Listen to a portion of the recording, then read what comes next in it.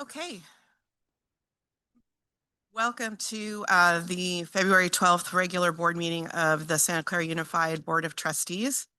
I'm calling the meeting to order at 5:05. We'll do roll call. Trustee Canova is absent. Trustee Fairchild,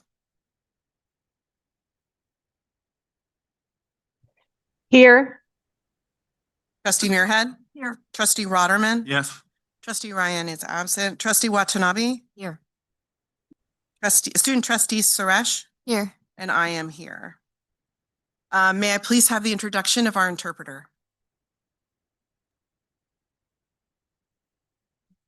Good evening. Buenas tardes. Mi nombre es Verónica Adams. Mi compañera Catherine Hertel y yo vamos a ser las intérpretes en español de esta noche.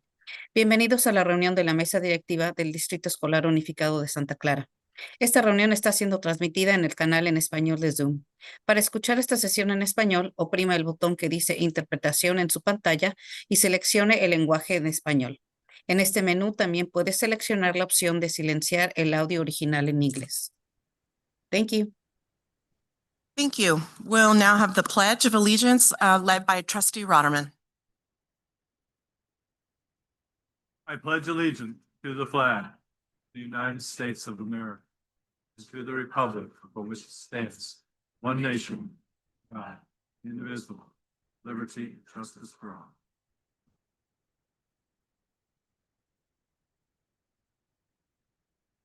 Mission of Santa Clara. My mic was off.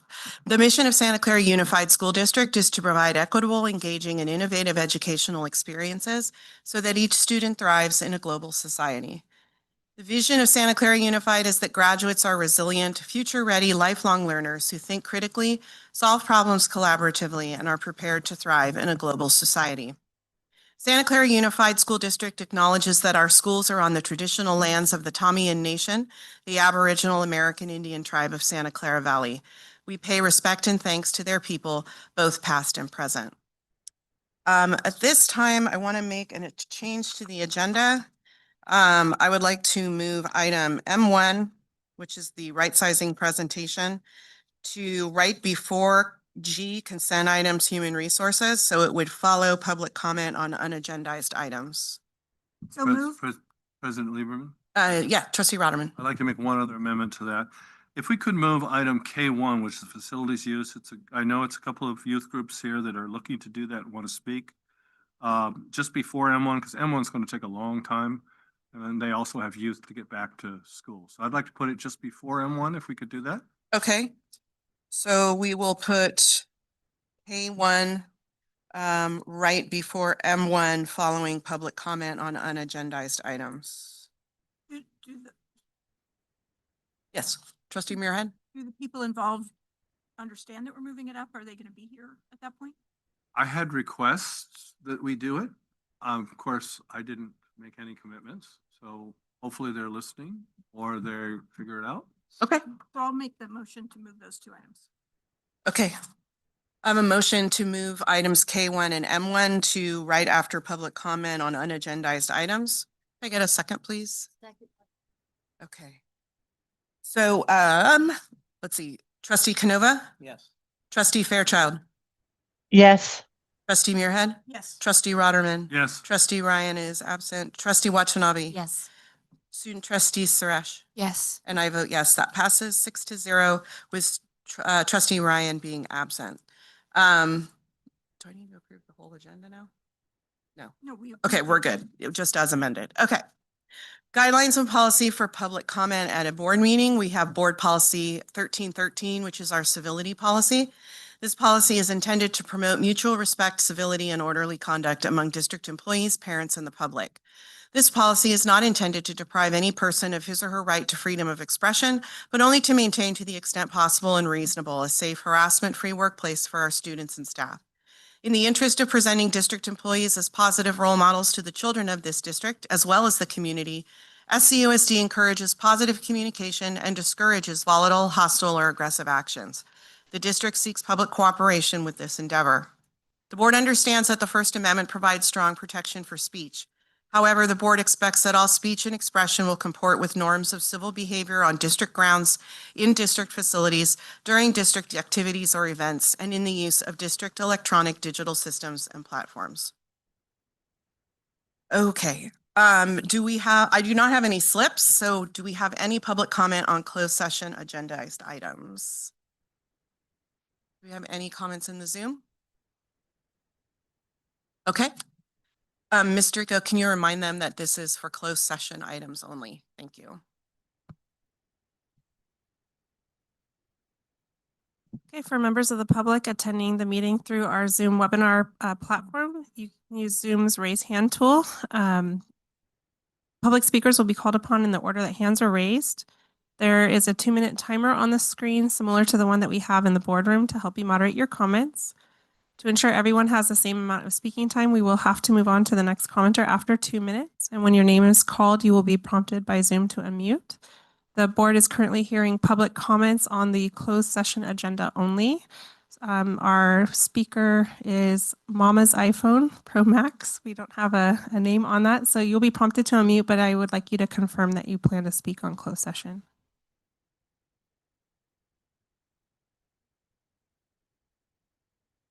You should have been prompted to unmute your microphone.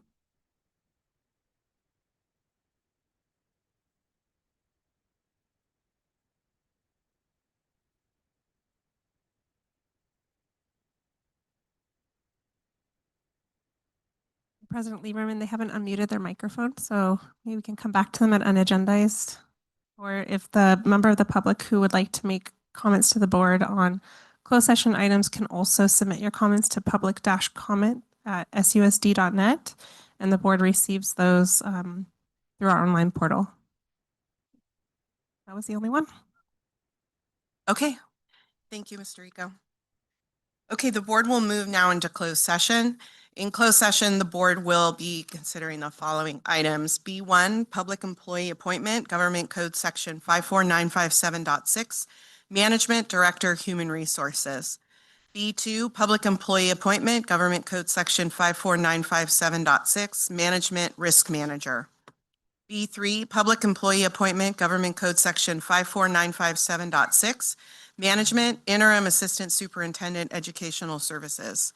B4, public employee discipline dismissal release, Government Code Sections 54957 and 54954.5E.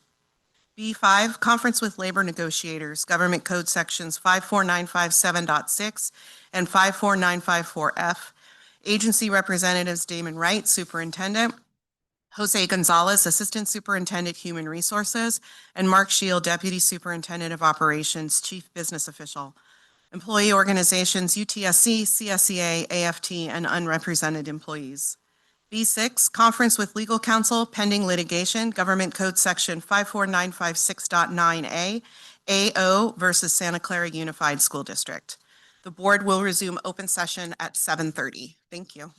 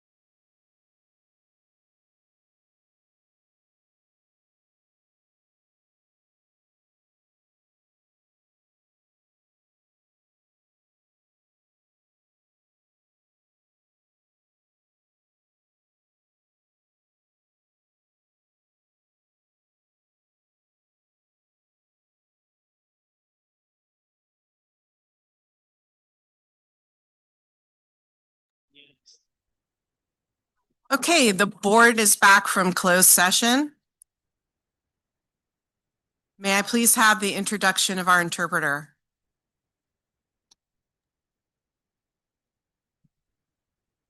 Good evening, board. Buenas noches, mi nombre es Verónica Adams. Catherine, Hertel y yo vamos a ser las intérpretes en español de esta noche. Bienvenidos a la reunión de la mesa directiva del Distrito Escolar Unificado de Santa Clara. Esta reunión está siendo transmitida en el canal en español de Zoom. Para escuchar esta sesión en español, oprima el botón que dice Interpretación en su pantalla y seleccione el lenguaje de español. En este menú también puedes seleccionar la opción de silenciar el audio original en inglés. Thank you. Thank you. Our report from closed session. For item B1, the board received information. Item B2, the board received information. Item B3, the board received information. Item B4, the board received information. Item B5, the board received information and gave direction. And item B6, the board received information and gave direction. I just wanted to announce that for those of you that weren't here, before we went to closed session, there was a change made to the agenda. Items K1, the facilities use item, and item M1, right sizing presentation, was moved to after F1, public comment on unagendized items, and before consent. So that change was made at the beginning of the meeting. At this time, I would like to turn over the mic to Dr. Wright for his report. All right, good evening. I want to congratulate the Wilcox High School Jazz Band who competed in the California Music Educators Association's Jazz Festival at San Jose State. The jazz band scored a unanimous superior, which is the highest award given at those events. And that was the first time in 10 years that they've received that award. And also the Wilcox Chamber Orchestra also received a unanimous superior, scoring 95 out of 100 across 3 judges. And that's the highest they've scored in 9 years. So excellent job. Great things are happening. Since our last board meeting, I had an opportunity to visit Washington Open and also Agnew. I enjoyed walking the campuses with our principals.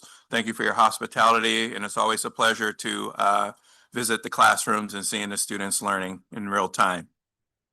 I also had the opportunity to meet with students at McDonald High School to discuss district budget and governance, right sizing, and also talk about peaceful protest.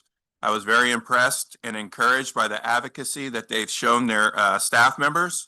It's clear that our staff are building strong relationships and making a positive impact in the lives of our students. This past weekend, I had the opportunity to attend the NFL experience over at McDonald High School. It was a wonderful family-centered event. The weather was great. The food was great.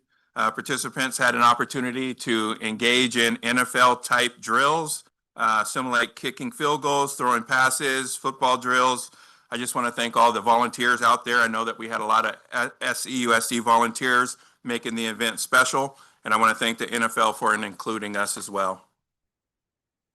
Equity and inclusion are central to our core beliefs and serve as a reminder that in SEUSD, all means all. February provides an important opportunity for us to recognize Ramadan, Black History Month, and Lunar New Year. Starting with Lunar New Year 2026, it starts on February 17th. We welcome the Year of the Horse, bringing themes of passion, determination, and ambition. Ramadan is projected to begin on February 17th as well. During this time, students of the Muslim faith may be fasting during the school day. They may benefit from accommodations, flexibilities, and access to quiet spaces. And February is Black History Month, a time to honor and celebrate the contributions, resilience, and achievement of African American history. I look forward to the meaningful projects and learning experiences taking place in your classrooms. And in honor of Black History Month, I want to leave you with words from Harriet Tubman. Every great dream begins with a dreamer. Always remember, you have within you the strength, the patience, and the passion to reach for the stars to change the world. And that concludes my report. Thank you. Thank you. We'll now move to our reports from our union presidents. Ms. Wysocki.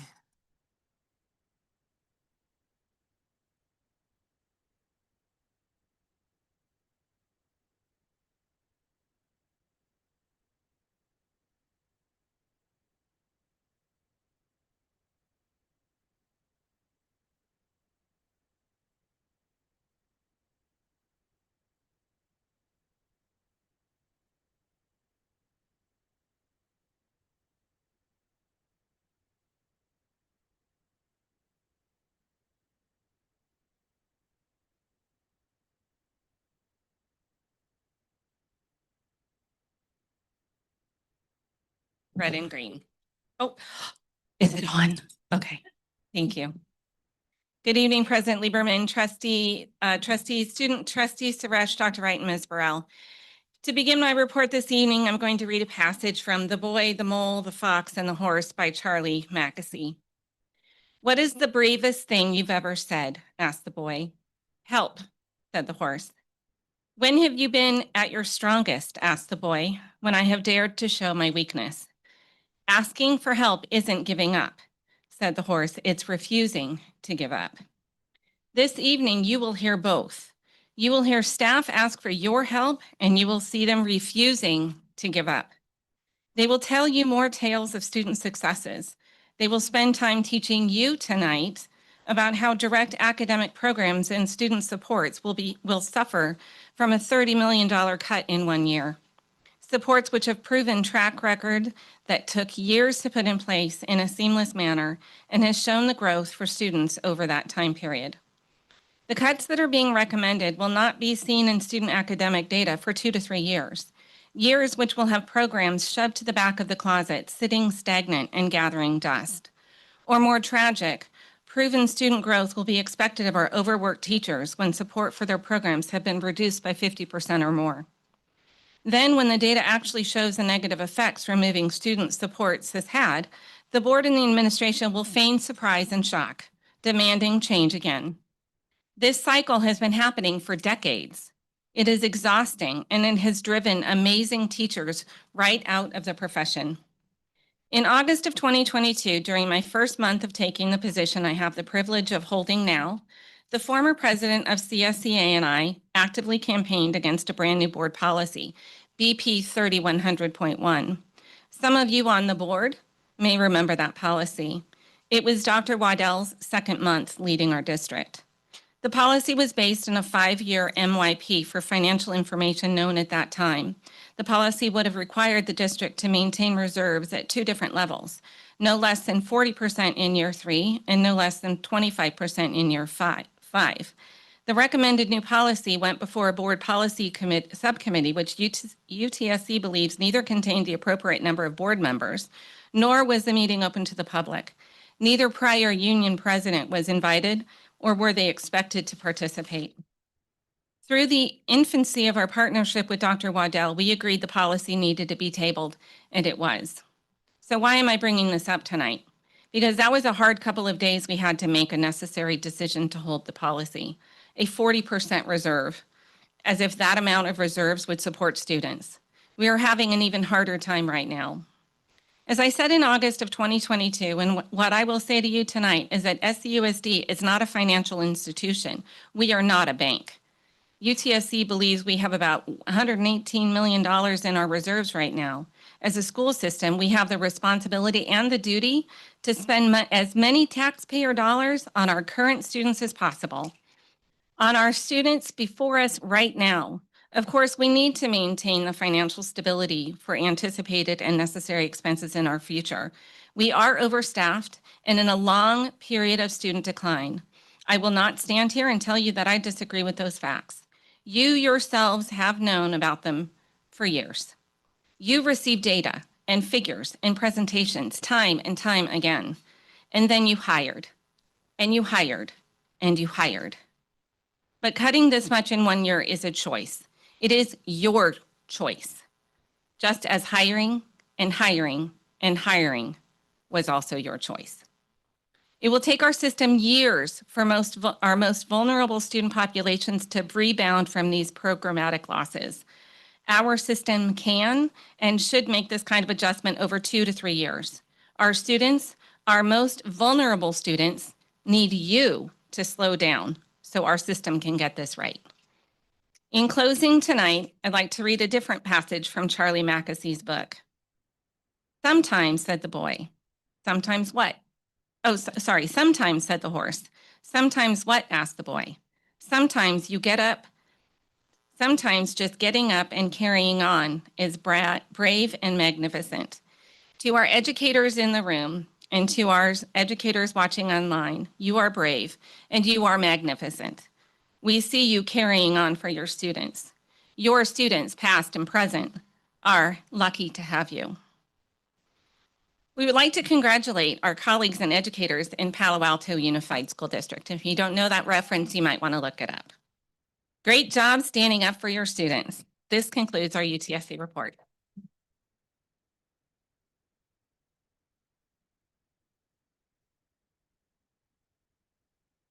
Ms. Alpin. Good evening. We've been told for months now that right sizing is the plan. It's supposed to sound strategic and careful, but for classified staff, right sizing doesn't feel like a strategy. It feels like displacement. Because what we are really talking about is people being moved, bumped, reduced, and people losing their positions altogether. Right sizing in a system with 149 unique job classifications and layered seniority does not just impact the first group identified. It creates a ripple effect. One person is laid off, then they bump into another position. That person bumps somebody else. Sites lose people who know their systems. Departments lose institutional knowledge. Students lose stability. That is not a simple adjustment. It's a chain reaction. So when you say right sizing, we have to ask, right for who? Is it right for the student who relies on a familiar office staff member who knows their needs? Is it right for the special education classroom that depends on experienced support staff? Is it right for the school site that suddenly loses the person who holds daily operations together? Because from where our members sit, this feels less like right sizing and more like fast tracking disruption that will cause long-term harm. Right sizing should mean thoughtful alignment with student needs, site needs, and long-term stability for student success. It should involve clear data, clear reasoning, and a full understanding of what each role contributes. If you are truly committed to doing this responsibly, then right sizing cannot just be about numbers. It must be about understanding the human systems that keep our schools running. You will be presenting this district with guiding principles for these reductions, one being student first. I have listened to my members express deep concern and stress about the unknowns ahead and the impacts of decisions that do not appear to reflect student first commitment. Tonight, I am asking you to truly listen to the classified employees, the very people you are being asked to lay off. Learn what they do, understand the value that they bring to schools, to students, and to the systems that support those students every single day. There has not been clear data presented to justify eliminating these specific positions that will be presented to you today. We have serious concerns about who made the recommendations for specific positions to be laid off. There is a major problem when the people putting the jobs up for cuts don't know what the employees actually do.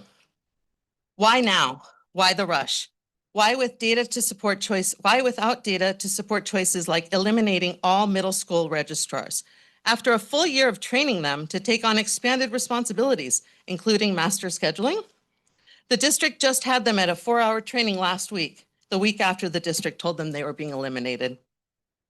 It's difficult for me to process why the district is paying for outside vendors to train them, but yet they are eliminating their roles. The district also wants you to approve eliminating the professional learning specialist position while our contract guarantees 5 days of classified professional development. Something the board and the district once said it supported and valued. This layoff will cause classified work to suffer. The bridge to the district for classified will crumble. With these proposed reductions, students will not return to familiar faces. Staff will not know where or who to go to. Employees will be bumped into roles they have not worked in for years and placed at new sites without relationships or institutional knowledge. And for what? To save a few dollars through immediate cuts instead of taking time to thoughtfully evaluate staffing, responsibly redistribute duties, and build a sustainable strategic plan. Slow this down. Our students deserve better stability. Our schools deserve better, and classified professionals deserve to be seen, understood, and valued before decisions like this are made. Thank you. Good night.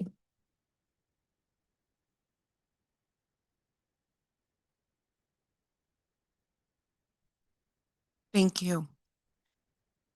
We'll move now to public comment on unagendized items. But before I do that, I will read our civility policy. Board Policy 1313 is our civility policy. It is intended to promote mutual respect, civility, and orderly conduct among district employees, parents, and the public.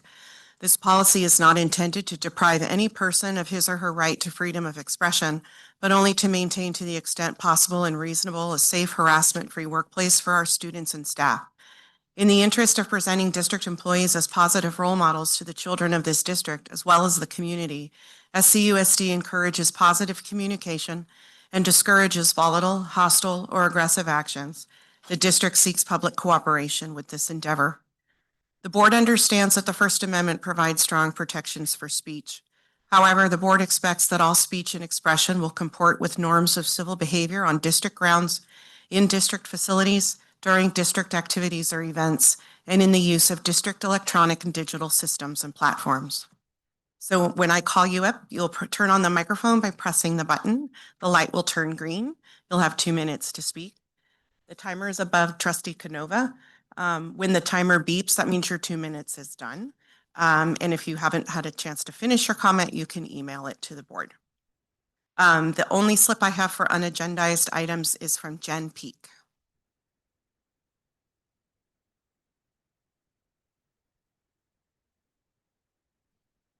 Good evening, board members, Dr. Wright and Ms. Burrell. I just am here to say that I'd like to see more stakeholder input in these meetings. And there are 2 points I have to make. One is that we need a better venue than the boardroom. Having people stand for hours on end is not a way to invite parents into participation in this democracy that we are trying to achieve. I emailed the board and the district asking for a different venue and was told that none of the high school theaters were available. To me, that's a poor excuse. We have high school gyms, we have elementary cafeterias. I feel like there are many other places that would be more suitable and allow everyone to sit down and have a voice and a seat at the table. And then I heard that the next reason I got was, well, they don't know how to figure out how to have the Zoom somewhere else. We live in Silicon Valley. If we can't figure out before a month from now for the next meeting how to have a Zoom in another place, no offense, Joe, but we should get a new IT department. My husband's an IT manager and he was more than shocked at the county level, so another government place, and he was more than shocked that we couldn't seem to figure that out to have people be at meetings. My second point to make is that by using the term right sizing, many of the parents in this district do not understand what that term means. We've put lipstick on a pig, as my grandma would say, especially our parents that English is not their first language. As they've been slowly finding out from others what right sizing means equals layoffs, they have been more than surprised. And I know that we've been talking about being transparent, but by using idioms and other vernacular, we are not being transparent to parents. We are not inviting them to have a seat at the table. I want to see us have equity. I want to see us reach for the stars. Let's actually promote equity and stakeholder input by finding a better venue and by letting parents know what right sizing is really talking about. Thank you for your time.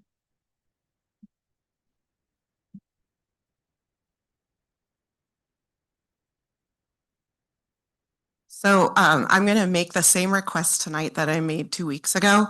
We can't have extended applause after every comment, or we're going to be here for more hours than we're already going to be here.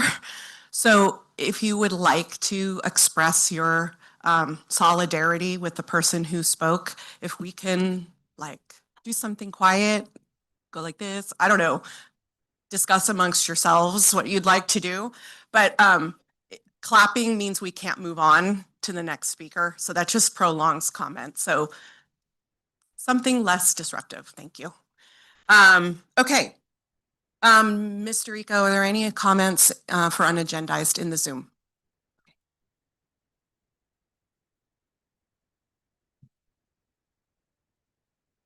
For members of the, of the public attending the meeting through our Zoom webinar platform who would like to speak, you can use Zoom's raise hand tool at the bottom of your screen. Public speakers will be called upon in the order that hands are raised, and there will be a 2-minute timer on the screen like the one we have in the room to help you moderate your comment. To ensure everyone has the same amount of speaking time, we will have to move on to the next commenter after 2 minutes. And when your name is called, you will be prompted by the Zoom platform to unmute your microphone. Our first speaker is Tabitha Koppler-Hurley.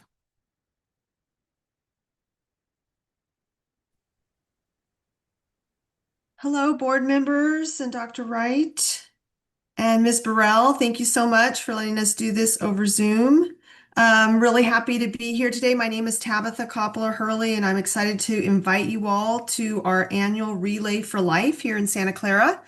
It will be on May 2nd, just over in Franklin Mall. Many of you have heard about Relay for Life before, but for those of you for whom it might be a fresh idea, let me just remind you that it is our community fundraiser for the American Cancer Society, and all the funds go to help survivors and caregivers, fund a lot of great research, especially now as our government has cut some of that research money, and do preventative education for folks of all ages. So Santa Clara's Relay for Life is going to be May 2nd from 2 to 9 p.m. It is a fully open community event, and we would welcome each and every one of you to come down and enjoy our DJ and our games and walk with our community and show your solidarity with folks who have had cancer themselves or maybe have lost someone to cancer. Say you can't make it the whole day. I certainly understand that you're busy folks. I would highly recommend you come over around 5 p.m., joining us at one of the restaurants there in Franklin Mall, and then taking part in what's called the Luminaria ceremony, which is a particularly special part of the event, starting at about 8 o'clock once it gets dark, where you will see probably 300 plus paper bags, each one representing someone in our community that has had cancer and survived, or sadly may have been lost to that disease. It is a wonderful time to join with others, and we would welcome you to come and be there. I want to thank Ms. Burrell. She has those flyers and is going to put those, or probably has already put it in your board packets. And if you have any questions, you can reach out and be happy to talk with you about it. Thank you so much. Hope to see you there. Thank you for your comment. President Lieberman, that was the only one. Thank you. Okay, we're going to move now to item K1, which was use of facilities group 1.5 organizations for the period of June 1st, 2026 through May 31st, 2027. So I have a technical question I want to ask Dr. Right. Dr. Wright. Thank you. So when I first looked at this, I didn't notice, but one of the items on this is for the Silicon Valley Monterey Bay Council of Scouting America. I happen to be an executive board member on that organization. Do I have a conflict of interest, do you think, on this? Should I exit the room? I think it would probably be the safest thing to do. Do that. Apologies. Better check this out. Thank you, Trustee Rotterman. Actually, I have the same question because one of the groups is the PAL, which I'm also on that board. You should probably recuse. Yeah. But As I well. had some questions on the item. I guess.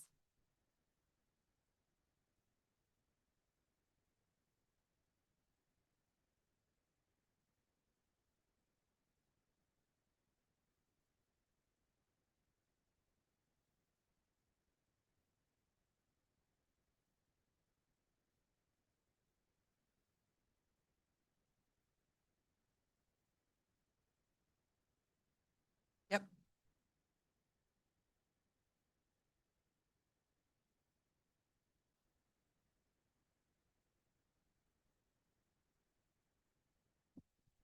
President Lieberman, the question seems extensive. Maybe we should have her ask her question before she leaves the room, if it's not, as long as it's not related to PAL. It's not related to. Okay, then go ahead and ask them, and then let's have you leave with Trustee Rotterman. Okay, thank you very much. I appreciate that consideration. So I had 3 questions. So this item obviously comes back every year to the board. And I have a question regarding, for instance, the Lions Youth Football and Cheer. That was part of Group 1.5 last year, but I noticed that they are not on the list this year. So I'm wondering why they are not part of it this year. There's also a discrepancy in the amount of participants in SUSD attendance boundary for the West Side Little League. It shows last year that there was a 98% participants. And then when you look at the list for this year, it shows 65%. So why is there a 30% drop in 1 year for West Side Little League?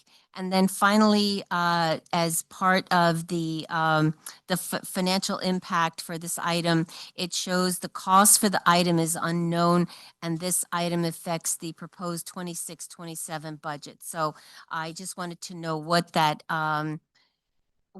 unknown is and whether or not it will be coming back to the board before discussion on the budget. So those are my 3 questions. Thank you. Mr. Shield? Thank you. The reason why the Lions are not on here is because they have not submitted an application. District staff has reached out to them multiple times, but they, as of the date of publishing the agenda, they have not submitted an application for Group 1.5 status. We will continue to reach out to them, but as I said, as of the date of posting the agenda, they had not submitted an application as of yet. In regards to the participation for the West Side Little League, they control the participants in their organization, and they provide that information to us. So I can't speak to why their participation has declined, but they've provided that information to us based upon who is a member of their Little League, and then we check to see whether or not they're within our district or not, or whether they live within our boundaries. So I can't speak to that. I do know that the Little Leagues, especially that one, serves more than just our school district. So it does branch out into the other area as well. In regards to your final request in regards to the financial impact, we can't estimate the financial impact because we don't know how much they're going to use. And so once they get approved for Group 1.5 status, then we will work with them over the course of the year to determine how much they do. In our budget development process, we estimate how much we might see in lease revenue during that period of time based on the past, but also what we need to know is that our fees are scheduled to increase again next year as well. And so we might see a decrease in usage as the result of the increase. So it's really we're not really able at this point in time in order to estimate because they haven't put in their request yet for usage for next year. Thank you, Trustee Watanabe.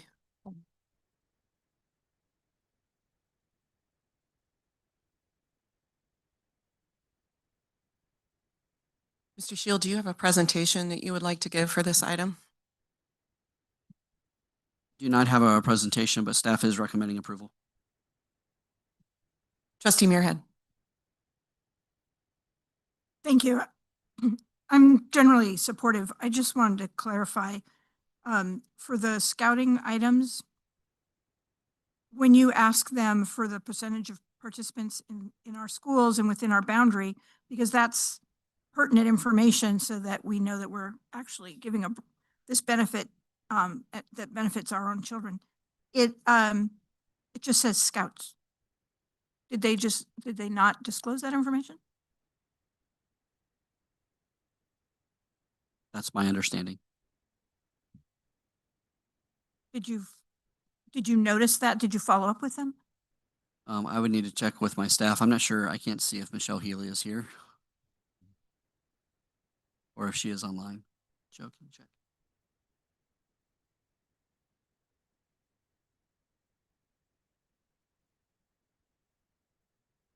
Doesn't appear that she's online, so I'll have to get some more information. She may have thought that this agenda was going to come later, so I don't appear to have that information right now.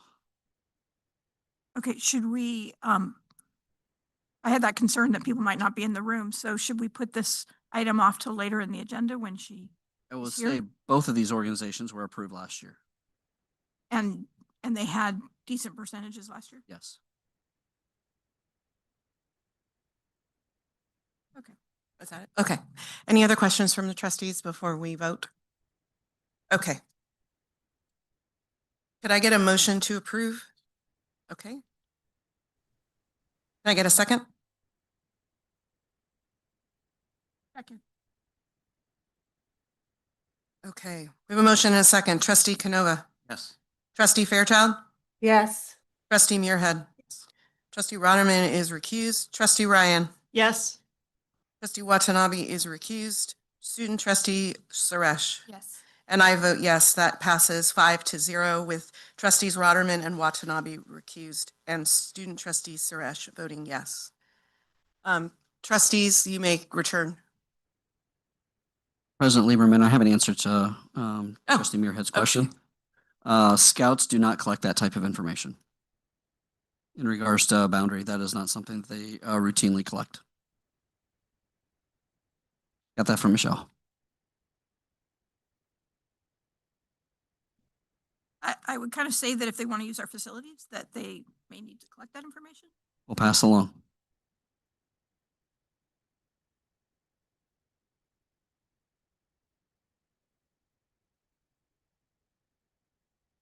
Okay, thank you, Mr. Shill. I have one comment, just real quickly. Is there anything at all we can do to make the PA system in the hallway louder? Joe?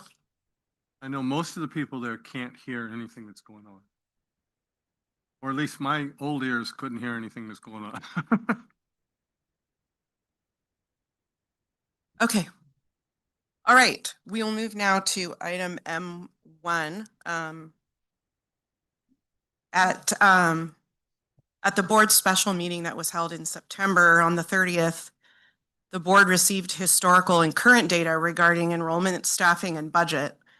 As you may recall, the board also received information regarding a letter received from the Santa Clara County Office of Education, which is statutorily required to provide financial oversight over all school districts in the county. This letter called attention to our growing pattern of deficit spending and required that we provide evidence of progress toward rectifying this deficit to avoid requiring the district to adopt a fiscal stabilization plan.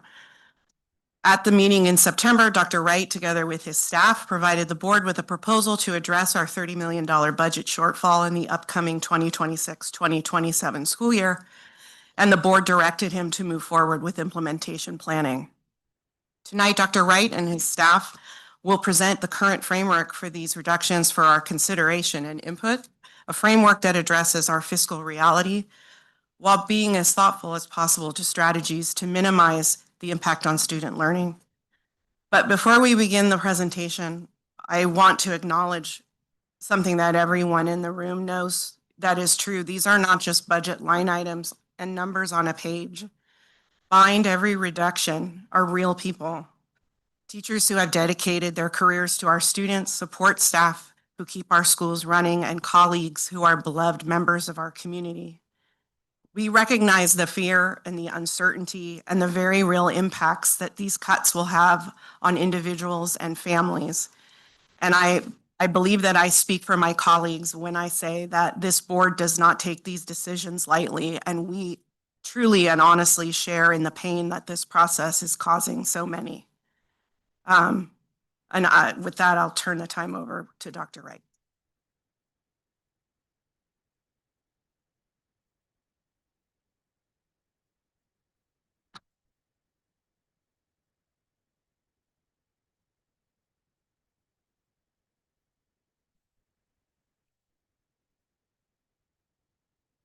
Good evening, President Lieberman, trustees. My name is Damon Wright, and I am the superintendent of the Santa Clara Unified School District.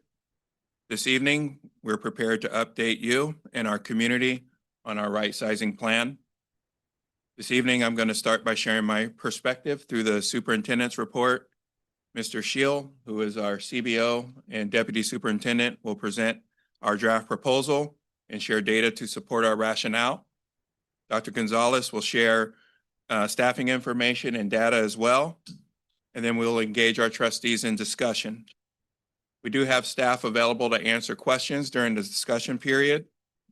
We are aware that public comment will follow this presentation, and we are ready to listen and consider information that is shared as we finalize this plan for the February 26th governing board meeting.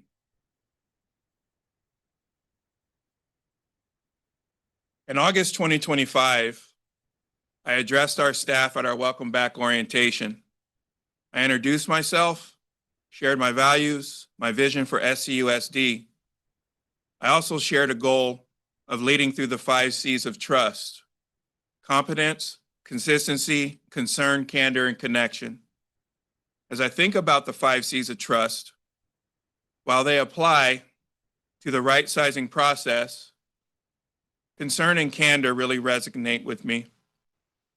Through this process, we've showed concern by leading with empathy and supporting others by seeking to understand their perspectives and their experiences. We also communicated with candor as we were honest and transparent about where we are and where we're going, even when the information was tough to hear. As you all know, Santa Clara Unified School District is staffed by people who care and who work hard to support our students in this community. That is no secret. Through my listening and learning campaign, I came to understand just how deeply rooted many of our staff members are in SCUSD.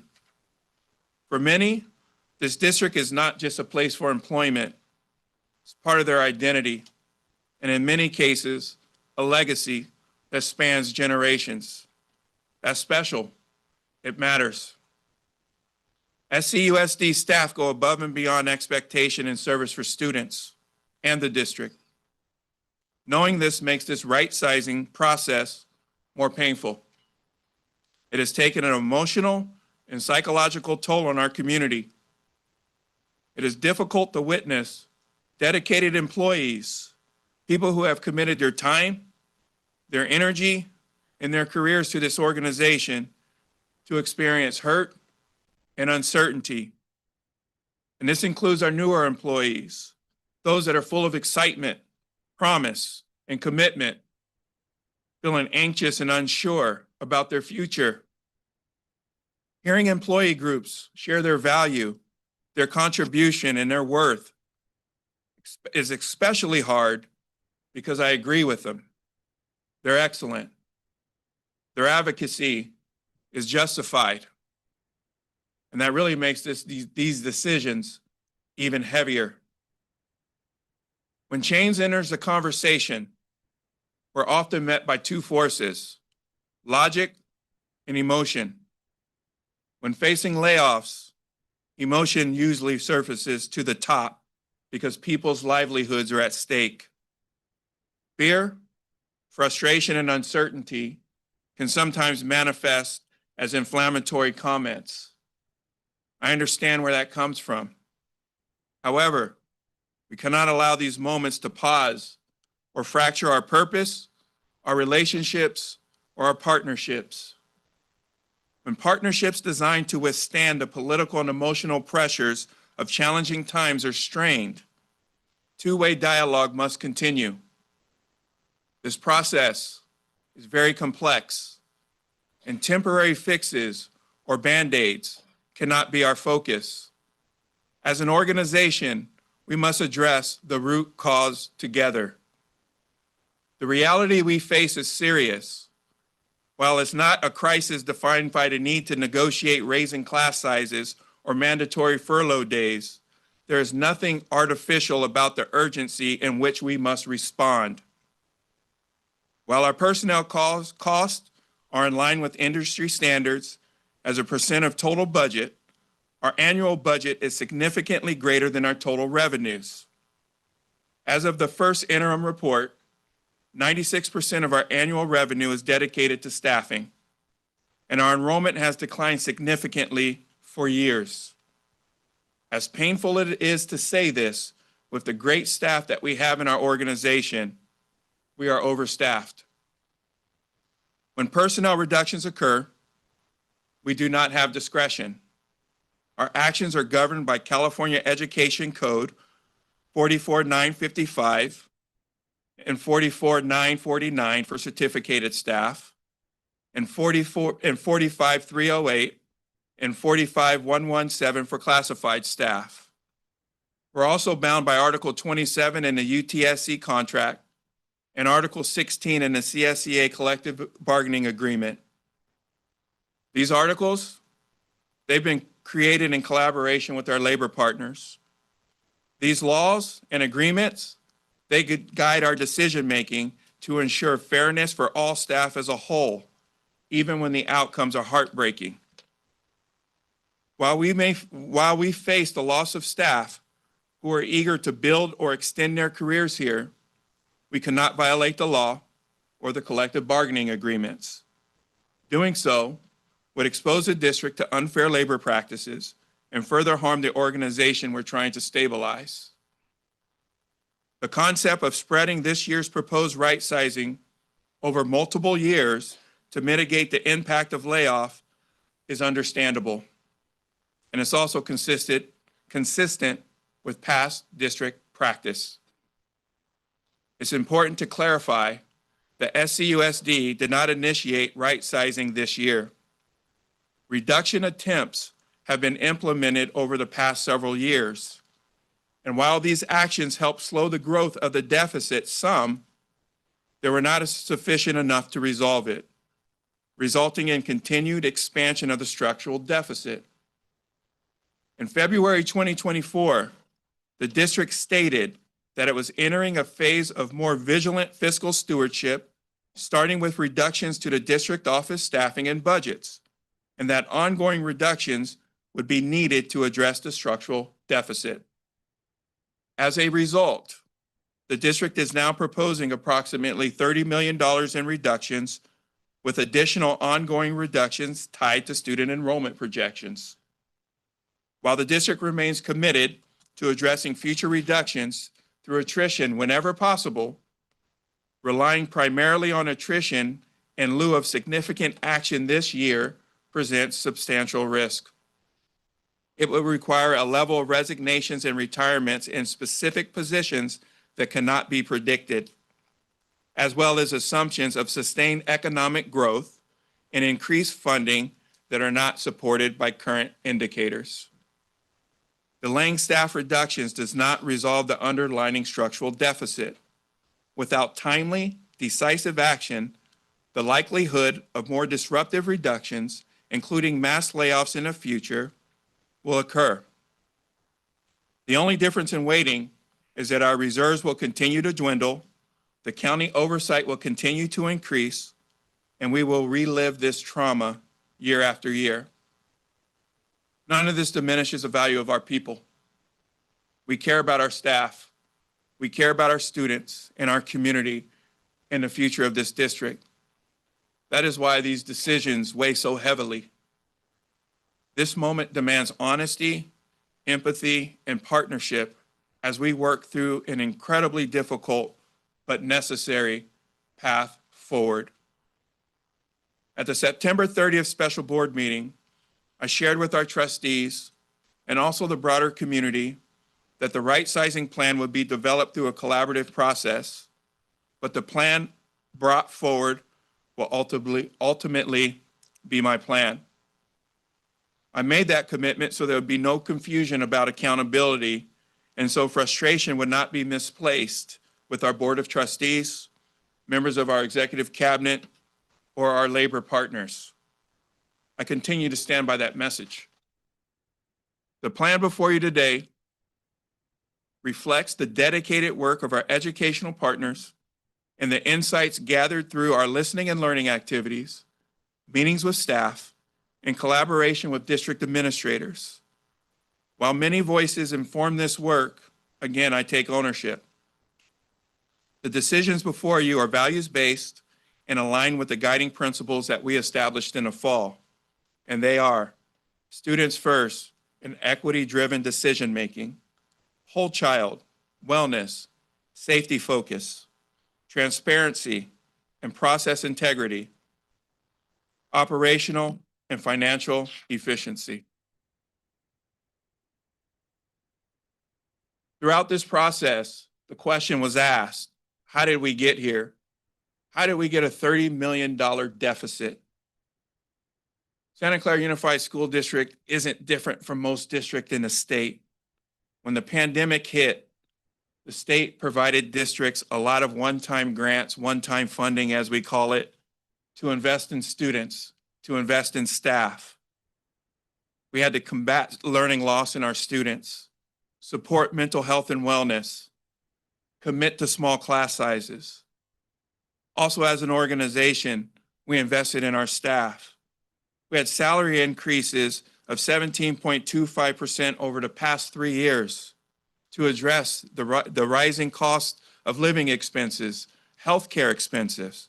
We needed to remain competitive with other districts. If we remember, there are staffing shortages.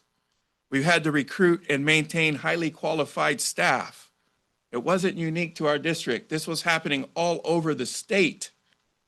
And I commend the previous leadership, and I say previous leadership because I wasn't here, and our Board of Trustees for investing in our students and investing in our staff.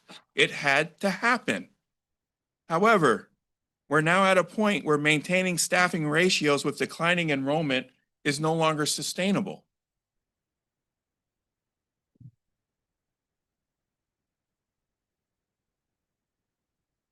I want to share this graph. If you look at the graph, if you look at the blue line, that represents our staffing.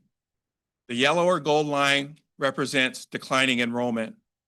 From 2017, we've increased by 515 staff members and decreased by 1,206 students. I mentioned the pandemic, so let's go to 2020, where we increased staff by 428, but lost 505 students during that time period. It's just a visual just to put some perspective behind what I was just mentioning. I mentioned all this before, but I just want to reiterate, we're facing a $30 million deficit next year. Our reserves are shrinking at a quick rate.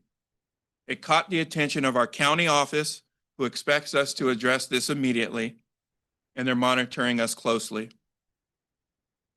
Delaying action this year would increase our deficit in the outer years, increase the amount of reductions in the outer years, and also impact our reserves. This year, we have an opportunity to position ourselves for long-term fiscal health.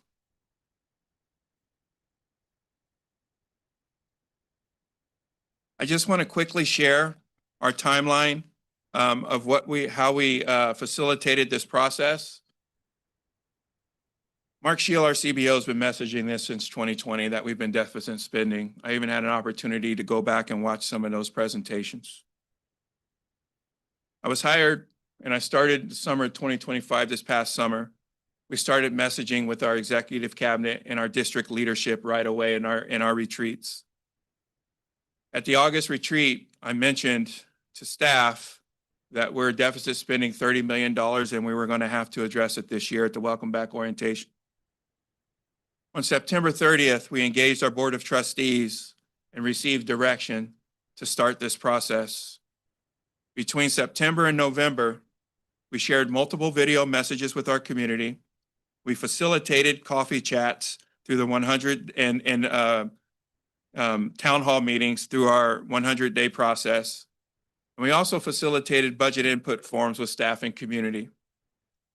In December, we introduced our first draft proposal to staff, and we spent January and February meeting with employee groups who would be potentially impacted by this process.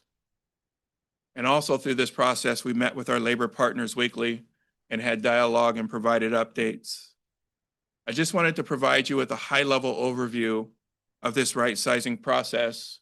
And now I'm going to turn it over to our Deputy Superintendent and CBO, Mark Shield, who will share the draft proposal and some supporting data and detail.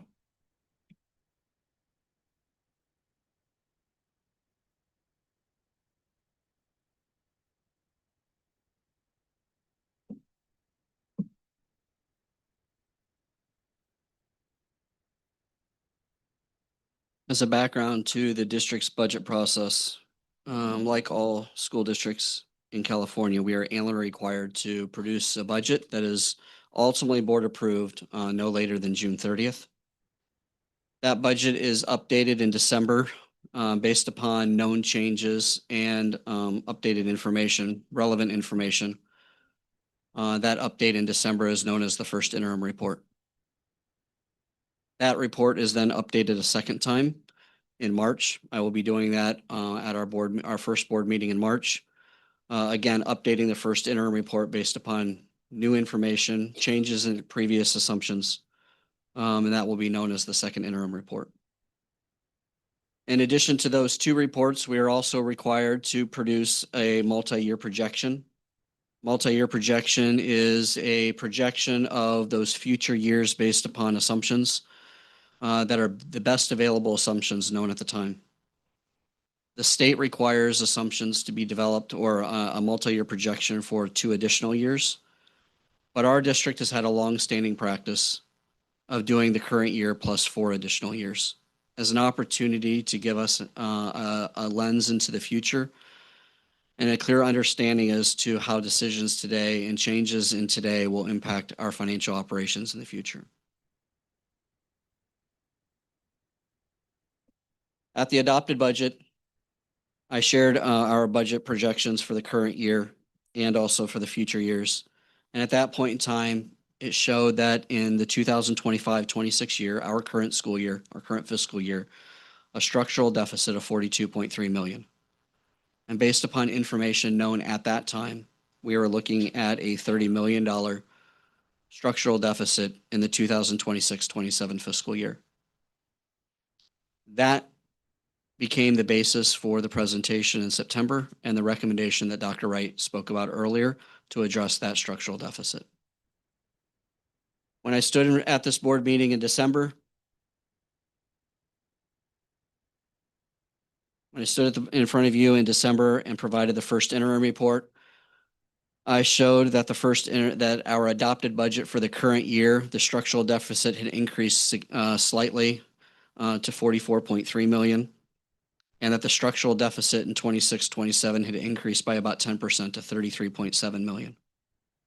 And even with that increase, the recommendation didn't change.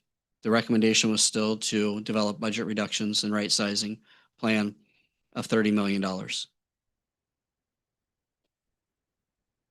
As Dr. Wright said, we had 4 guiding principles that have been guiding the work over the last several months. These came from the September 30th special board meeting.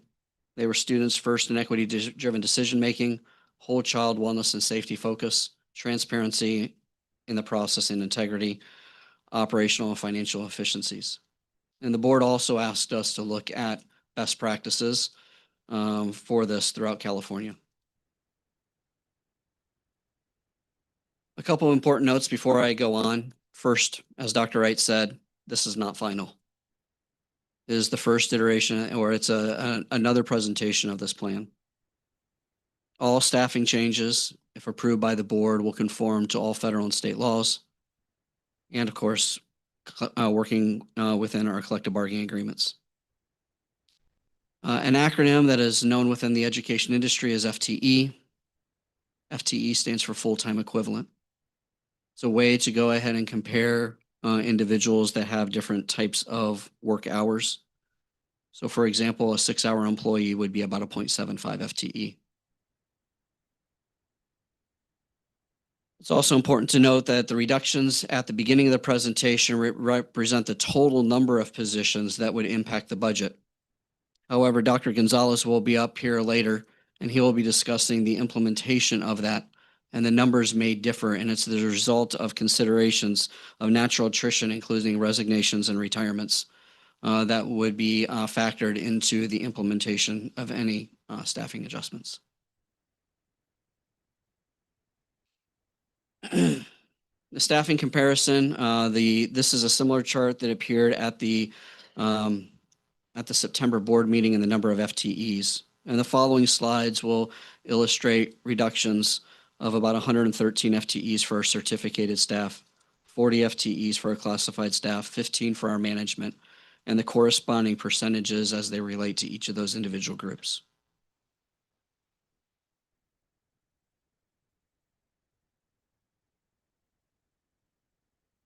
So what are these reductions? First, for our district office management positions. As reported earlier this year, our Chief Academic and Innovation Officer announced his retirement, and that position will not be replaced. In addition to that, our Assistant Superintendent of Ed Services has also announced her future retirement, and we anticipate that while that position would be backfilled, the Executive Director of Schools position would not be. The Human Resources and School Support Coordinator position would be reduced next year, as well as 2 program specialists within our special education department and 2 classified managers in our technology department. In addition to that, we have some additional classified positions in our district office, 4 clerical support positions in our district office, as well as one family resource clerical support, an employee in our insurance department, our professional learning specialist, one of our mechanics, our special education enrollment center technician, and the counseling training program. And I think I said that correctly. That is a typo. All those would be reductions compared to the current year.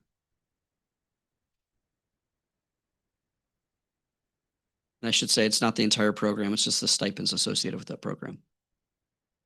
In addition to that, we have a number of positions in the district office that would be modified either due to a reduction in hours or a reduction in the work year.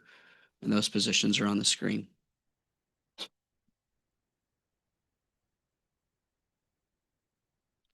At our school site and management positions, we anticipate a reduction of 8 FTEs. We're not closing an elementary school. This year, we have an employee who has been on leave of absence. As the result of that, we've had an additional elementary principal for the entire year. We anticipate that being resolved by the end of the year. And so we would go back to having the correct number of elementary principals for the number of schools that we have. In addition to that, we anticipate the reduction of 7 secondary vice principals next year. One of those positions is not funded by our general fund, but it's funded by our adult education program and our adult education fund. But it is a reduction of 7 FTEs. In addition to that, the following school site classified positions would also be reduced.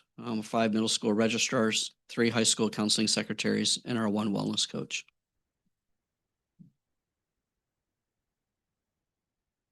Pardon me.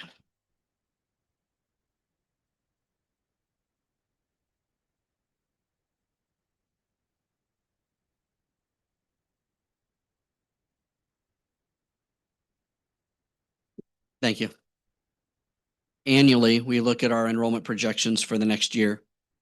And our enrollment projections provide an assumption as to the number of students that we will have district-wide in every grade span for every school.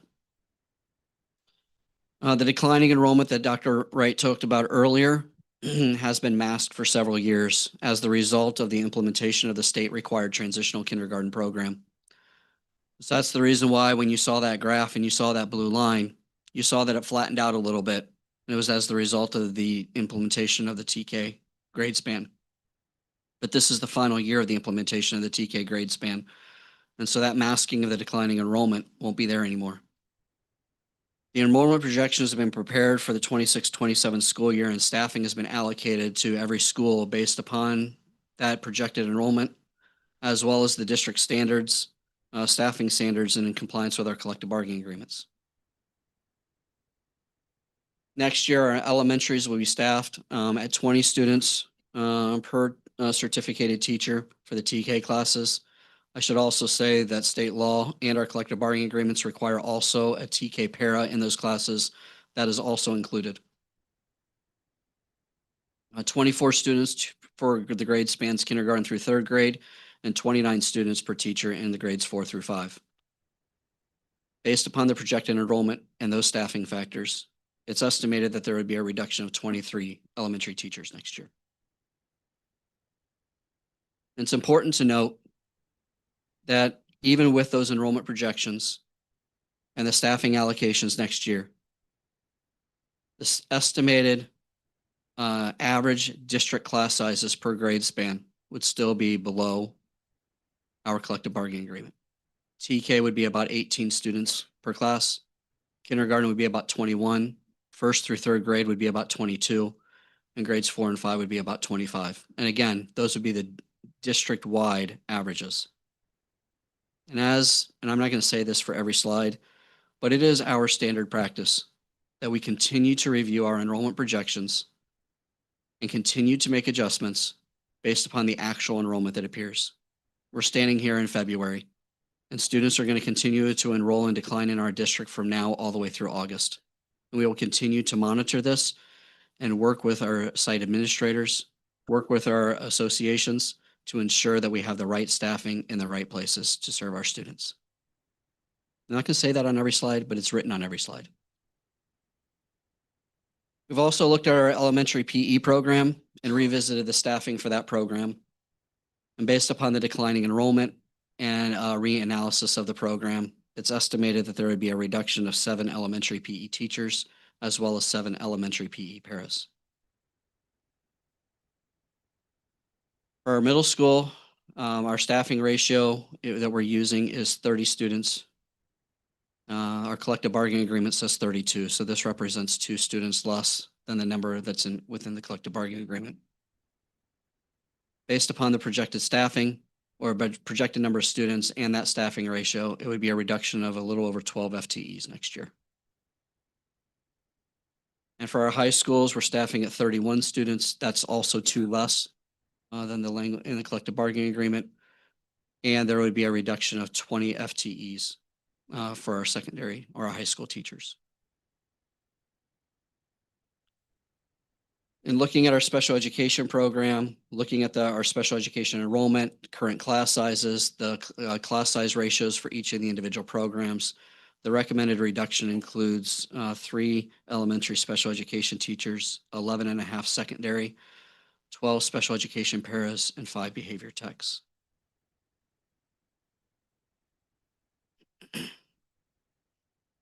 When looking at our counselors, we used a staffing ratio for our middle schools of about 400 students per counselor. And for our high schools, is the target of 1 counselor per grade level with a targeted range of between 300 and 350 students per counselor. If you actually were to implement those ratios, the reductions would be about 11.5. The recommendation for next year is 7. With the possible consideration of an additional 2 reductions for the 27-28 school year.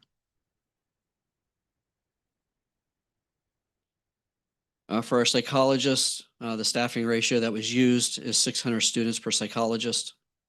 And basing that upon a rolling 3-year average of the most recently completed school year. So in this case, the 22-23, 23-24, and 24-25. So allowing for a gradual reduction in that regard. As a result of that, there would be a reduction of about 2 psychologists next year.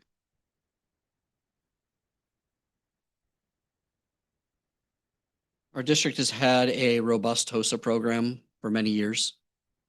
Our TOSAs provide services on our school site campuses in many different ways, including school support, intervention support, instructional coaching to our students, and also subject and content support.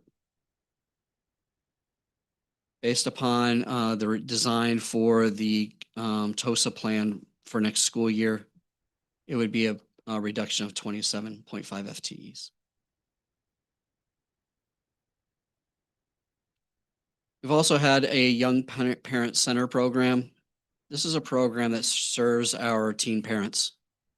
And over the last several years, we've seen a significant decline in the number of students who have been using this program.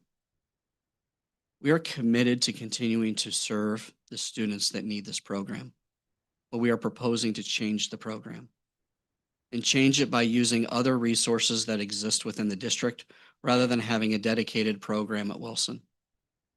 As the result of that, it would result in the reduction of 2 positions or 1.3 FTEs. Again, we're committed to continuing to serve these students, but looking at the program differently using other programs that exist within the district. Other areas that the district is looking at is our vendor contracts. So far, more than $1 million worth of vendor contracts have already been identified to not be renewed going into next year. We are still in the early stages of school site and department budget development processes for next year. I'm certain that there's going to be an additional amount of vendor contracts that will not be renewed going forward, but it's already $1 million has been identified. We've had a annual staff orientation at the beginning of the year, and that program, based upon the feedback that we received, is going to be changed. As a result of those changes, it will yield financial savings to the district as well. And we're still going to find a way to go ahead and welcome our staff back and have that welcome back orientation, but do it in a less costly way. In addition to that, we're looking at our summer programming. We're going to maintain our ESY program. We're going to maintain our high school, summer school, and the required state ELOP program or expanded learning opportunities program. In addition to that, our instructional team right now is developing the creation of a secondary EL academy to serve our EL students to help them be better prepared for next school year. But we are looking at the other portions of the summer programming in order to make some reductions in that area based upon research and evidence that we've seen over the last several years. I shared in the December board meeting that we saw a reduction from CalPERS is a reduction in our employer contribution that we pay for classified salaries towards future pension obligations. This is the first time that we have seen a reduction in the pension obligations in many years within CalPERS. And as a result of that, that provided a significant savings of almost, I think it was over $400,000 just next year, and it'll have a multi-year savings throughout the MYP. That savings has already been incorporated into our multi-year projections that were presented to the board in December in the first interim report.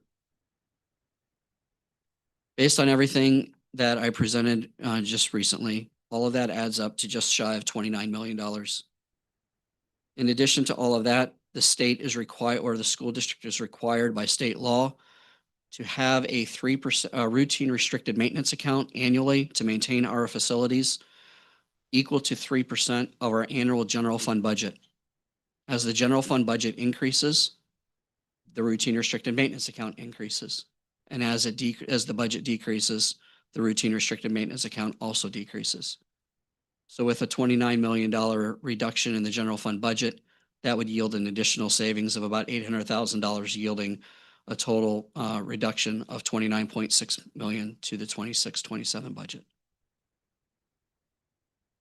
With that, I'm going to turn it over to our Assistant Superintendent of Human Resources, Dr. Gonzalez, to talk about implementation.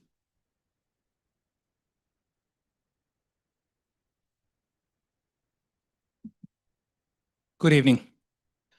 The following slides outline the implementation process for the upcoming layoffs. To align with current student enrollment projections, the district is implementing staffing reductions in the elementary grades totaling 23 FTE as presented by our Deputy Superintendent.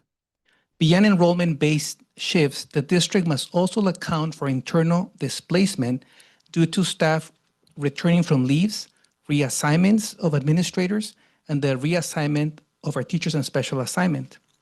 To mitigate the impact of these changes, we have factored in attrition. As of last Friday, 16.4 FTE of the reduction is being offset through natural turnover, including recent retirements. After balancing enrollment drops and returning staff against natural turnover, the district needs to lay off 39.9 full-time elementary teachers this year, this cycle. At the secondary level, which this includes middle school and high school, we are planning staffing reductions driven by our current student enrollment projections and established class size targets.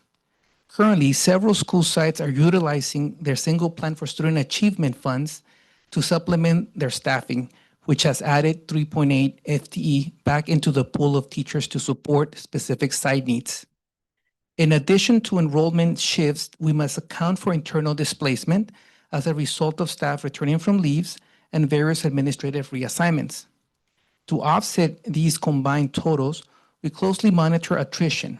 We have been able to bridge a significant portion of the gap through 16.4 FTE in retirements and resignations, which naturally reduces the number of positions that need to be reduced. Ultimately, when we balance the enrollment-based reductions and returning staff against the site-funded positions and natural attrition, the net impact is 18.5 FTE layoffs at the secondary level.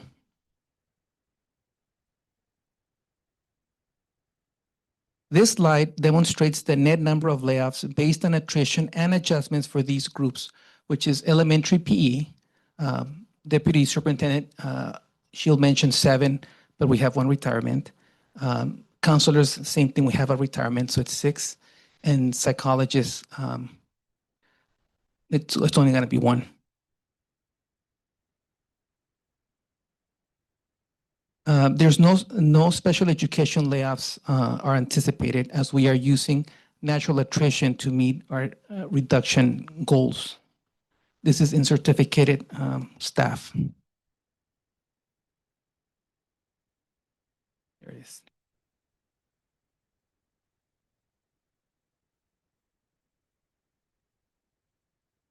The next set of slides contain information on the layoff process.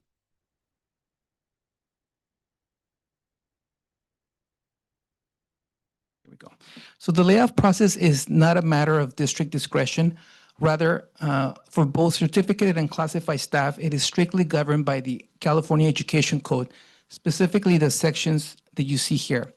These statutes ensure that the process remains transparent, fair, and legally defensible. To meet these legal obligations, the district must adhere to a rigid series of deadlines throughout the spring. The process begins no later than March 15, which is the deadline for the initial notice. In our case, and if you approve it, we will start right after our next board meeting on the 26th. The district is required to serve a preliminary notice, often referred to as a RIF or reduction in force notice, to any employee whose services may not be required for the upcoming school year. This is a legal step meant to inform the employee of the potential layoff while the budget and staffing needs are finalized. Education Code provides employees with a right to due process. Therefore, within 7 days of receiving a notice, an employee may submit a written request for a formal hearing. This hearing allows the employee to challenge the layoff on specific grounds, such as disputing their seniority ranking or tie-breaking criteria. If hearings are requested, an administrative law judge reviews the cases and the district's justification for the reduction. By May 7th, the law judge issues a proposed decision. While this decision is a recommendation to you, the school board, it carries significant legal weight in determining which layoffs are valid under state law. The final step in the cycle occurs by May 15. After reviewing the judge's findings, the school board makes its final determination.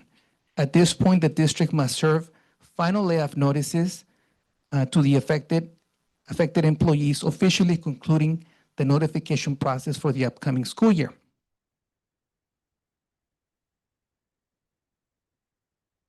So the layoff process is mainly guided by the principles of seniority, ensuring that staff reductions are handled objectively rather than through individual selection. The standard procedure for reductions is inverse seniority. This follows a last in, first out rule, meaning the least senior employee within a specific job classification or credential area is the first to be affected. This system provides a predictable framework that honors the years of service committed to the district. When a specific position is reduced, the impacted employee may not necessarily be the one leaving the district. If the individual has more seniority than others in a different classification or credential area for which they are also qualified, they may exercise bumping rights. This allows a senior employee to bump a less senior person from a role they are eligible to fill, effectively shifting the layoff down the seniority ladder. A layoff does not necessarily mean a permanent end to an employee's career with the district. The California Education Code provides robust post-layoff rights to help former staff return to work as soon as positions become available. Employees who are laid off are placed on a preferential rehire list, so permanent employees retain rehire rights for 39 months, and probationary employees retain rehire rights for 24 months.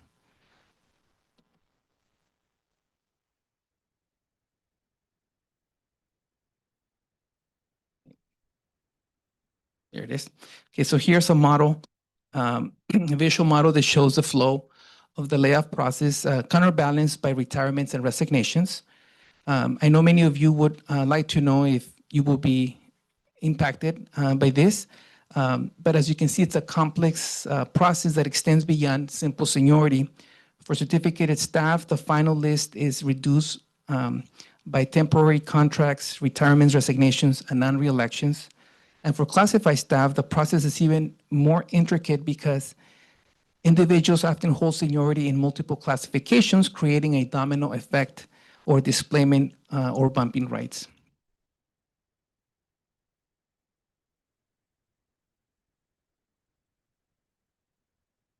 Now, Dr. Wright will share some of the adjustments that we have made as a result of the meetings we've had with different impacted groups.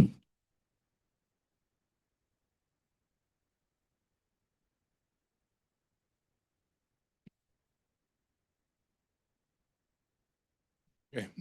Through this process, we listened and we learned. And I think we may be at our third, fourth, or fifth revision of this plan. And some of the changes that we've made, counselors reductions, we adjusted it from 11 FTE down to 7. Our TOSA program, we initially were going to maintain 25 TOSAs, and we've moved that up to now we're at about 28.5 FTE. We added back 6 high school FTE for master scheduling teachers. So as we were looking at it, we felt that each comprehensive high school, we needed to give them some additional staffing. So we added 2 back to each comprehensive high school. And also 4 FTE at the elementary level added back at the Title I schools to address the combo class issue. We wanted to reduce the combo classes at some of our Title I elementary schools. So we did add that back as well. And that is the similar slide, just the visual. Okay. So this concludes our presentation, governing board. And at this point, we want to open it up for discussion or questions. We do have staff available to answer any questions that you may have. Thank you, Dr. Wright and Mr. Shield and Dr. Gonzalez for your presentation. I will have the trustees, we'll do 2 rounds just in case your questions are extensive and you need more time. And then we'll go out for public comment. Who would like to start? Anyone? Trustee Canova? Of course, we're going to have a great deal of input tonight. And I think really for us tonight, this is more for the board about listening, I believe. But I just wanted to commend you on what you presented. It's extremely well thought out, a very thorough presentation, and I greatly appreciate that. And I also appreciate the material that we had available to us in advance of the meeting. So I feel very well prepared for this. But I think, I'm thanking you for the great presentation. It's a very good presentation. I'm thanking you for the material that you provided to us before tonight's meeting. And then I just feel that tonight for the board, this is really about listening, obviously, to the presentation. We're going to have a lot of input. We're returning again tomorrow night. So we're going to have a lot of opportunity to listen. So that's really the perspective that I have, is listening tonight. I just want to clarify, tomorrow night is a strategic planning meeting. It does not, Okay. it won't be anything about right sizing. That won't be part of our meeting. No. Okay. Trustee Fairchild? Thank you, President Lieberman. I also wanted to thank Dr. Wright, Mr. Shield, and Dr. Gonzalez for the presentation, and all of the staff that worked with them on those, getting the details. This is, as President Lieberman indicated, a very difficult emotional time, and that all of these numbers represent human beings who have been valuable assets to our organization. I do want to listen. I've been reading all the emails, but I do have a couple of questions that I would like to ask, if that's okay. And my first one is on slide 6, and I prepped Mr. Shield for this because I wanted to understand this more.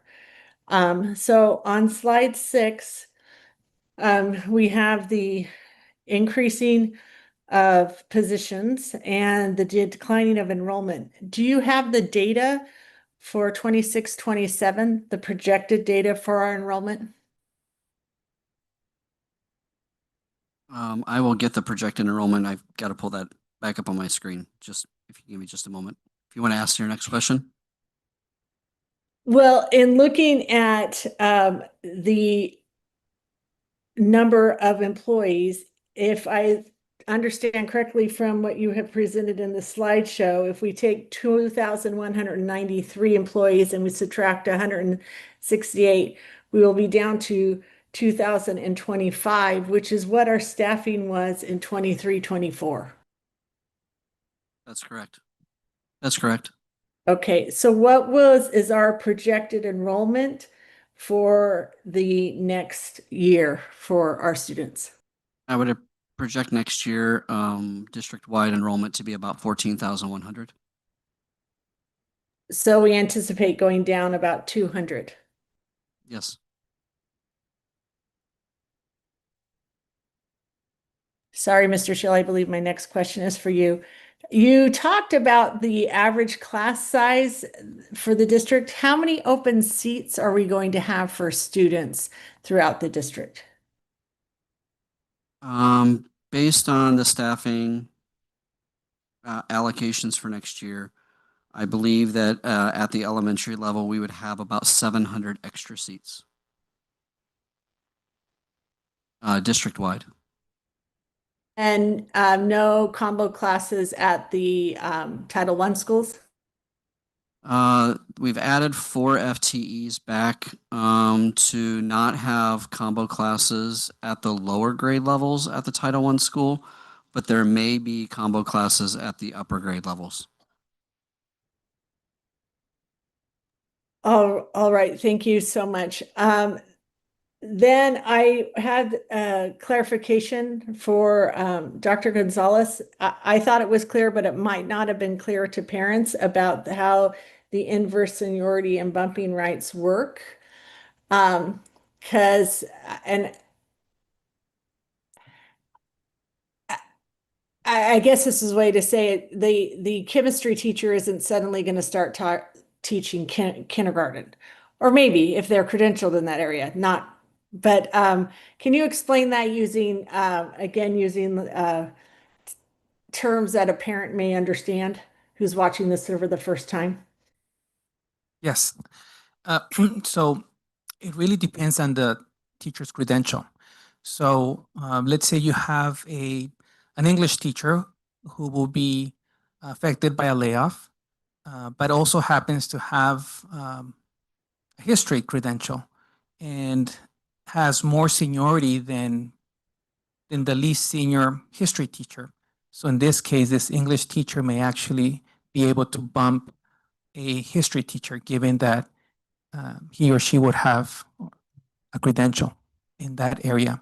With classified staff, the way it works is if they had a previous job in the district, they also have seniority in that role. So if you were, if you're in a position of whatever position, and you're being laid off, then you could go back to your previous position and then bump someone there to another role. But something I want to share is that we work closely with our labor partners to identify positions where we can have someone remain in the district. And when that happens, they are right rated for 39 months, which means that they remain employed in a different classification. They will still remain getting paid what they were getting paid in their current position. So this is also the third year we've done layoffs for classified staff. So it's not the first time we're doing this. But for certificate staff, it is the first time. I hope that answered your question. I think that was helpful. In going back to slide number. Trustee Fairchild, I'm going to have to come back to you because you hit your 2 minutes.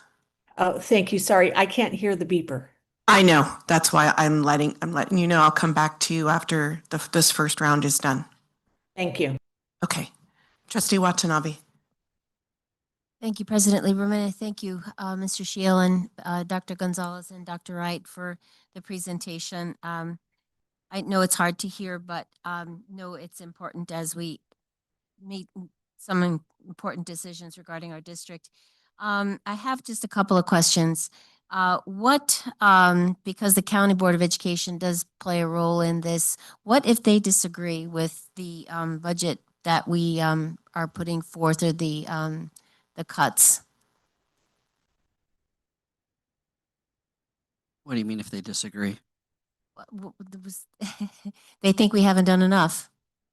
Uh, they would have the ability to, as their letter stated, put us on a fiscal stabilization plan and ask us to go through this process again next year, and enter into a fiscal stabilization plan.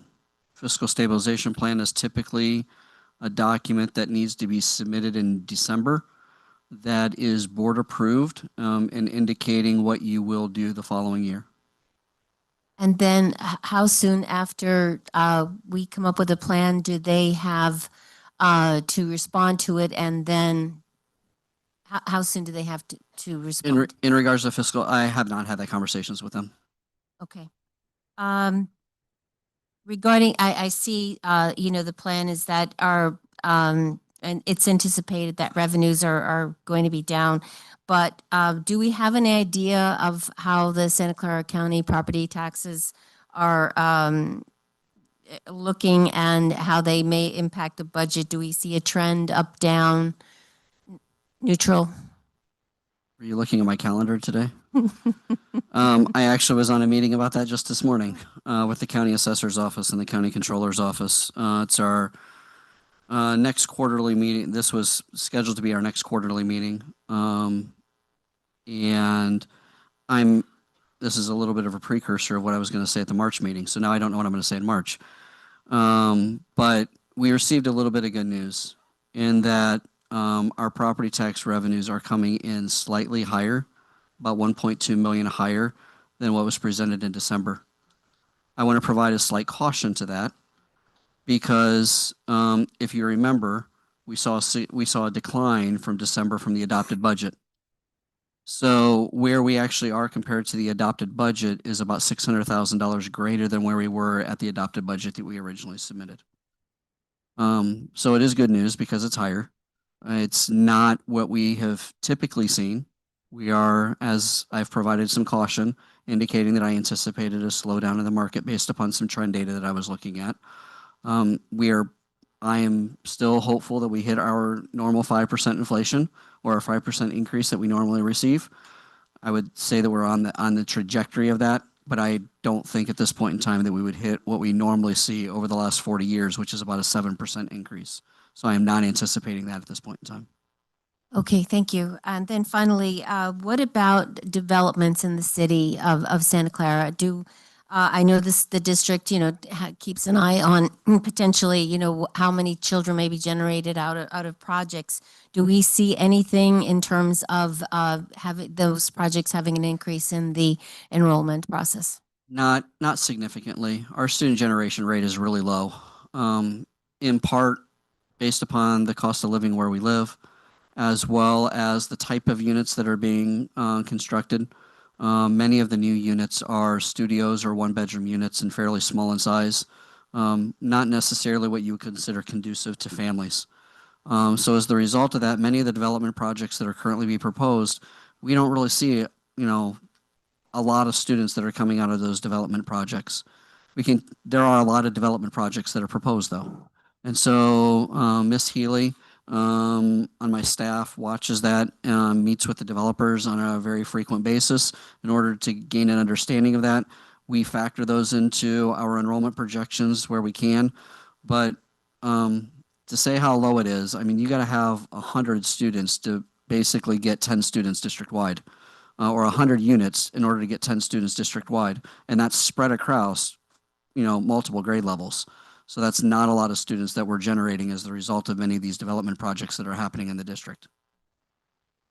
That's all I have. Thank you. Trustee Rotterman?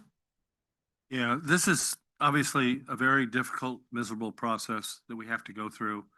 A few years back, quite a few years back, and several times after that, I've asked us to take a look at zero-based budgeting, where you don't assume anything, you start at the base and go forward.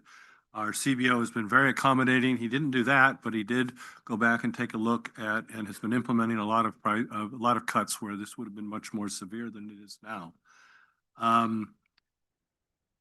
I know that we've been working very closely with our labor partners, which I greatly appreciate. They've given us a lot of insight, et cetera. I do have a question, though, that I want to ask that I know will be extremely unpopular. Basically, there's two ways to solve this budget. It's all going to be based on people. 96% of our cost is people. There's two ways to do that. One, you reduce the number of people. Two, you reduce the pay for the number of people. So I did have a question I wanted to ask Mr. Shield, and that is, what amount of pay reduction would allow us not to have to lay anybody off? And secondly, have we looked at any compromise with the union to take a look at some pay reduction in combined with people position reduction to get us to a spot where we would, through attrition, be able to minimize the impact? I will graciously allow Dr. Gonzalez to answer your second question. It was a bit of a bomb. I apologize. I don't get to punt very often, but I'm going to punt that one to him. Based upon you asking me that question earlier today, I did ask my staff to go and do the analysis, and it would be about a 10.5%. And that would have not only a significant impact on take-home pay, it would also have a significant impact on the pensions and retirements of our employees as well. And so I have great concerns about that track. I wrote you the answer, Mark. I do want to say that I'm a little uncomfortable with, because we may get into negotiated items here, and so I don't want to, go into that. Yes. All right, so we'll just pass on that for now. I do have a question, since you've got the microphone. On your slide 37, slide 38, you showed that it was 16.4 was the attrition rate for both secondary and elementary. It could be a coincidence, but it felt to me like that was a remarkable coincidence. There was 16.4 people in attrition in both spots. Let me double check my one of my spreadsheets, but I think it is correct. It's 37 and 38. Wow.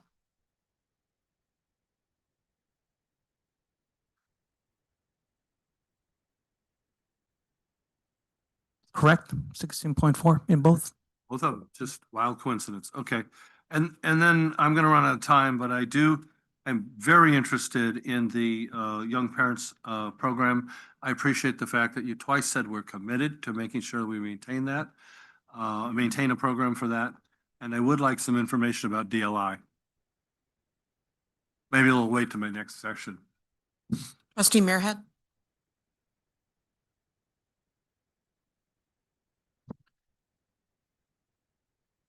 Well, I appreciated what Trustee Canova said at the beginning, that we have a lot of people who want to give us feedback. And I do appreciate that our staff has listened to the feedback that they've gotten so far. We've been getting a lot of emails. I'm sure they have as well. And about some very specific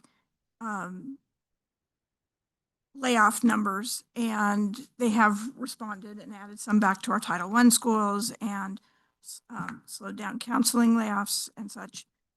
So we are listening to what people are saying. We're a community. We're all part of this community together. Santa Clara Unified is a community. And a lot of you I've known for a long time. And some of them who will be most affected are people that I may not even know because they haven't been here very long. And they have a lot of promise for their years ahead. And to me, it's very sad to think of how many people won't get to extend their career with Santa Clara Unified. So this is all very difficult.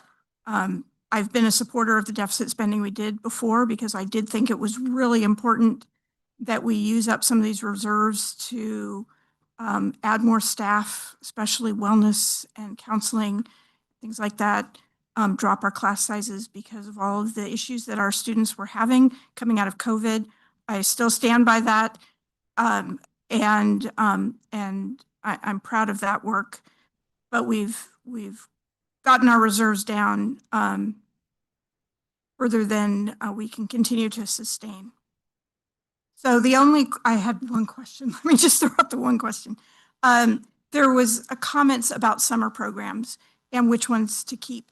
And one area that I hadn't heard about was we do a number of bridge programs at various grade levels to help students, especially ELs, be more solid for the following year. And I was wondering if any of those are going to be able to stay. So the two bridge programs that we have had for several years are the bridge program at Wilson and also the bridge program at MEX. We haven't had other district level bridge programs since pre-COVID, when we had some SEAL summer bridge, but that was pre-COVID.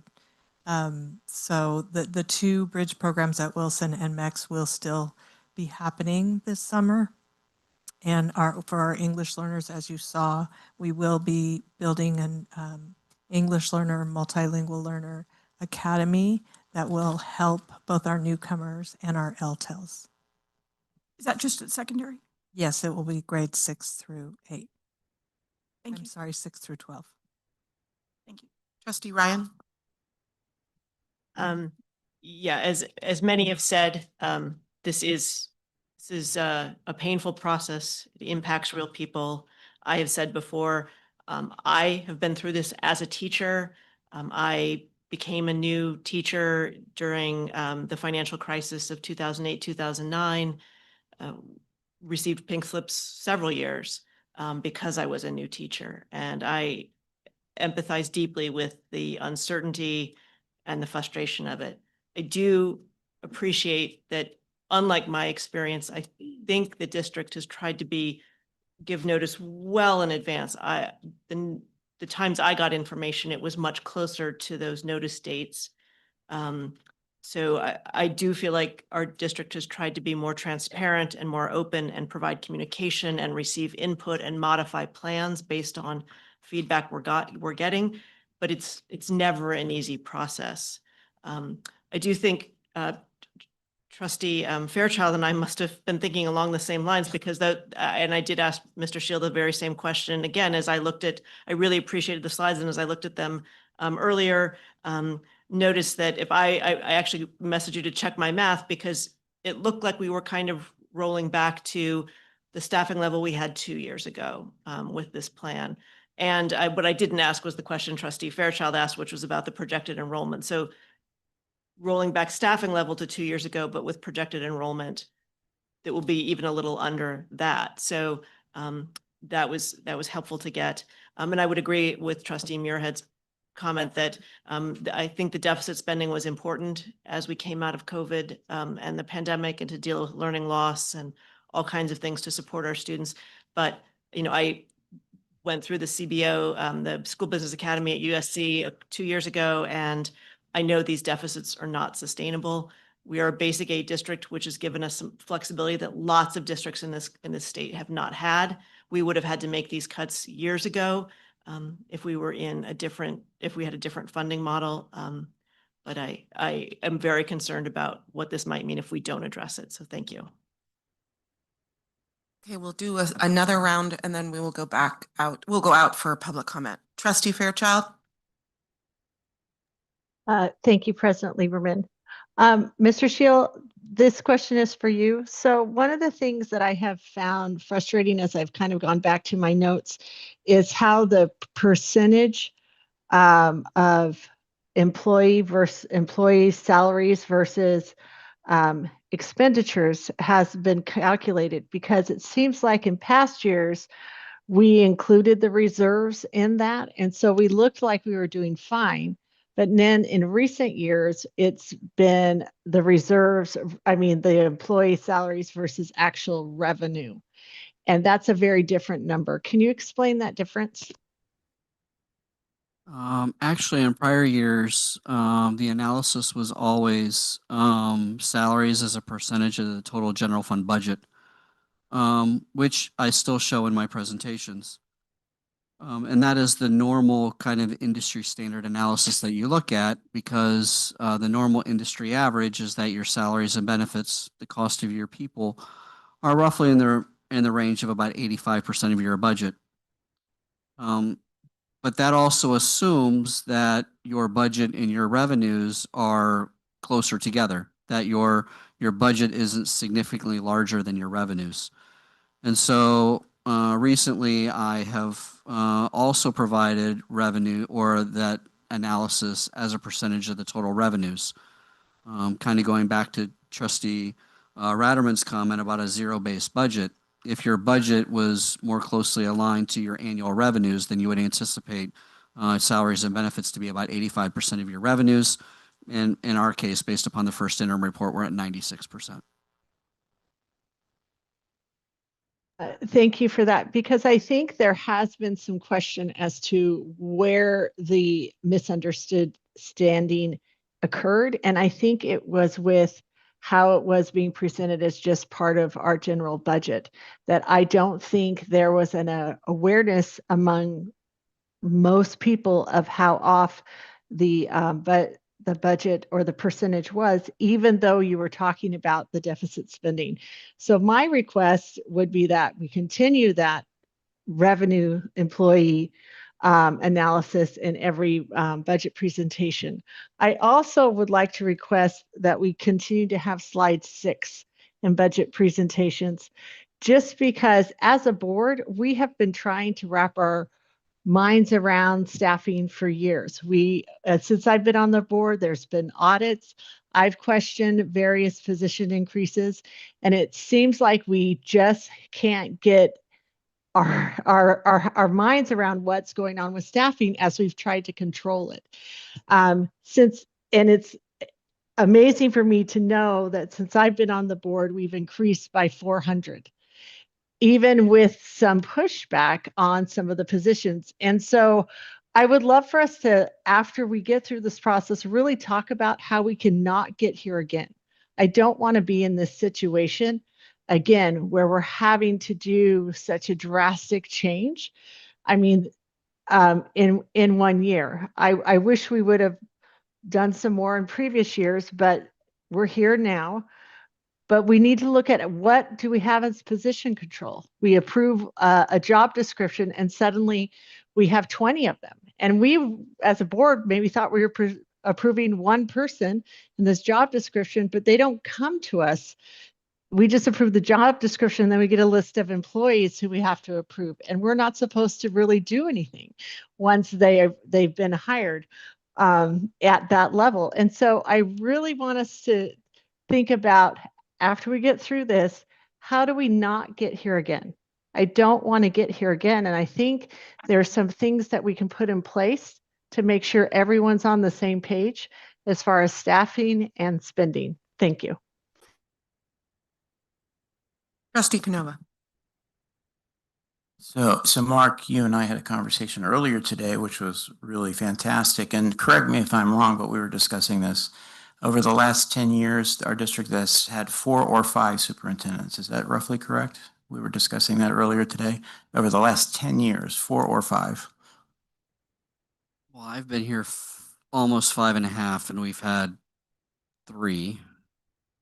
So I think we're around 5 over 10 years. So in a decade, that's a lot of change. Now, we know it's kind of commonplace throughout the state these days. A lot of superintendents only stay for 2 or 3 years. It's actually very commonplace now. But I would submit to you, in terms of controlling positions, when you have superintendencies change so rapidly in just a 10-year span of time, that's a big deal. That's a huge deal. One thing we talked about earlier today that I hope you would go into a little bit. So the suggestion has been made that we should spread this out over 2 years rather than one. So we're looking at a $30 million structural deficit. So tell us what would happen if we took that and spread it over 2 years. What would occur?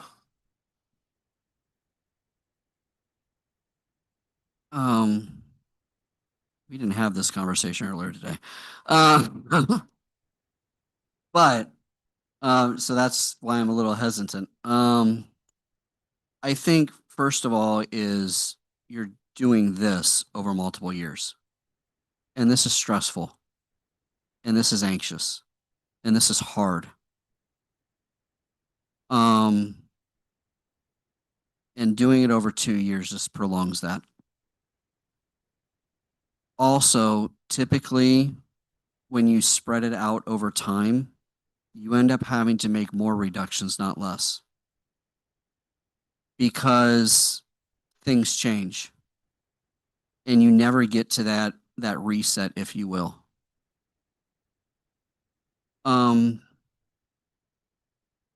So it's, and I've been in districts like that where it happened over multiple years. And it was doing this year after year after year. And it was hard, and it never, I don't think we ever felt like that we were able to move forward. Because we're always doing this. And we're here for kids. And we're here for students. So a quick follow-up, because I did have a little bit of time, let's just a quick follow-up. So if we do the $30 million correction this year, which is the recommendation, tell us how wonderful next year looks. Well, as I said earlier, we still have a structural deficit. The 30 million doesn't solve the entire structural deficit. As of the first interim report, that had already grown to almost 34 million. And I can't answer all those questions because I don't know what property taxes are going to happen next year. I don't know what they're going to do in the rest of this year. Are they going to come in higher than 5%, lower than 5%? There's a lot of things that can change. There's a lot of questions. And while I'm hopeful based upon the news that I'm hearing in regards to the income we're supposed to be receiving from the federal government, we don't know the full answer on that yet either. We don't know what our share of that's going to be. So we also don't know the state budget situation. And while we don't get a lot of state revenue, there's a lot of unknowns in regards to the state budgets for next year. One of the things, and I've said this, and again, this is something I'm going to say at the March meeting, but one of the governor's proposals is to increase funding for special education, something that the entire education industry has been clamoring for forever. And in our situation, because of something that's going on in our SELPA, if that actually happens and we get an increase in funding, because of an expense that's coming up through the SELPA, we will actually get less funding next year through special education than what we're getting this year. And so that doesn't even provide us a relief within our special education program. There are so many unknowns. I can't answer specifically that. I think you want me to say that it's going to be exponentially better, and I can't say that, but it will be better. But I don't know. I can't answer all those other questions because there's so many unknowns. I appreciate your transparency. Trustee Rotterman? Okay, I'm not sure I was ready, but all right, that sounds like a plan. So one of the things I was very concerned about is the BLI program or the dual language immersion program at Scott Lane. That program has taken a while to gel. I know we have a lot of BCLAD certified people. How are we going to protect that program during this process? The program will continue to function. We have teachers with BCLAD credentials, authorizations in the district. So the program will continue in that sense. And what is the projected loss at that program in terms of the people at that site in particular that have, because I know that initially BCLAD teachers that were there still struggled a while to get it to gel and to work effectively. So what type of attrition are we going to see at that site? I think we're going to lose around 8 teachers. Around 8 teachers. Okay, well, I don't know if there's a solution to that. I'm not smart enough, but I would like to see if we couldn't come up with something to help protect that program to some extent. I also noticed that I agree with, I think, I don't know who sure it was, but the slide that shows employees versus enrollment, that was very illuminating. The thing I thought was interesting too is, well, we had 15,000 students, we had 1,700 employees.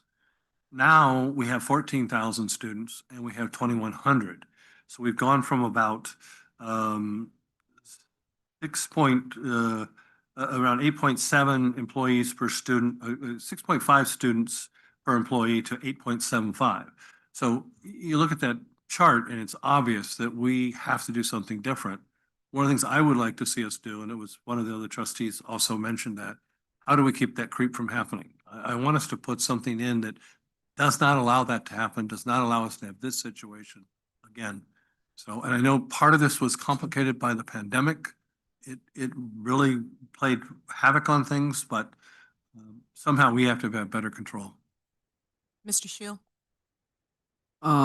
One of the things I think we need to be careful and mindful of when looking at that graph is over time, there's various changes that impact staffing specifically. So for example, in 2017-18, we had a TK program, but it wasn't the state required mandated TK program. And so, we have 31 TK classes roughly, and each one of them has 2 adults in it. So that's 62 additional staff that have been added over time as the result of adding that. So I only say that to, when looking at those numbers, we need to be mindful of some of the things that have changed during that period of time. We opened 3 new schools. So that has also been in there as well. So I just want us to be careful as we look at those line graphs, that we also remember some of the context that we have to remember about changes in programs and changes of circumstances that have also impacted some of those numbers as well. So in my last 16 seconds, my last question, I want us to be extremely mindful of some of the small specialty programs that we have, sight impaired programs, autistic programs, the DLI programs, the young parents programs. These things are something that I think separates us from many of the other school districts out there, and where we're really taking care of some of our most vulnerable students. Thank you. Do any other trustees wish to speak during the second round who have not spoken already? Trustee Muirhead. I wanted to reflect on some emails that we got because I saw a number of emails coming from Choice parents. I think they were parents at Choice programs. So we have a bunch of those. It's not just our 2 elementary campuses, but we have MEX and the dual language and the STEM program. There's the College on Arts. We have a bunch of them, and we seem to be getting some emails about, please don't close our program. And I'm not sure where that concern is coming from. Is there anything in here that would say that we are going to close a program? If we have to lay off some teachers, we'll backfill those teachers into that program. Can anyone comment? Is there any programs that we are closing?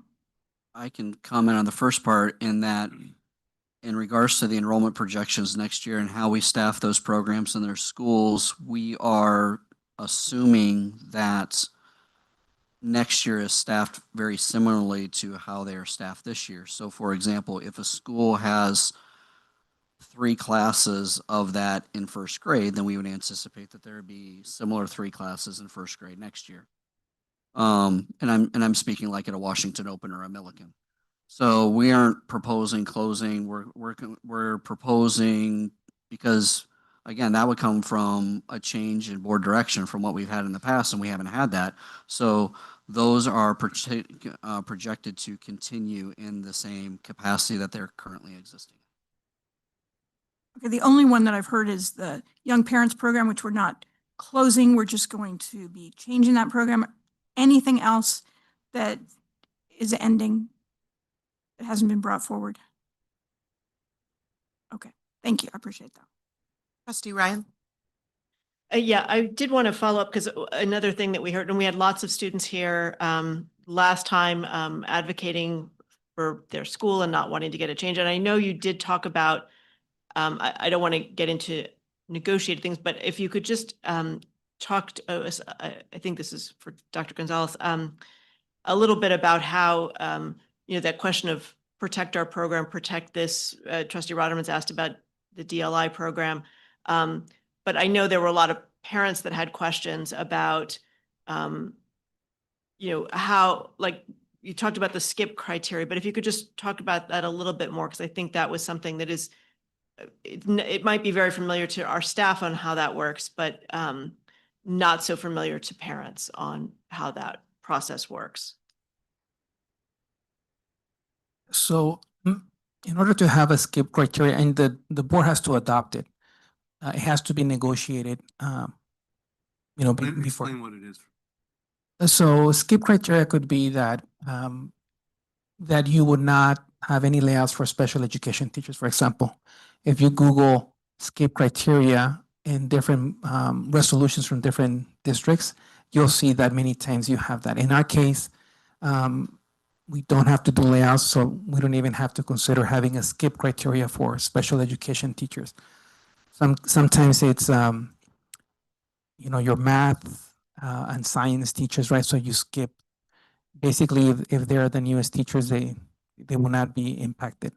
So that's what a skip criteria is.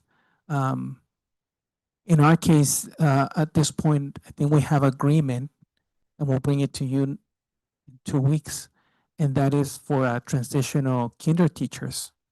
For not all of them, because we also have our teachers who have the units to be able to teach TK. So if we have a tenured teacher who has the EC units to be able to teach transitional kinder, then we're gonna keep that teacher. And so, but then everyone else would basically be skipped in that sense. Yeah, thank you. I think there was just, it's a different kind of idea. And so the idea that the board doesn't get to decide that. I don't want to get into specifics. I'm not trying to negotiate, but just for parents who didn't really understand, I know I've gotten a lot of questions about that it is something that's negotiated with our labor partners and the district, and they have to come to agreement on what those things are if we have them. So thank you for that additional explanation. Okay, I think we are done with the second round of board comment. One thing I will say is that I wanted to reiterate Trustee Fairchild's request to, when positions come to the board for approval, they do tend to come piecemeal without any kind of, without any kind of context and an understanding of how it would fit into the greater world of an existing org chart. And I think it would also be useful when the position comes to us for approval to have an understanding of how many of those particular people we might be looking to hire, so that the board has an understanding of what kind of increase this would be to staff. Because I think they come to us kind of one at a time, and that tends to build up over time. And then once we approve the job description, as Trustee Fairchild said, we don't ever see them again unless there's some reason for us to, which doesn't usually happen. So I think having some contextual information when we get job descriptions and a clearer understanding of how many those might result in over time might be helpful for us. Okay, so we're going to move now to public comment. I have a lot of slips, so I'm going to call you up probably 3 at a time. Again, if you want to just leave the mic on so that we don't have to worry about turning it on and off, just leave it on, leave the light green. If it dies, we can ask Mr. Ayala for another microphone. When the timer does beep, if you could stop and let the next person speak. If you don't have a chance to finish, again, send us your comments. We want to see them. We want to read them. One thing I will say, I've had a number of requests to read written comment. We unfortunately don't do that. We're actually prevented from doing that, I believe. So unfortunately, I can't read your comment out loud, but do know that the board reads every comment that we receive. So it was heard, it just wasn't read out loud.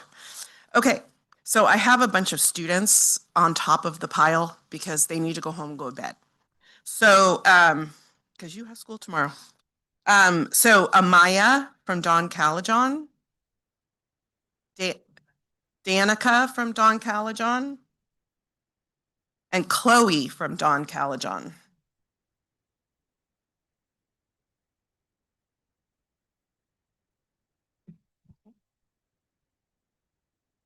Thank you. Good evening, everyone, and hello. My name is Amaya Patirana, and I'm an 8th grade student, and I'm Don Calajon Arts and Design School's current vice president. I'm here to speak from my heart about the right sizing act taken towards our school and our district. Don Calajon isn't just a school to me, it's my second home. And as an arts and design school, serving as a TK through 8th grade, both standard and special education, creativity and design isn't just a title for us, it's who we are. With both of our arts and design teachers at their roles at stake, you're not only taking, it feels like the key components and the heart of our school is being taken away. You're taking our identity away. When I first came to Don Calajon, I didn't know where I belonged or how to fit in. Then all my teachers stepped into my life. They aren't just teachers. They were the first people who helped me fit in and my first friends. They opened my eyes to a world of design and new creativity that helped me discover the person who I was. And because of them, I found confidence in myself. Myself and our graduating class this year have grown so much closer to each other, but also learned so much as students. And this was all because of our wonderful teachers. They change student lives. They stay late, create clubs, sports, and give us opportunities that we never thought we would have. They go an extra mile because they truly care about all of us. I understand the action of right sizing is taken because of our district budget, but all of these teachers have found their purpose around all of our campuses. Today, I stand here as who I am because of these teachers. Ms. Carlson, Mr. Serrano, Ms. Burnett, Ms. Stevens, Mr. Lemons, Mr. Braga, Mr. Kondo, and many other teachers that I wasn't able to mention. All in all, taking away these teachers doesn't just impact the staff, it impacts all of our students that walk through the doors of Santa Clara Unified School District. Thank you.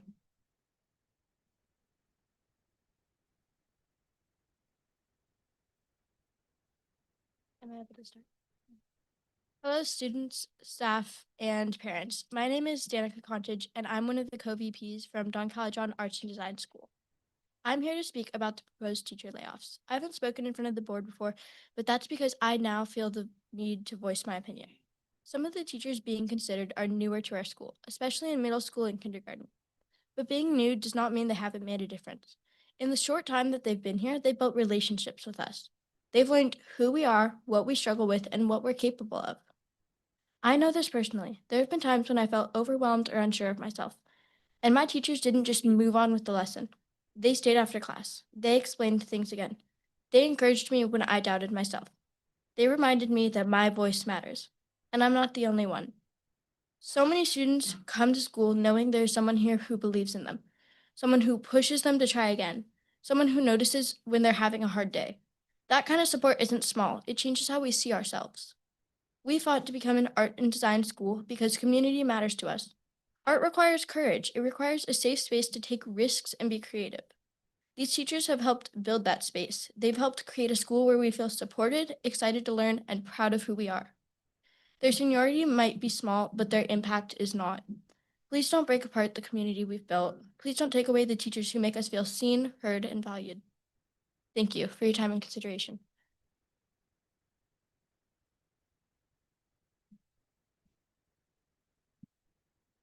Hello, staff, students, faculty, and parents. I'm Chloe DeLeon, and I'm the secretary at Don Calajon Arts and Design School, and today I want to talk to you about the district cuts. I've been at Don Calajon since I was in kindergarten, and I can say from personal experience that I've formed relationships with these teachers throughout these years.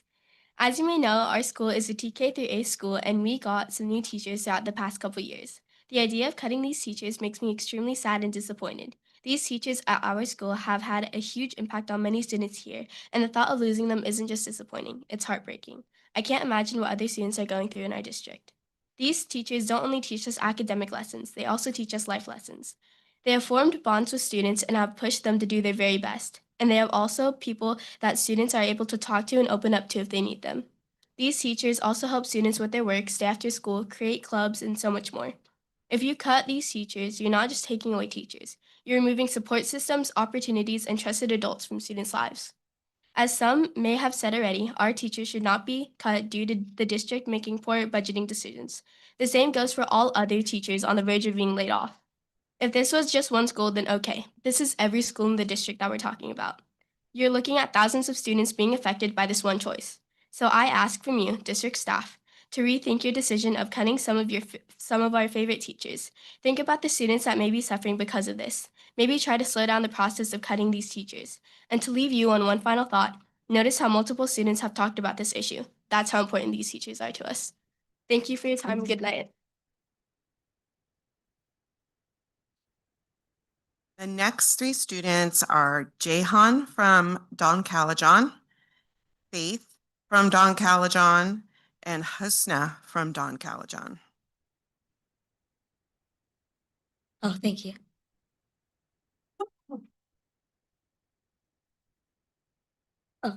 Move this. Okay. Good evening, Santa Clara Unified School District Board.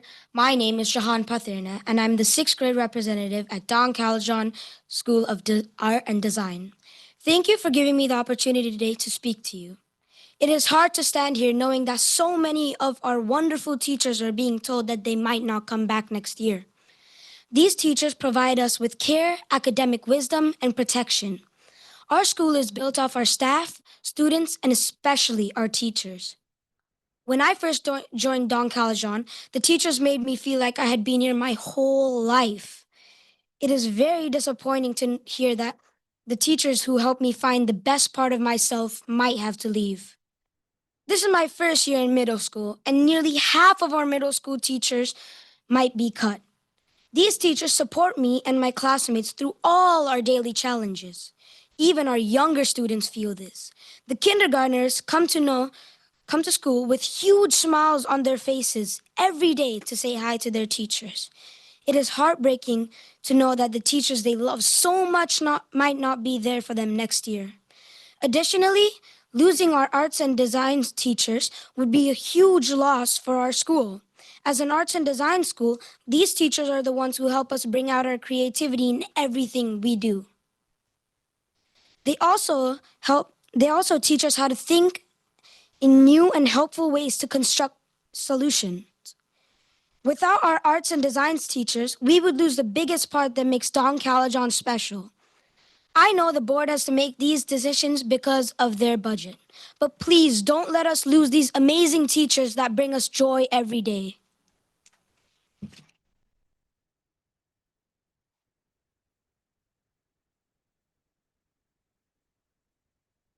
Hi, my name is Faith, and I go to Don Calajon School.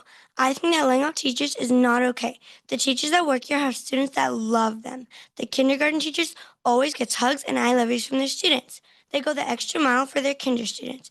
The kindergarten teachers are the foundation of our school, and now that's at risk because we could lose all 3 of our current kindergarten teachers. That's how all these teachers are at Don Calajon Art and Design School. Our school is thought to be an art and design school, but now that's at risk due to right sizing. This right sizing will not only affect our kindergarten teachers and art and design teachers, it will also affect our newer middle school teachers who are preparing our students for high school and beyond. All our teachers make students feel safe and welcome and want to go to school. Without these teachers, students will pay the price. We have middle school teachers that we can trust and count on. Some of the teachers volunteer to be sports coaches as well as they volunteer their time to help leadership. It's hard to find teachers like this, but we have them at our school. The fact that people from the community are here to speak about our teachers proves a lot. This shows how much we care about each other in this community. It's like kicking someone out of their house with everything that they've built for these kids. There are students that come to school and have teachers that offer a safe space for them at Don Caljon. Please do not take that away from us. Please reconsider this plan over a few years and not just 1 year. Thank you for listening.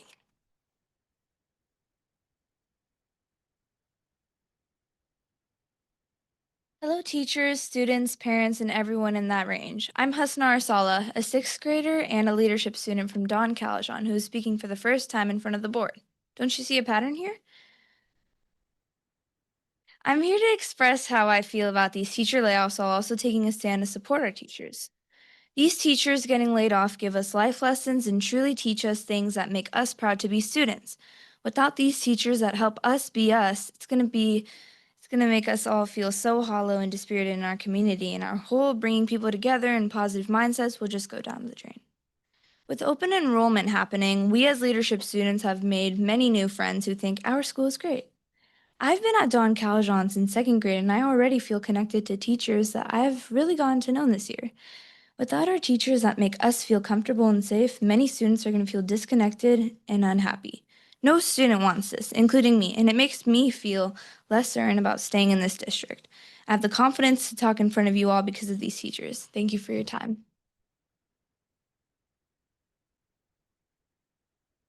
Okay, I have 4 more students, so I'm going to call you all up at the same time.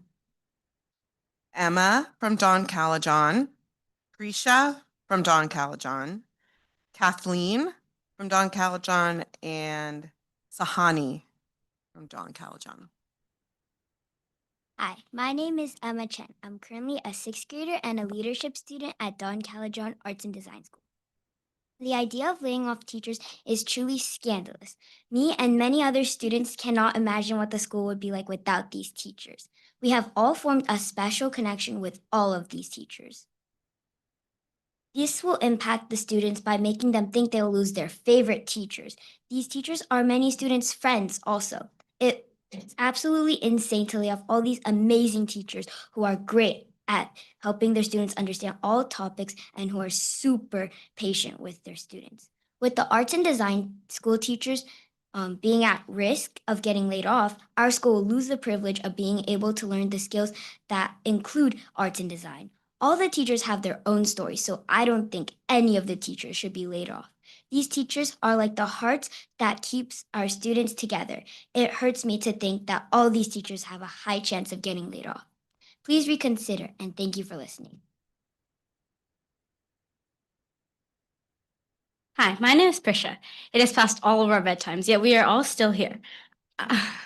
I'm here supporting and fighting for the teachers. I'm also a 6th grader at Don Caljon. In my opinion, the idea of laying off teachers is crazy. The whole kindergarten team in our school is at risk. It's unbelievable that all 3 of the kindergarten teachers have a chance of getting laid off. They all get daily hugs from their students. In fact, a lot of teachers get daily hugs and affection from their students. In middle school, almost half of our teachers are at risk. Our middle school teachers have made it so easy to go and talk to them if we feel upset, sad, or angry. They also help so many students gain confidence. If they leave, many students will go back to hiding in their shells. It's so important that they do not leave our school. Students will be affected in so many other ways. For example, many students have built strong relationships with these teachers. They feel loved and safe around them. If these teachers do get laid off, younger students won't get the same experience me and my classmates got. Our school is small, which means everybody knows each other. We are such a great community, and taking away teachers would be like taking away the sun from the solar system. Thank you for taking your time to listen to. Greetings, valued members of the school district. My name is Kathleen Lim, and my school is here to show our concern about the recent discussion of layoffs. The mere consideration of cutting teachers from our schools is bizarre to me. These teachers who may not have seniority have made a huge impact of my view of life in general.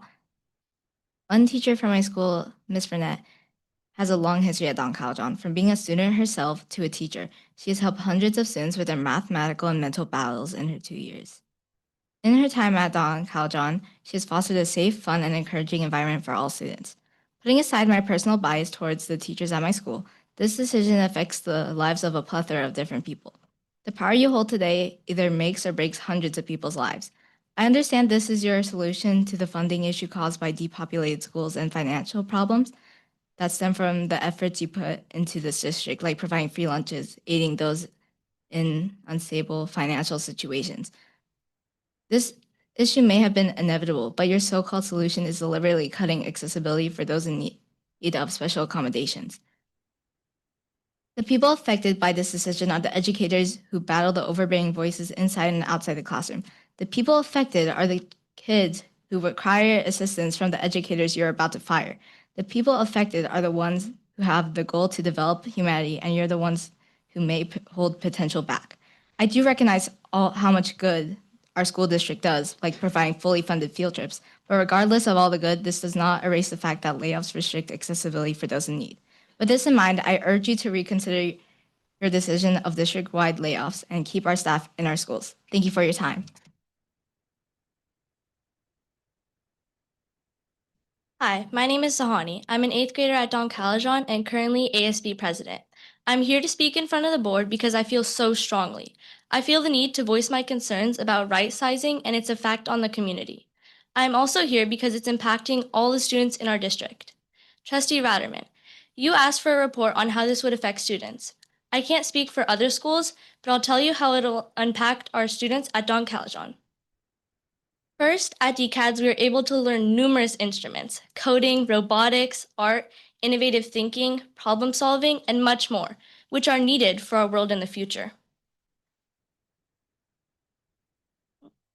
Through these opportunities, many students have been able to find their voice and gain confidence.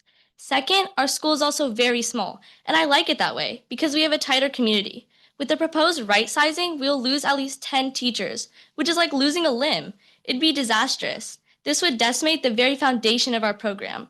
Our school, like others in the district, search for the most qualified and best fit teachers. Laying off teachers and moving others around to other schools and programs doesn't help anyone in the district. Each school program has spent multiple years building foundations and culture. By moving teachers around, each site will lose valuable time and has to start from square one. How is this helping us as students? It's not. It's creating uncertainty and chaos. After doing my research, I was surprised to find out that our district has over $100 million in reserves, which gives you the power to slow this down and not make it a devastating cut. Students don't want this, and it makes me question whether I should even stay in this district.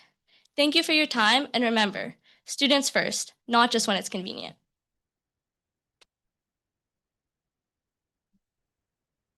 Okay, Joseph Volta, I know you are a student, so I'm going to have you come up. Those are the only identified students that I have. Are there any other students in the room or in the hall or anywhere else that want to speak but were not identified? Thank you.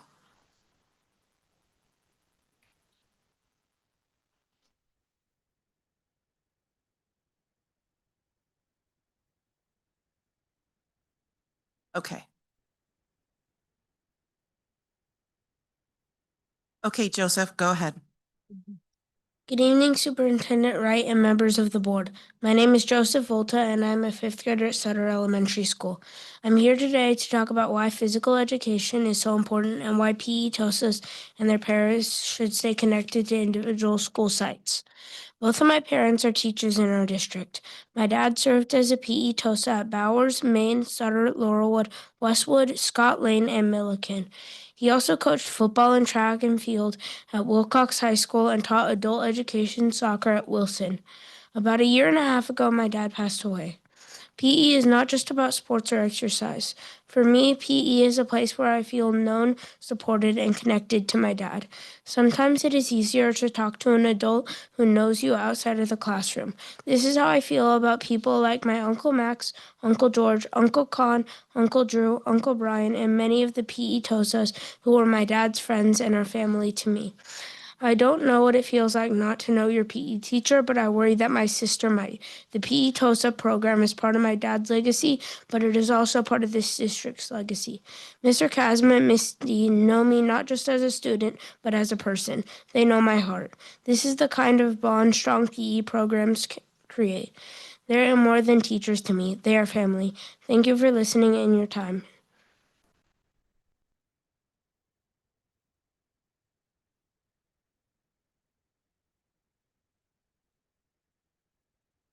Hello, my name is Eleanor Kisley. I'm a junior at Santa Clara High School.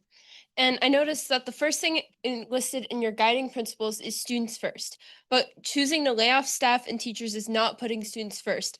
It's disregarding community and the connection between students and staff. Right sizing it just means to cut jobs, support, and services. Currently, the plan states that 3 of our 7 school counselors will be cut, with each counselor managing a separate grade. Not only is this a very heavy workload for them, but it'll make it even harder for them to meet the needs of the students.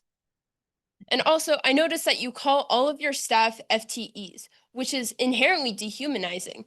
You claim that you're empathetic towards them, yet you refuse to address the fact that they are people. And also, when you mentioned that there would be only one special education psychologist being laid off, when that is one real person with a real family and real struggles who is going to suffer because of that.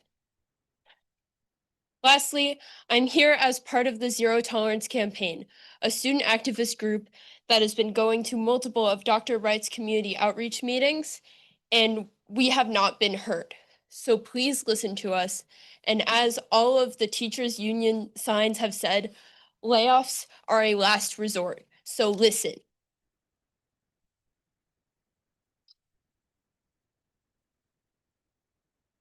Okay. Our next 3 speakers are Diana Volta, Hilaria Cox, and Melissa Fetter.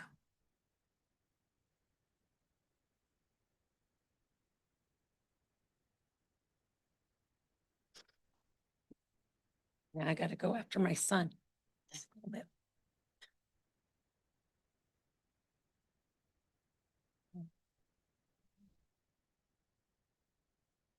Can I wait till everyone lines up a little bit? Okay.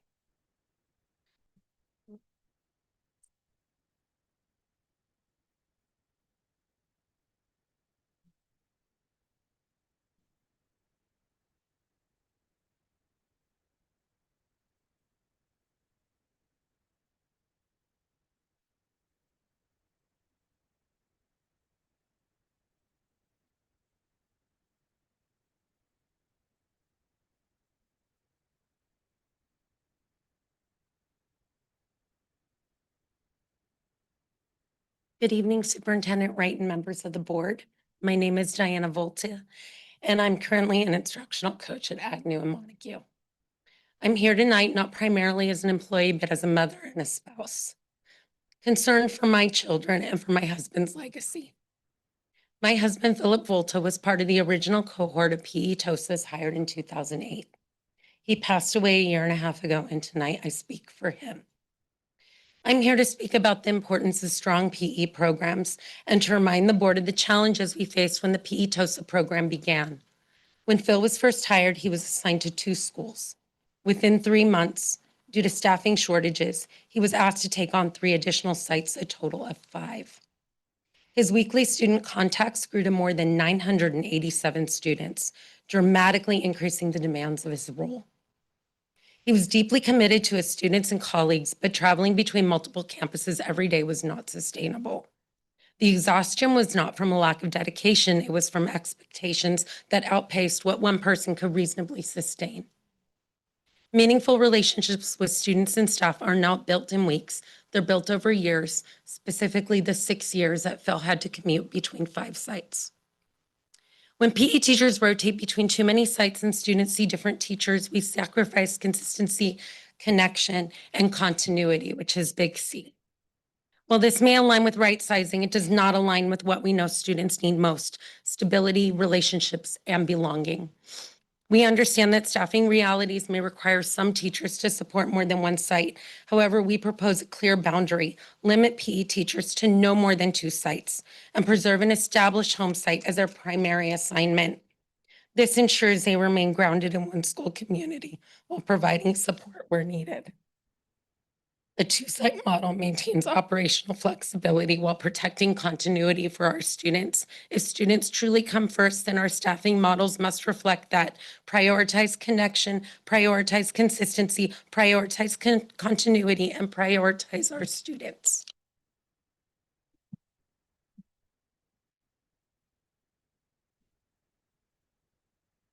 At the last board meeting, we asked that right-sizing decisions be grounded in site-by-site impact analysis, not just district-level projections. Tonight, as the right-sizing plan has been presented, this core issue remains. The district has still not shown how these cuts play out at the school site level. A district-wide LCAP impact report at the District Advisory Committee does not replace site-level analysis. District reports show intention, impact shows reality. So tonight we're sharing what this looks like at our site, not because Pomeroy is unique, but because this demonstrates exactly why site level analysis matters. At Pomeroy, reducing our full-time PE teacher does not simply change a schedule. It eliminates twice monthly collaboration where grade level teams meet with instructional coaches to analyze data, align tier 1 instruction, plan interventions, and monitor progress. Those collaboration cycles were a major driver of last year's gains. When they disappear, prevention weakens. We are also completely losing our 0.5 school support TOSA and reducing our instructional coach. Together, they currently serve as the LEAs on 36 IEPs and support MTSS, PBIS, check-in, check-out, Saturday Academy, safety planning, collaboration, professional learning, data cycles, and intervention coordination. That work does not disappear when positions disappear. It either overwhelms remaining staff or it doesn't get done. We are also losing 5 behavior technicians district-wide. On any given day, our BTs are involved in between 5 to 8 de-escalations in both general ed and special ed classrooms.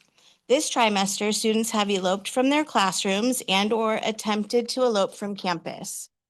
Students and adults have been bitten and/or punched. Students have thrown objects, including furniture, at adults and/or peers.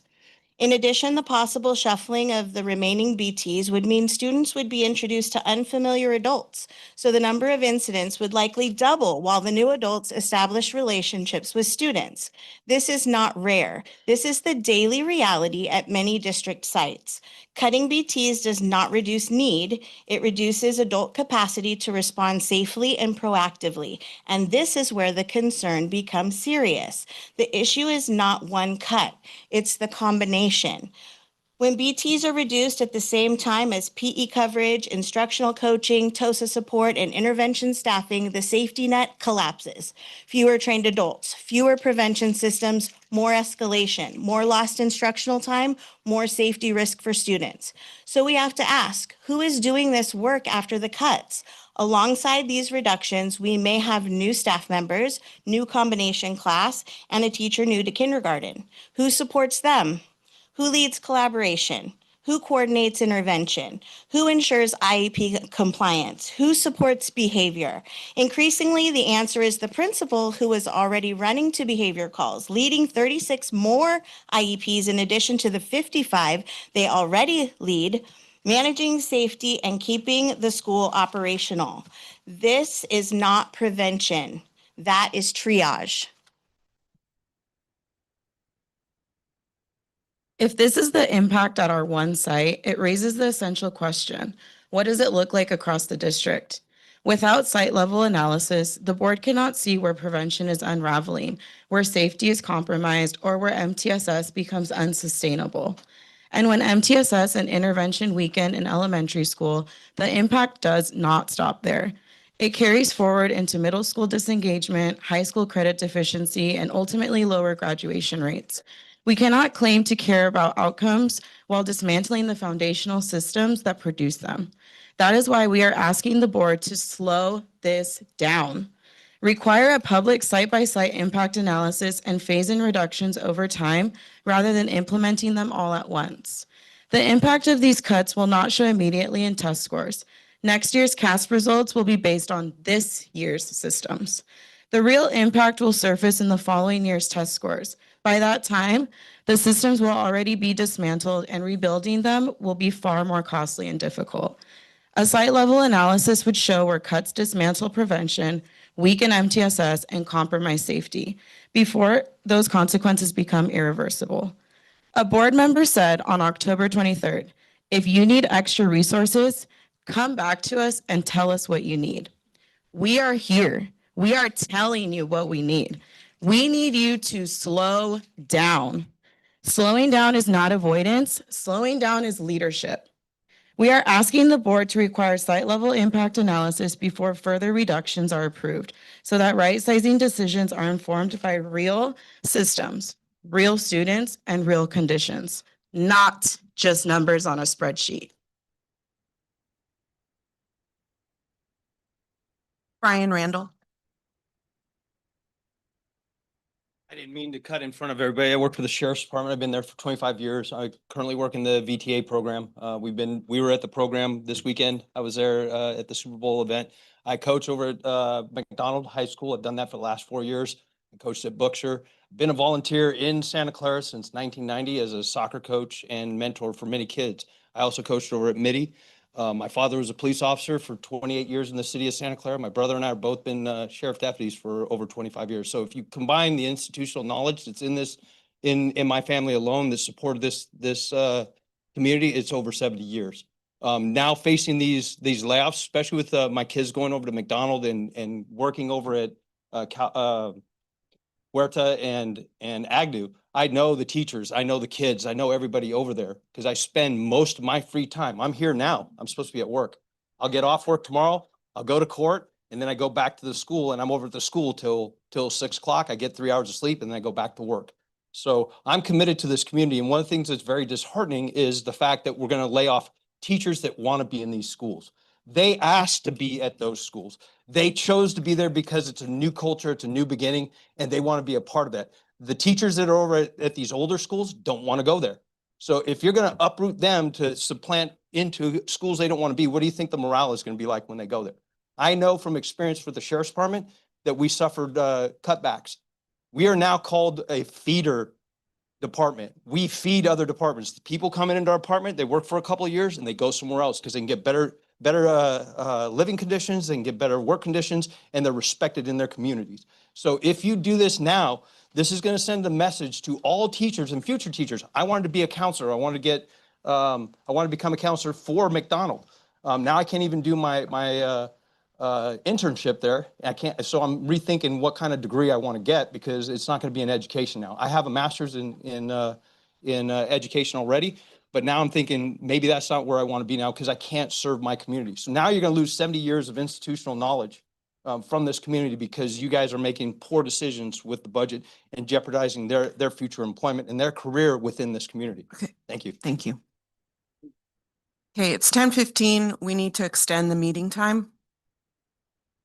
Well, I got a lot of slips and we have business to conduct after. I'll make a motion to extend the meeting till 3 a.m. Could I get a second, please? Okay, I have a motion from trustee Rotterman and a second from trustee Muirhead. Trustee Canova. Trustee Fairchild. Yes. Trustee Muirhead. Yes. Trustee Rotterman. Yes. Trustee Ryan. Yes. Trustee Watanabe. Yes. And I vote yes, that passes 7-0. We're extended to 3 a.m. Yes, we can take a 5-minute break. The board will recess for 5 minutes. We'll be back at 10:20.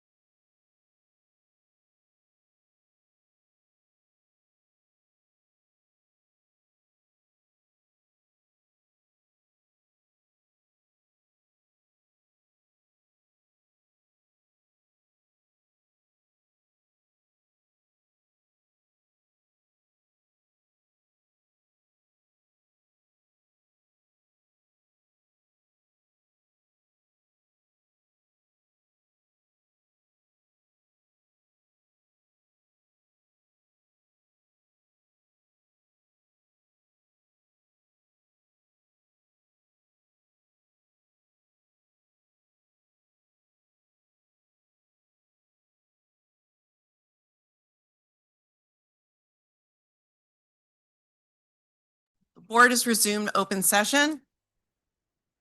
And so we're going to try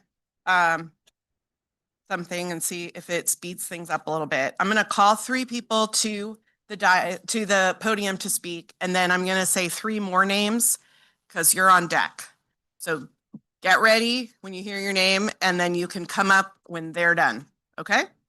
So Barry Mandelbaum, Tammy I'm Shao, thank you. Elizabeth Stavis. On deck is Julie Vasquez, Deepy Mon, and Katie. Oh wait, I can't do, you guys are together. Hold on. And Ashley Cobb. No, you're together too. Hold on.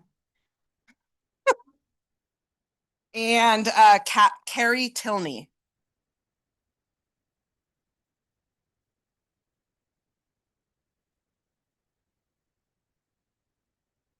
Okay, you can start whenever you're ready. Can you hear me now? Okay, good evening to the esteemed members of the board. My name is Barry Mandelbaum, and I'm here as a concerned parent. I have 2 children in our district, one at Scott Lane and one at Buxer, both of whom are DLI students. My son was actually in the first round of DLI, so we've been with the program for a long time. And I'm concerned about the upcoming teacher and staff layoffs. A group of concerned parents had an independent CPA look at the SCUSD financial report. Looking at the budget left us with some questions about overspending, but we do believe that there is enough money to not need to do such drastic layoffs immediately the way that it is now. Your current plan for cutting teachers is based on what you call inverse seniority. This kind of plan doesn't take the specific individual needs of our schools nor our kids into account, nor does it take into account teachers who are tenured. You said you're cutting 8 DLI teachers, which is the majority of our program. At Scott Lane, these cuts will eliminate all of our 4th and 5th grade DLI teachers. Like I said, I have 2 children in DLI in the district. This program is an absolute gem of a program, and our DLI students are thriving as it is now. How can this program continue if you get rid of all of our teachers for 2 entire grades? Furthermore, as has been said at these meetings before, our district student population includes many kids and their families who are immigrants. I was at the board meeting when Dr. Waddell said that 1 out of every 10 children in our district has an undocumented family member. As you know, it's families like those who make up the backbone of our district who are being targeted by our current administration.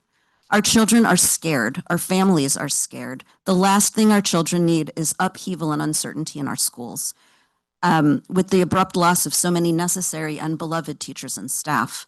And while you named that there will be no layoffs of special education because of attrition, what you're not saying is that our kids will still have fewer staff to meet their needs at the end of the day. As concerned parents, what we are asking for is this. Please do not lay off tenured teachers. If you have to lay anyone off, please be responsive and take the individual needs of our kids and our schools into account. And please be responsive with regard to administrative staff cuts. We need staff to keep our schools running smoothly. We need our paraeducators, our front office. I'm going to have to stop you. Thank you. Thank you very much.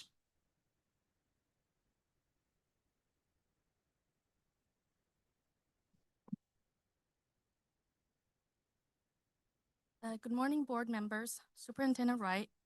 Oh, it's green. Oh, good morning. Good evening, not good morning, sorry. All right, good evening, board members, Superintendent Wright, and Ms. Barrow. My name is Tammy Shao, and our family has lived in Rivermark since 2004. I am a parent of a sophomore at McDonald High.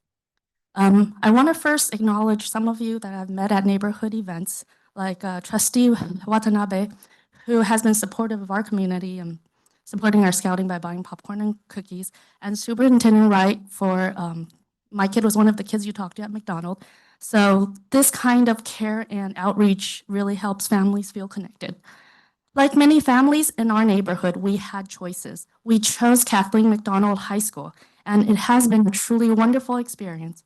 My kid is academically challenged, supported by dedicated teachers, and surrounded by peers who value learning, all while enjoying a wonderful high school life. We love our school culture and community, and I've been proud to share our experience with our parents in our neighborhood. I understand the district faces real budget constraints and that difficult decisions need to be made, yet how we right size matters just as much as what we cut. I urge the board to focus in retaining strong teachers and protecting core academic programs, and to approach this thoughtfully in phases rather than all at once. Consider the impact on our students and remaining staff. Sudden change risk weakening the quality and stability that families rely on when deciding whether to stay or turn to other options. Our school serves families from all backgrounds, and every child deserves supportive teachers, strong supportive system, and opportunities to thrive. Families in communities like Rivermark are watching closely. If you want these families to continue choosing Santa Clara Unified, you must show our schools. You must show that our schools are growing stronger, not smaller. Please balance fiscal responsibility with long-term trust in our schools. Support what works, invest in great educators, and thank you for your time.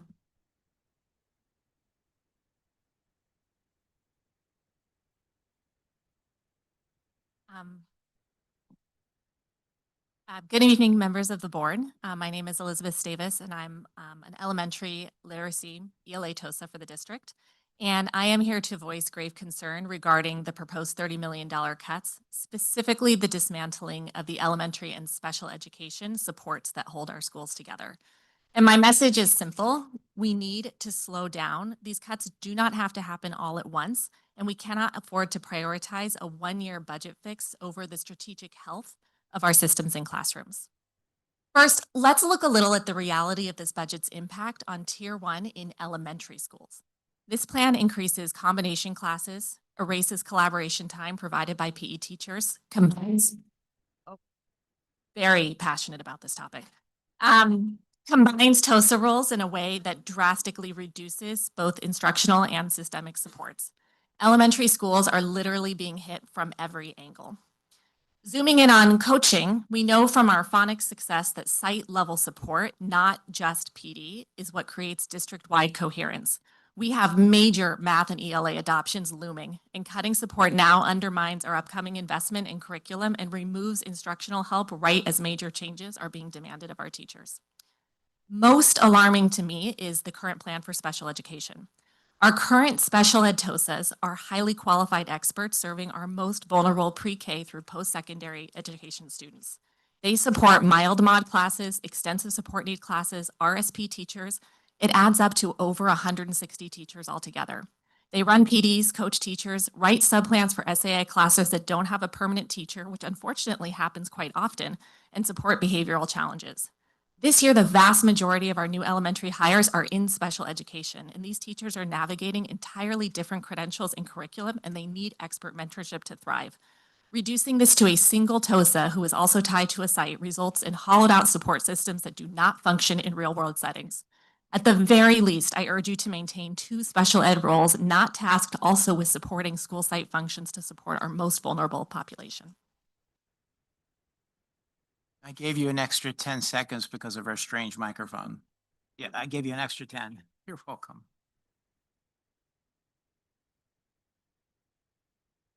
Good evening. My name is Julie Vasquez, an elementary math TOSA. I understand the difficult budgetary decisions you face. I'm here today to specifically address the proposed restructuring of the TOSA special assignment rules, with a focus on maintaining instructional support necessary for student and teacher success.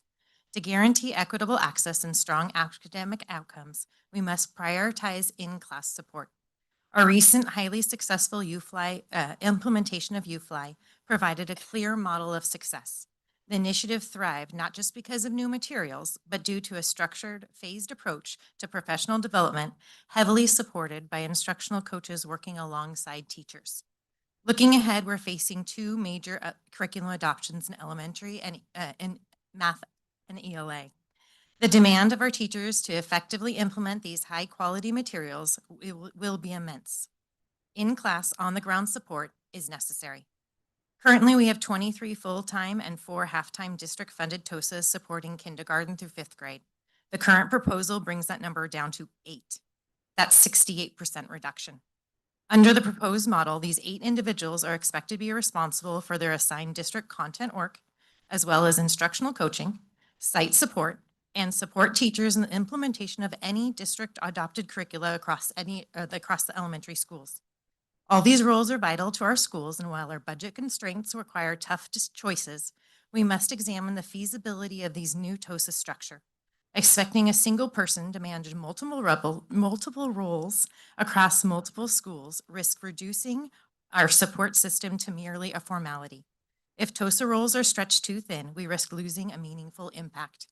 I urge the board to consider the consequence of both the reduction and the restructure of the TOSA role to ensure student success.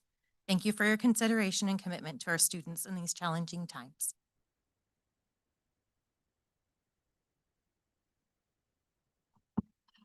Good evening. My name is Deepi Maan. I'm fourth grade. Sorry.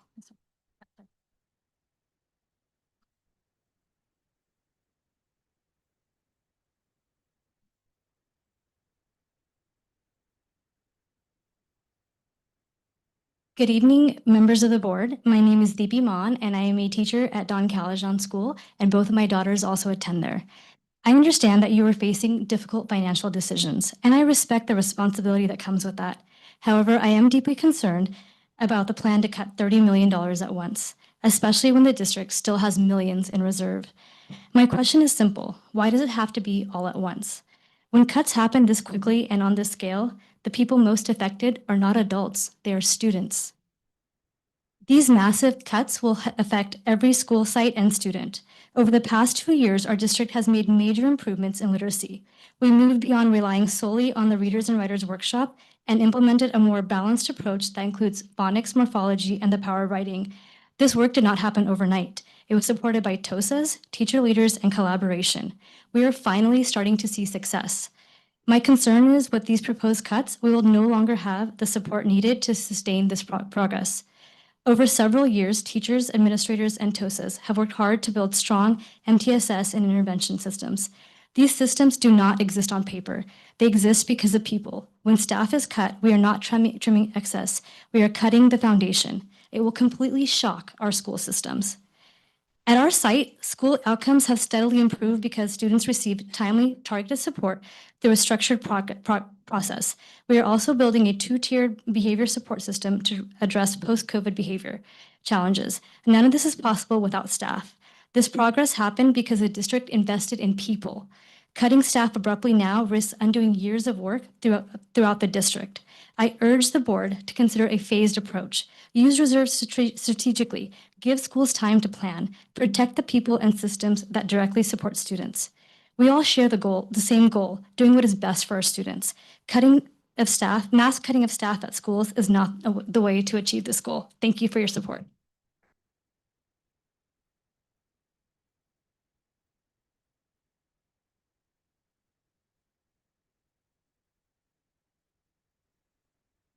Good evening. My name is Carrie Tilney, and I serve as a Behavior Tech 1 in our district. I would like to briefly speak about the role of behavior technicians play in keeping our campuses safe. While many people see us during crisis, much of our work happens before a crisis ever occurs. We help classroom staff identify early warning signs of escalation and provide strategies that allow intervention to happen early, preventing unsafe situations for both students and staff. Prevention is one of the strongest safety tools we have. We implement individualized behavior plans and help staff use effective strategies consistently across classrooms. When behavior plans are carried out with fidelity, we reduce aggression, incidents, classroom disruptions, and other unsafe behaviors. We also respond and help prevent elopement behaviors both on and off campus. Our support and safety strategies help ensure students remain safe during these high-risk situations. In addition, we collect and analyze behavioral data to guide decisions that improve safety, reduce repeated incidents, and support long-term student success. Over the past several years, our caseloads have increased significantly in both special education and general education settings. reflecting the growing need for behavioral support across our campuses. Behavior technicians are a critical part of maintaining safe, stable, and supportive learning environments for all students and staff.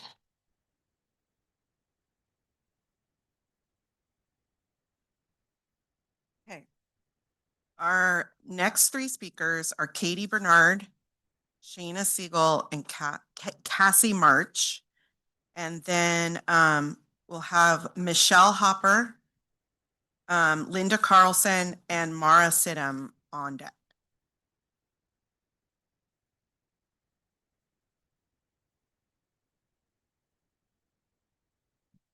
Good evening. My name is Katie Bernard, RSP at Ponderosa, and I am back again to speak about cuts and layoffs that are being proposed tonight, specifically advocating for special education. The district data confirms that while overall district enrollment is declining, special education numbers remain stable. Despite this stability, the district is reducing our FTE by approximately 15 positions. As I understand it, this isn't all through layoffs, though the slides and the presentations appear to be contradictory. But no matter what we call it, we're losing 15 special education teacher positions. 13 of these are resource specialists. What data justifies this sudden reduction in RSP support? We spent 2 years creating a rubric with special ed leadership about the RSP workload in elementary and used all the data to advocate for additional FTE. We added 2 new positions based on this year, and now we are losing those plus an additional 11 positions. I urge the board to look closer at these numbers, and a redistribution of FTE may be appropriate, but massive cuts to our most vulnerable population will overextend special educators, which directly affects our students. I also urge the board to look at other local school districts and how they are managing budget cuts and layoffs. Mountain View Wisman made cuts from the top first and froze district office salaries for the next few years. Their cuts were also higher in management than for student support staff. They are rolling out their plan over multiple years instead of making drastic cuts all at once. Also, in Palo Alto Unified, they're going back on their layoff plans, reversing the decision and returning teachers to the classroom after the pushback they received. We can be more thoughtful about this process and ultimately not harm students in the long run if we are proactive and considerate of what our students needs. Please listen to staff and community and do what's best for our students. Thank you.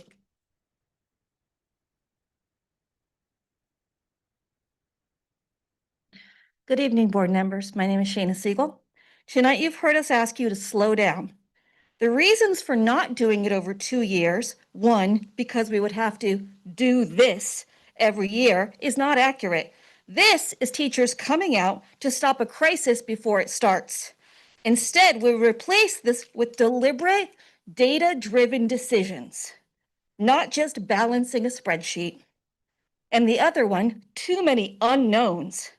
The unknowns are not resolved by drastic cuts. And do not try to lay this at the feet of our unions. If the labor management partnership is truly valued, then management and labor together can find a path forward. We need to slow down, if for no other reason, so that the district can have a better understanding of how many elementary school teachers need to be laid off. Is it 23 elementary school teachers, such as on slide 23, or is it 39, such as on slide 37? We are faced with a rushing river of change, and as a board, you have a choice. You can cross the river by groping the stones, which means to take time and make each decision data-driven. That means a site-by-site analysis, which was asked for earlier. Currently, you are rushing to cross a river with currents you don't completely understand. It treats staff like numbers on a balance sheet. Yes, staff salaries are the largest part of our budget, but students don't come to school for the landscaping. They come to school for teachers and paraeducator support and those staff members that make them feel valued. Special education numbers are not dropping, but our staff is being cut. Our most vulnerable and most vulnerable students and most litigious families.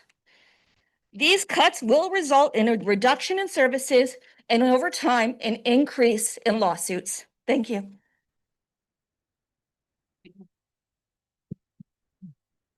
Good evening. I'm Cassie March, a mild mod teacher at Pomeroy, and I wanted to advocate for the impact of TOSAs on our vulnerable population of special education. At our school, we have one halftime support TOSA, shout out to Tracy Thorson, who I never see sitting down. By the end of the year, she's projected to have admin 41% of our IEPs, with our principal doing another 54%. This is while being here half-time. This places a heavy burden on our principals and other members to remove and reduce these positions. Regarding our special education TOSAs, our mild mod TOSA Lori and mod severe TOSA Nathaniel have packed workloads, and they serve very different populations. I hear nothing but praise for both of them, and I just wanted to give a quick outline of just one of these roles. Coordinating and leading curriculum pilots, assessment support and training, writing assessment templates, ordering systems, supporting the implementation of specialized curriculum, coaching and modeling lessons, supporting classrooms with unassigned teachers or subs, which does include lesson plans, IEP goal updates, and report cards. Cyrus support and training videos, legal cases as assigned and AD when needed, coverage during IEPs, lead site team meetings, and the Special Olympics program. We believe that a wiser choice, though still very challenging, was made for the secondary department. They have assigned 2 full-time content TOSAs for 90 teachers. In special education, we currently have 2 full-time TOSAs who support more than 160 special ed teachers and programs for age 3 through 22, not K through 12 as listed in the job posting, and across 3 different credentials. Your proposals to condense 2 jobs into 1/2 FTE because they are also expected to support 2 schools. Lori and Nathaniel transform a job where they are stretched thin into a role that empowers SPED staff across the board. Thank you so much.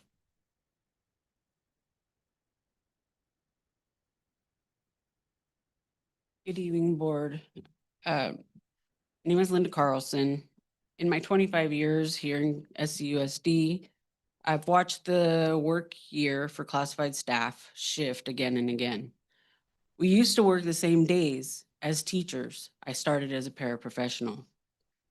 Then we moved to a defined work year with, but we had no training. Then our hours were cut.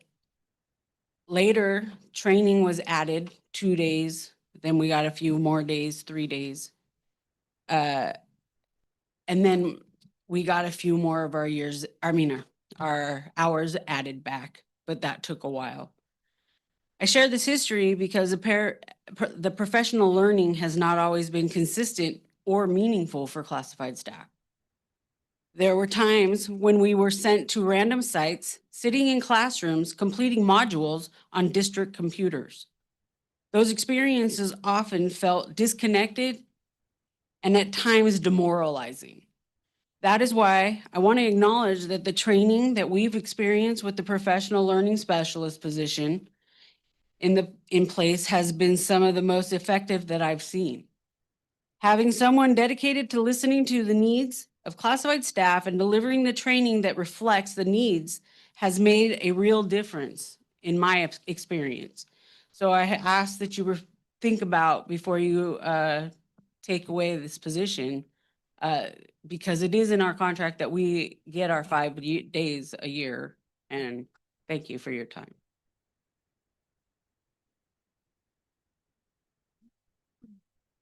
Good evening, Board, Dr. Wright, President Lieberman, President Liederman, and esteemed board. My name is Michelle Hopper. I teach 2nd grade at Montague, and I'm here representing all of the teachers and staff from Montague Elementary. We come to you tonight to express our concerns over how right sizing will affect all of our smaller schools. Over the last few years, Montague and many other smaller schools have continued to have reductions in staff. For example, at Montague next year, it is projected that we will have 11 FTE teachers. Each reduction of staff is felt deeply when our staff is smaller. Much like other schools, the duties and responsibilities of teachers and staff are increased when staff is reduced. At Montague, we pride ourselves on having an inclusive and collaborative environment. We work very hard to mainstream our mod severe SPED students as much as possible. With the increase in combo classes at Montague, mainstreaming of our SPED students has become difficult because combo classes already require differentiated instruction across multiple grade levels. Adding an inclusion component would compromise the ability to meet all students' needs effectively. Our staff at Montague is extremely collaborative. Our collaboration has helped strengthen our teaching practices and grow as teachers. It has helped us to build a stronger school community. Lastly, it has brought our test scores up and our students have grown academically. Montague is able to achieve this inclusive and collaborative culture through a dedicated support staff and our full-time PE teacher.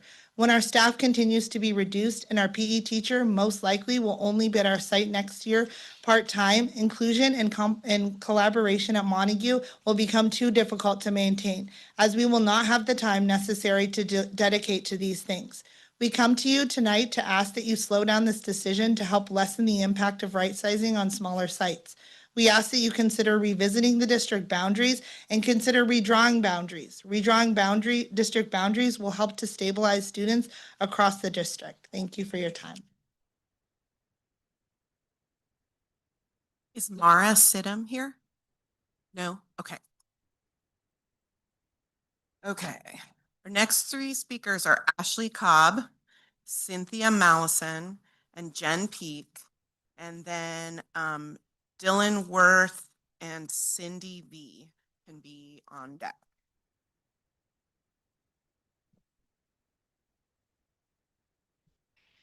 Good evening, board members, Dr. Wright and Ms. Burrell. Tonight, my colleagues and I from Bowers Elementary stand before you to beg you to consider slowing down this process and using attrition to help with right sizing before causing irreparable harm to our students. By choosing to reduce our workforce so rapidly, we are greatly impacting students and not making them our top priority. One of the 4 guiding principles states that students come first. However, by cutting so many positions at once, students become a statistical number with no regard for how to get their individual needs met. The development of crucial fundamental skills will suffer greatly. Another guiding principle focuses on the wellness of students. Students spend a large part of their day at school, but wellness at each site will decline with fewer trusted adults available. An essential part of the classroom is the vital relationships formed between students and staff. Children within our community can range in ability and needs. Increasing the student-to-teacher ratio strains the educator's ability to connect and meet the needs of the students. We all know it takes a village, and you are shrinking our village. The negative effects of this will be felt for years to come. Schools provide a stable environment, and for those who have none elsewhere, don't take this away from students too young to advocate for themselves. When downsizing staff, teacher collaboration opportunities are reduced. This is a critical time where colleagues plan, discuss, implement new strategies, and analyze trends within the classroom. The Bowers community committed to continue teaching using SEAL strategies, despite the district discontinuing its support of the program, with absolutely no teacher input on the value of this program. The district invested a large amount of money and resources in this training for the program, and then without warning, chose to eradicate it despite its positive outcomes. These strategies make the curriculum accessible to all students, not just our English language learners. Our intentional and strategic plans for each unit are ever-changing to meet the needs of our students. Even without the district's support, the dedication of the Bowers staff to utilize SEAL strategies has led to a steady increase in ELA CAS scores. Our community has seen a steady increase in ELA CAS scores, moving from 45.1% that met or exceeded standards in 2022 to 2023 to 50% in 2024 to 2025. Our Hispanic students for our Hispanic students, growth over the past 3 years was significant, with 29% who met or exceeded standards in 2022 to 23 to 49.2% in 2024 to 2025. That is 13% growth for this subgroup alone. Our classified staff is equally valuable to our school climate. Daily, they build relationships with families and students, organize back to school fairs for supplies, help students feel valued and seen, and provide support so all students can realize their potential. Working in a Title I school brings great fulfillment, but on a day-to-day basis, we are faced with students with the greatest and most varied needs. To meet these needs, we need qualified and dedicated people. This is what provides the safety nets and resources that these students need. We are so fortunate that Bowers has this staff currently. Please don't irreparably harm our students by taking these safety nets away. Put equity first. Consider the needs of students with the least amount of resources and the most to lose if you implement the proposed changes. For many of our students, school is the only stability in their young lives. We are not the only Title I school in our district. Our brothers and sisters across the district need to be supported as well. We would like to extend an invitation to board members and district leadership to spend time teaching in a Title I elementary school for a day. It will be an eye-opening experience when confronted face-to-face with the vast array of needs in one classroom. We want to live up to our mission statement, which is achieve, belong, and contribute. To achieve this, we need a caring village, not just enough staff to get by. We put our students first, and we are asking that you do the same. Please keep our village functioning to maximize the development and education for all of our students. Oh, and as a side, we will send this to you guys, but many of our staff, we wrote this in a day, but many of the Bowers staff signed it so that you can know that there's a solidarity amongst our staff.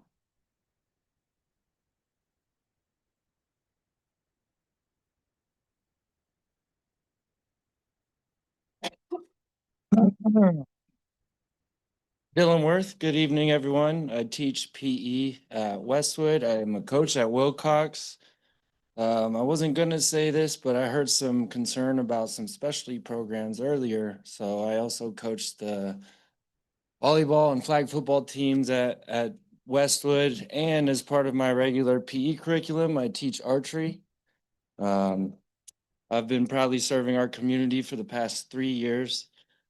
I'm here to talk about the importance and impact of having a full-time PE teacher and para at each campus. My para, Lupe Rivera, and I are not just instructors.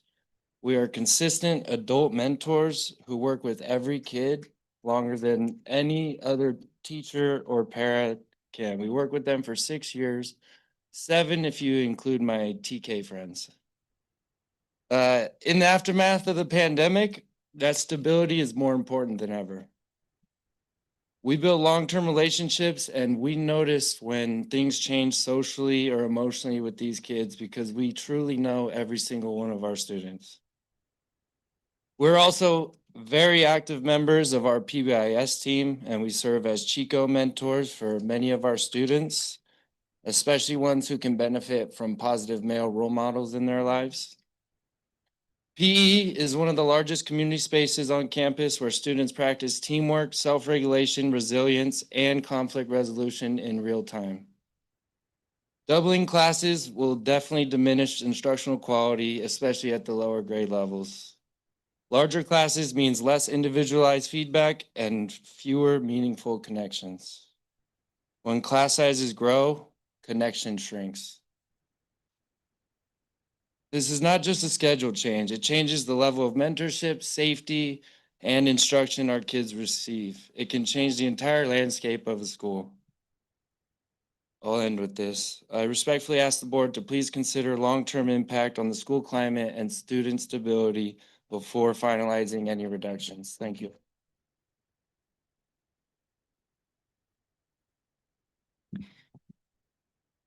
Good evening, Board of Trustees, Superintendent Wright, and Cabinet.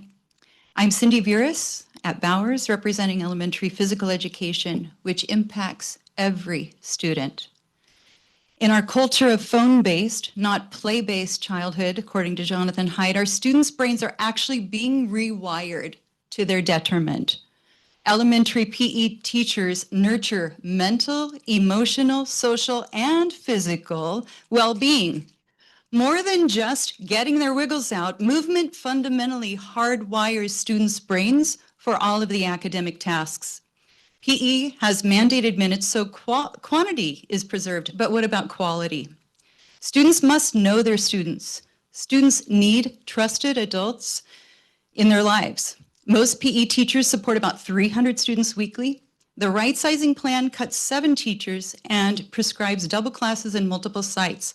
So that's 50 students per PE session and 600-ish students to know names, stories, IEPs, and give meaningful grades. Large class size hinders teaching many mandated standards and students' favorite activities. Struggling students are often celebrated in PE. We create safe spaces where trust leverages motivation. Students try new things. Courage and confidence transfers to life, especially so with special day classes who join general education PE at grade level. Students participate with peers, building community, empathy, teamwork, and patience. Class size matters. It is fair and equitable to consider ratios for elementary PE teachers alongside of our colleagues. Questions: which schools' parents have opted not to have a designated PE teacher when 6 are cut? Thank you. Please consider putting students first. Appreciate your time. Our next 3 speakers are Lori Garmany and Stephanie Alpin and Mariella Lauser. And then waiting for the next group is Kate Grimes, Linda Conroy, and Margarita Rodriguez.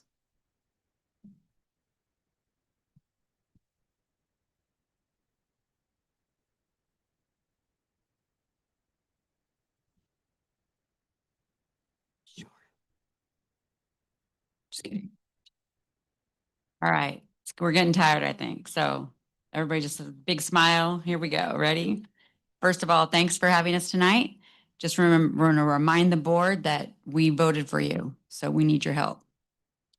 My name is Lori Garmany. I'm from McDonald High School. When I returned to the district in 2022 to support Life Skills Classroom, I witnessed something that deeply concerned me. We had a precious 200-pound developmentally delayed teenager who required a diaper change. As I observed a change taking place, I noticed several cross-contamination practices that could have put both the student and the staff at risk. As a former preschool director for 25 years and someone with very health conscious, I went to my principal and asked if I could create a toileting protocol for teenage students. He was supportive, and I created one to help paraeducators follow best practice and protect our students with their dignity and their safety. Shortly after, I was told that I could not formally train it because I was not a district trainer, but I respected that. But it did reveal something important. Our classified staff had not been fully equipped with the consistent training for the complex hands-on needs that we manage every day. Shortly after, I was told, every day, sorry, I got too excited there. Then Joel Stefani stepped into his role as a district's professional learning specialist. And here's what mattered to me. He reached out and asked for that toileting document. He didn't dismiss it. He didn't ignore it. He saw the value of the frontline experience. He told me, that told me that this position was not about hierarchy. It was about listening, collaboration, and safety of our students. Throughout the work of the district's professional learning specialist, I'm not done yet.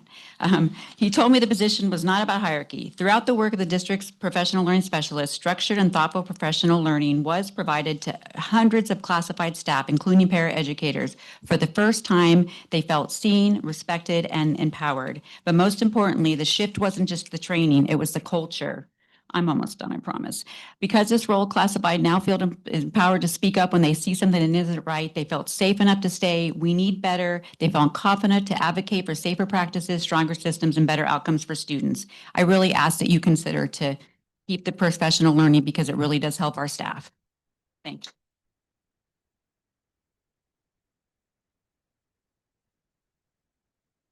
Hi, I'm Selena Martinez, and I work in YPC Daycare Center. And good evening, members of the board and Dr. Wright. My name is Mariela Lauser, and Selena and I, we are the teachers at the daycare for the Young Parents Center at Wilson High School that is considered for Do I said disappearance, elimination? I'm here to speak on behalf of the young mothers and their children that unfortunately it's too late for them to be here. The daycare is the heart of the Young Parents Center, and we need to protect it. The daycare for the YPC is not just childcare, it is an educational, emotional lifeline and long-term community well-being. For 30 years, the daycare has allowed young mothers to stay in school, graduate, and build a future for themselves and their children. Our daycare was designed to support the educational, social, and emotional development of the mothers and their children. The young mothers love the daycare because it helps them navigate being students and mothers at the same time.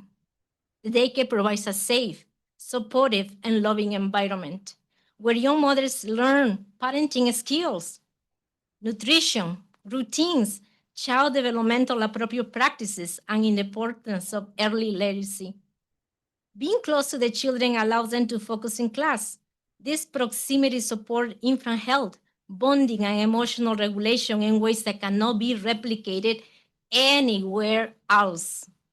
As an early childhood educator with experience in the DSEP programs being proposed, I can say those environments are not designed to meet the unique needs of young mothers and their children.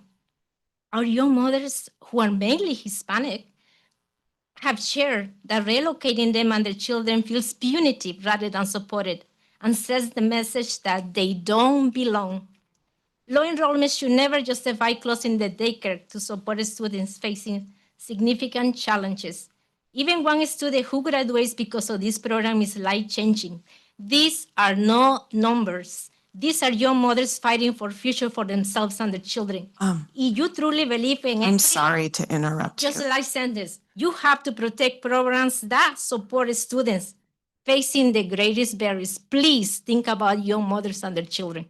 Thank you.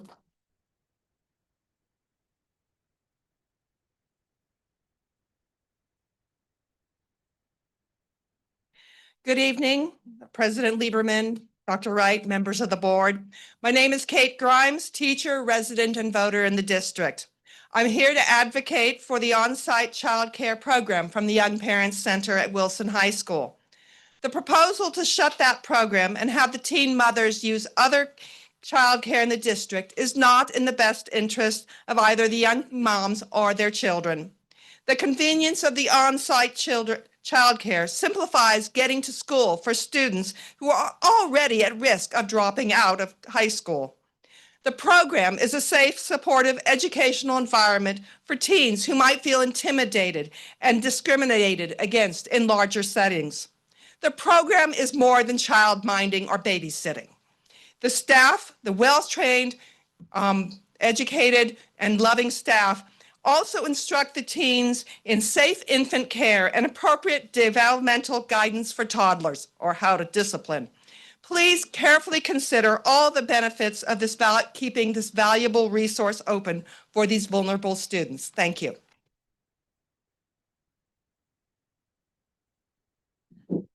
Good evening, Superintendent Wright and Board of Trustees. My name is Linda Siqueiros Conroy, and I am here today to address my concerns for the closure of the Young Parents Center, on-site child education daycare center that is an important part of the Wilson High School program. As a retired early childhood educator and early intervention specialist, I am deeply concerned about the closure of the on-site child care center that provides young children, young parents with the opportunity to receive their high school diplomas while they attend classes and have their children being cared for at the same location. As an early childhood educator, I know firsthand the importance and value of education for young parents, their babies, and children. I have seen meaningful and lasting impact of high school and college education programs that incorporate child care have on both the students going to school to earn high school and college diplomas and their children. I know for a fact that these vital programs, such as the Young Parents Program, are life-changing for its students. These types of programs not only provide essential support that helps students remain in school, develop effective parenting skills, and sustain hope and direction for their futures, they also enable them to find better jobs to support themselves and their children. Obviously, the district has seen the value and the importance of this program by funding and supporting it for the last 30 years. I understand that the district needs to find solutions to handle budget cuts, but closing this program and relocating the children off-site is a serious mistake and will be detrimental to the young high school parents and their young children who are enrolled in the program. I believe the hardships resulting from relocation will impede these students to achieve their goal of attaining high school diplomas and could result in them dropping out of school. Although relocating the children off-site may seem like an easy fix, I hope you'll take into consideration the fact that this is going to affect these students and their children. I hope you will take this seriously into consideration. Thank you so much. Okay. Oh, that's right. Me again. Hi. I'll be quick. I'm happy to see that the district has provided certificated a planned adjustment, slide 45. I would like to call to the board's attention that the fact that classified has yet to hear from the district or have a slide that represents any planned adjustments. We need to see classified being considered with planned adjustments. Classified are essential, and we need to see you honoring that. Thank you.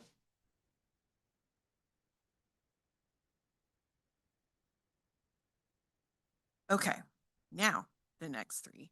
Priya Selvaraj, Carmen Silveria, Kieran, and Tammy Azevedo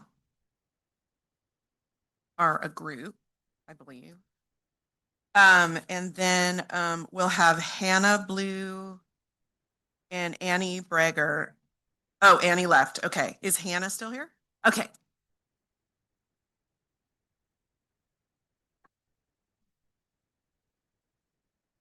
Good evening, board members and superintendent. We stand before you tonight as a middle school registrar responsible for data management at our schools. Some roles are highly visible, while others operate as quiet, essential infrastructure that keeps the entire system from collapsing. Middle school registrars fall into the later category, often described as operational backbone and frontline of our schools. Registrars are the gatekeeper of accuracy, equity, and safety. As the board considers the future of these positions, it is critical to understand that losing registrar would not just be a budget cut, it would be a fundamental breakdown of school operation. We manage students' enrollment, scheduling, and state reporting, including CalPADS. We ensure that every student is placed in the right class at the right time and receive the right service. We also ensure that grades and transcripts are accurate and our records are audit ready. Each month, we manage progress reports and report cards, and we coordinate year-end awards that inspire students to strive for the best and celebrate their achievements. We safeguard students' files, ensuring they are accurate, secure, and accessible to staff. Each year, each one of us managed the transfer of nearly 500 records between schools, carefully reviewing, tagging, routing, and integrating each file to ensure smooth transitions for students. We oversee the complex year-end process so that every student starts the new school year on track and ready to succeed. Without register, the risk of data inaccuracy increases, leading to audit failure and reporting errors. The impact goes far beyond compliance. Thank you.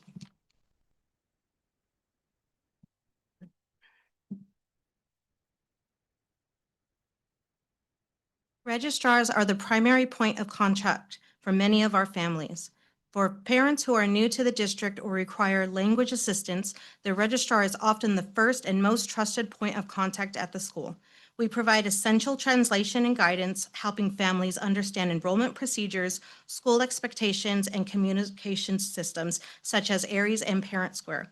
This support is not optional. It is foundational to equitable access. When families cannot navigate school systems, they become disconnected from their child's education.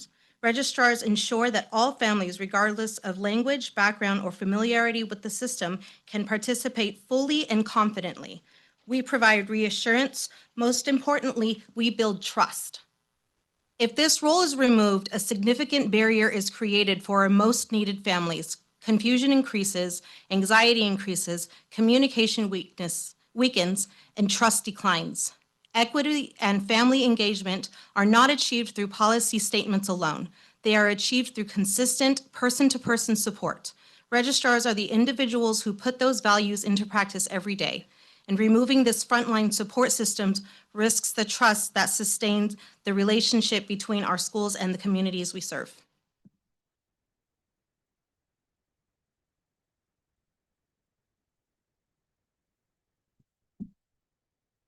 We are central to school safety. We maintain critical emergency information and legal documentation, including custody agreements and court orders that protect our students.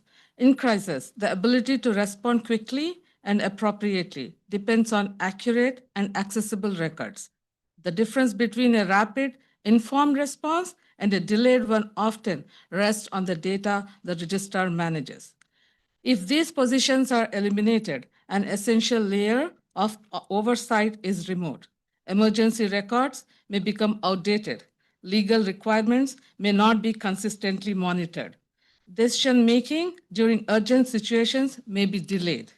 This weakens emergency preparedness and increases risk for both students and to the district. School safety depends on reliable information. Registrars ensure that information is accurate, current, and secure every day. Removing registrar doesn't make the work disappear. It shifts a heavy technical workload onto already busy administrators and lean office staff, pulling them away from their primary responsibilities and increasing the risk of errors and delays.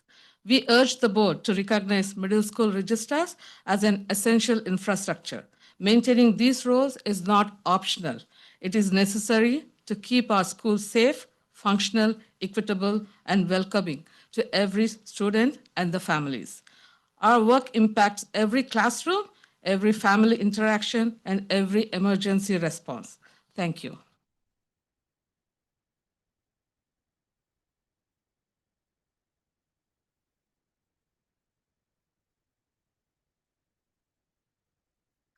Good evening or good night.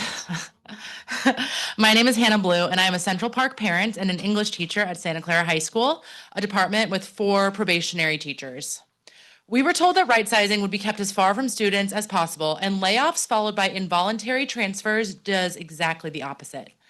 My primary message to you today is all students deserve adults who say yes to them. And the effects of right sizing, aka layoffs, are not going to be felt equally throughout the district. There are going to be communities that are disproportionately affected, like McDonald, Don Calajan, dual language program, as you have heard. And I'd like to add another example. The Santa Clara High School English department has 4 probationary teachers, due in part to transfers who said yes to McDonald. Woohoo!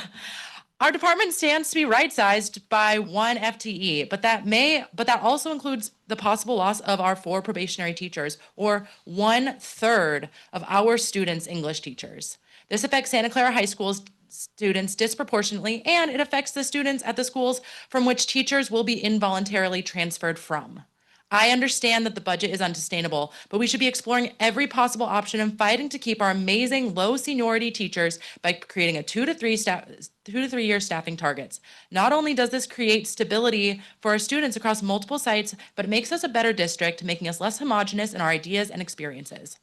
Our probationary teachers vary in experience. One is a Probe 1.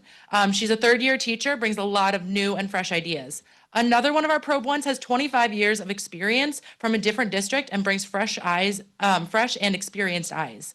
Both of them, as well as our other probationary teachers, left tenure at other districts to say yes to Santa Clara High School. And side note, as a parent of a TK kid, I cannot help but notice the number of Central Park TK teachers who are also low on the seniority list. And they are nothing but like pure magic, one of whom is here today. She's amazing. Woo! We love Miss Rachel. Teachers who say yes to the youngest in our community. But also, why aren't there early childhood education units on the seniority list? That's a question I have. The effect of right sizing. I'm sorry, Hannah. Oh. Your time is Okay. up. You can, Students deserve someone to say yes to them. okay. Is Tammy Azevedo gone? Yeah. Is she still here? She's gone. Okay. I just want to make sure. Okay. The next three speakers are, I can't read your handwriting, so I may just mangle your name. Anutha? I don't know.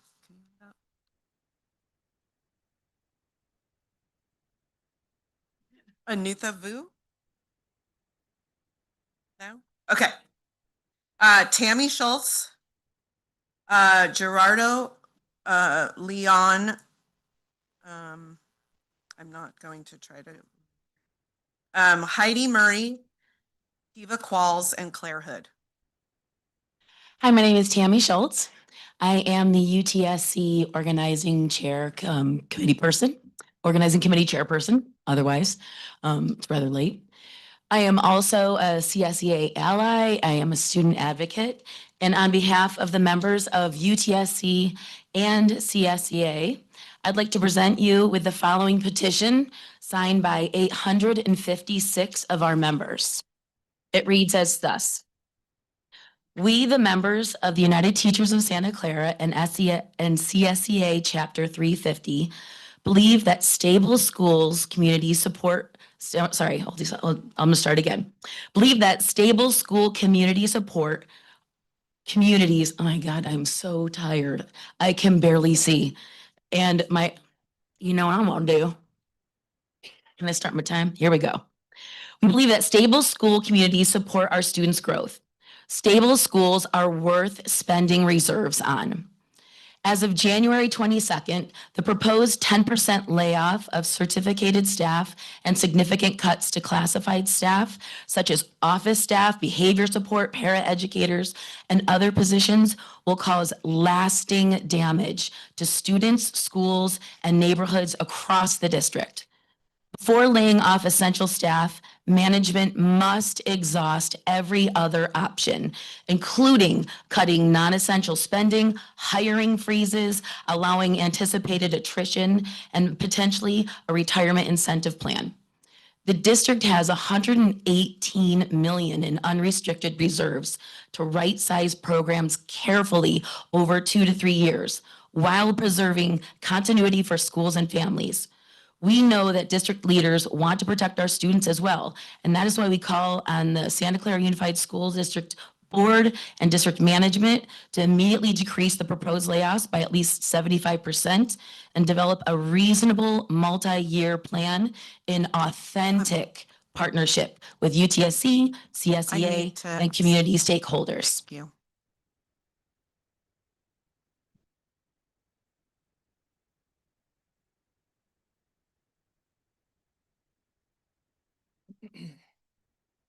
Good evening.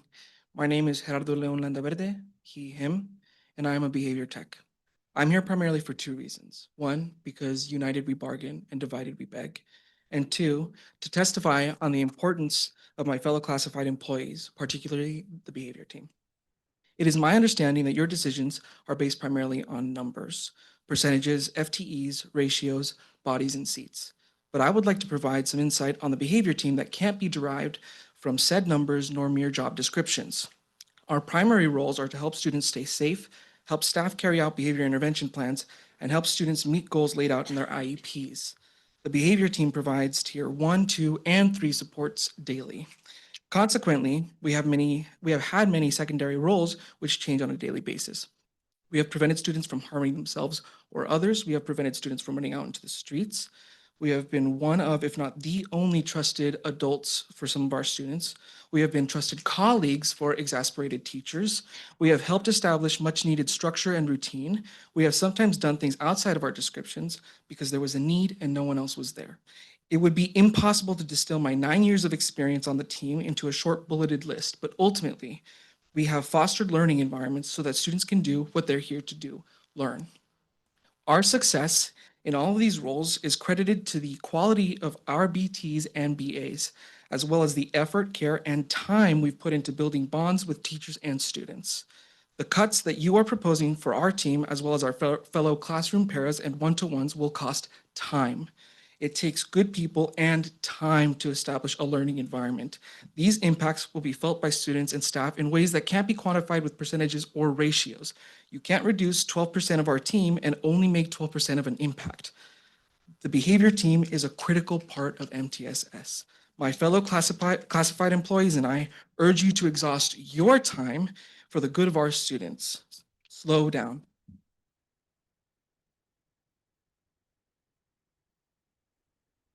Hello, my name is Kiva Qualls, and I've taught in our district for over 25 years.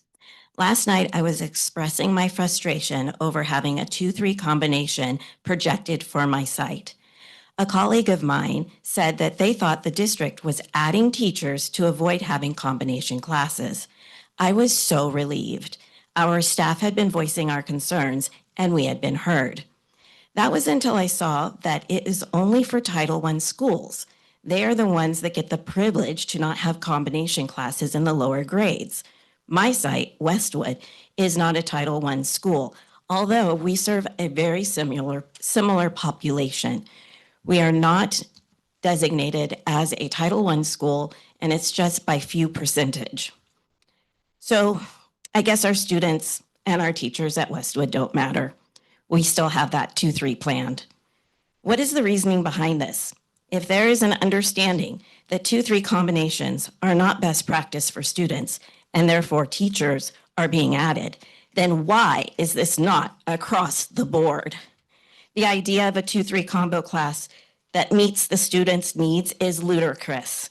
Put student first, put all students first, not just Title I students. Please consider finding a way to ensure that no school site has a 2-3 combination class. Set all teachers and students up for success next year, not for failure. Thank you. Is Heidi Murray not here? Okay. And Claire Hood? Went home? Okay, thank you. Okay, our next 3 speakers are Joel Stefani and Michael Petros and Abby Andrade. And then the 3 after will be Tawana Lewis, Arancha Figueroa, and Kate Rossner.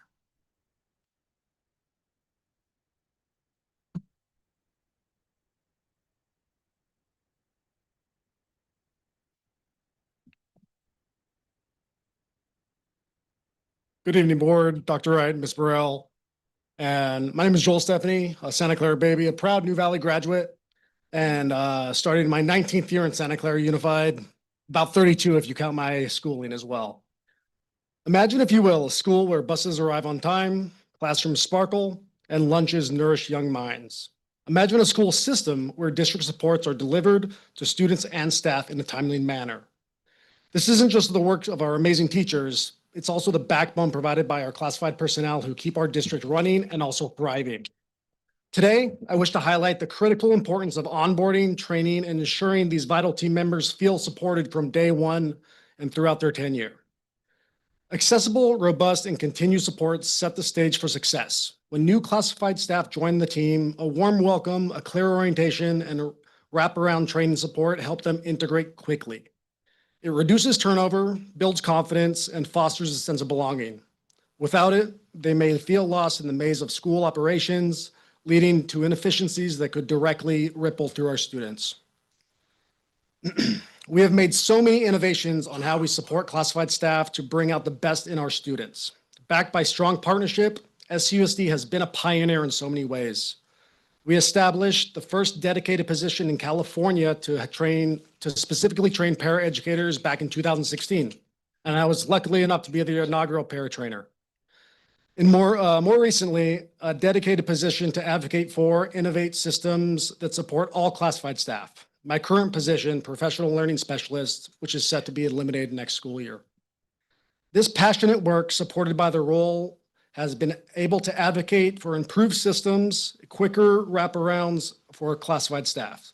And a byproduct of that being a quicker access to resources, training, and support, not just for classified staff, but for many certificated administrators alike. with the ultimate beneficiary being our students. We work seamlessly at the district level, classroom staff, Joe, have I the have to- energy. I and have ener- to stop you. Energy. You can email us your entire I'll keep it comment. going. Okay, thank you. Energy can remain focused on our students, albeit there is much more work to be done. We sincerely worry about what our partnership will look like if these drastic layoffs are implemented so quickly. Where will this work land? Who will continue to advocate for classified staff in district level meetings? When we eliminate support for staff, our students feel it the most. They have fewer adults to turn to, and the staff who remain are stretched to the breaking point. Let's not forget the power of feeling supported.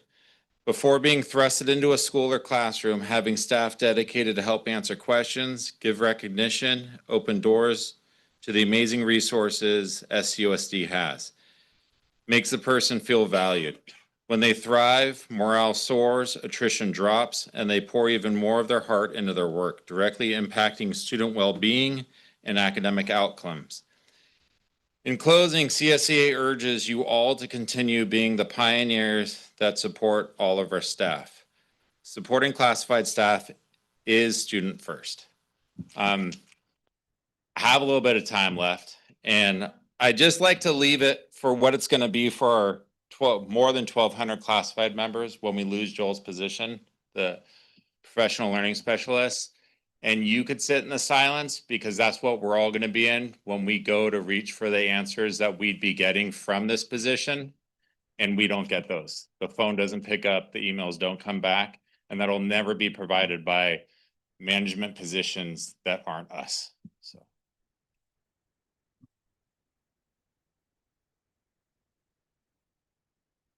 Awkward waiting, but devastating for us. So.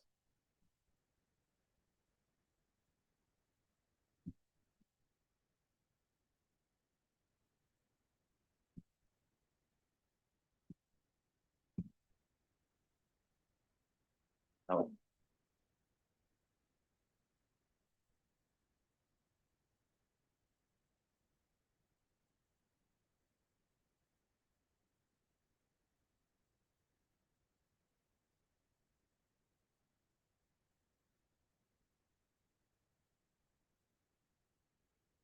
Push it. Just push the button. Oh, it's green. Oh, okay. Good evening, President Lieberman, trustees Canova, Ratterman, Fairchild, Ryan, Muirhead, Watanabe, Dr. Wright, and Ms. Burrell. My name is Abigail Andrade. I am the president of Don Calajon School Community Organization. I have a 7th grader at Don Calajon and a 10th grader at Santa Clara High School. I think we can all agree that each school has its unique qualities and challenges. Parents are angry, teachers and staff are angry, and students are upset with the right sizing layoff process.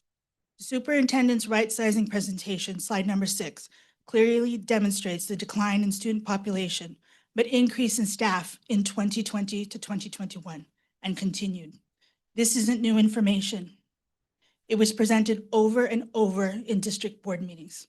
As taxpayers and parents in the school district, we need to ask these questions. Why wasn't there a hiring freeze? Have we considered freezing salary increases or reducing salary increases in a systematic way so the burden isn't felt so much? Why are outside consultants constantly being hired? Have we considered district level positions try being a 0.75 FTE to reduce costs or take salary cuts? There's one question that was mentioned in a previous board meeting that is not a popular option, but may be necessary and helpful. Why aren't we combining schools with low enrollment to reduce the overhead costs of operations at multiple sites, possibly save jobs and time repeating the work of rehiring teachers? There is a history with student population growing and declining. 20 years ago, there was a popular charter school called Magnolia Science Academy, now Central Park's campus. When you do some research, this was the original Millikan campus from 1956 to 1981. When Millikan closed, the student population was split between Heyman and Pomeroy. Good evening. My name is Tawana Lewis. I'm the Vice President of Don Calajon School Community Organization. I have a sixth grader and a fourth grader at Don Calajon School. To continue, what we know as Milliken's campus now used to be Mariposa in the 1950s and 60s, and again from the 1980s to 89. Cabrillo Middle School originally opened in 1962 to 1982 and reopened 10 years later. The same history follows from what was formerly Busher High School and Peterson High School, with Peterson School splitting between Wilcox and Santa Clara. Busher and Peterson closed to later be reopened as middle schools. What's the take-home message? History is repeating itself. Your data has shown this for years, but nothing was done to prevent where we are today with right sizing. For Don Calajon, our newer teachers were hired to fit a niche that evolved to an arts and design school.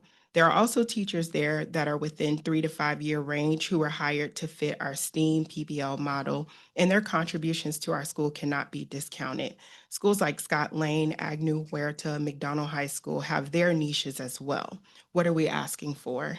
Slow down the process of layoffs. Investigate and learn about each school by visiting and talking to the parent community versus holding meetings at times that parents can't attend. Learn about what makes each school special and why there is detriment in mixing and matching to just fill positions. We are also asking for studies that show how combining schools could save the district money. The district committed to parents to use an equity framework, emphasizing the whole child/community approach, actively engaging students in planning and decision-making to address historical inequities. How does this right sizing fit into that framework? Thank you. Thank you.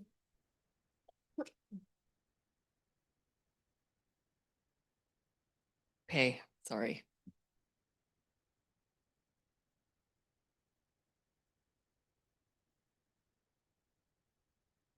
Hello, my name is Aranza Figueroa, and I'm an English teacher at McDonald High School. So before I speak about budgets or layoffs, I want you to know a bit about me. I'm the oldest of 5, raised by undocumented immigrants from Mexico. I grew up translating paperwork, phone calls, and systems that were never designed for my family. And I learned that if something matters, you fight for it. When I look at my students, I see so much of myself in them. First generation, navigating systems their families don't know, translating not just language, but opportunity. They deserve stability. They deserve adults who will fight for them, not intimidate them into silence when they disagree, or dare to suggest that their voices are not their own. I wonder, will you accuse the brave students from Calajon today the way you do mine? This summer, McDonald will celebrate its first graduating class. Our students, staff, and family should be celebrating this achievement with pride, especially after everything we have endured: limited resources, ongoing budget challenges, unstable administration, and years of neglect. Instead, we may be left grappling with the consequence of decisions made in these critical weeks, decisions that will reveal your priorities and shape our future. I reiterate my colleagues, the scale and speed of proposed layoffs are alarming. These reductions would not simply adjust numbers, they would destabilize learning environments, disrupt programs, and undo years of intentional work. We understand difficult decisions must be made, but moving too quickly risks dismantling real progress. We urge you to explore slowing down the layoffs to protect the progress of all students across the district. To quote Benito Antonio Martinez Ocasio, seguimos aquí.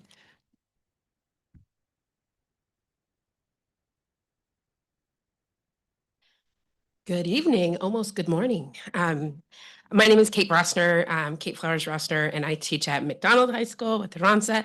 And 12 years I was at Santa Clara High School, 29 years in education. And I wanted to talk, just kind of bring us back to who we are.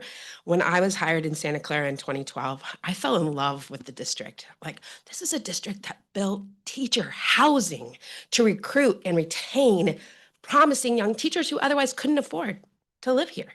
This is a school district that built partnerships with amazing organizations and built fab labs and built incredible pathways for students to study STEM. This is a district that bought and built a beautiful school triplex in North San Jose to provide neighborhood schools for our northern students. That's amazing. You guys invested in initiatives of educational justice and founded a school based on inclusion. That is amazing. But it means staff that believes in that mission. And to make that happen, because we didn't force people to leave other sites who didn't share that vision, it meant you hired outside and you hired great people. And McDonald is staffed with great people who believe in inclusion. Staff at other sites had the opportunity to transfer, and they didn't. I came year 3, and I'm really glad I did. So you've worked so hard as a board, as a district, to recruit and retain amazing staff, and you have a history of being wise and being very caring with your students and your staff. And I hope we don't trash that. I hope that doesn't get thrown away in haste when we really could do better. So please be wise, be caring, and stay true to the vision. Thank you.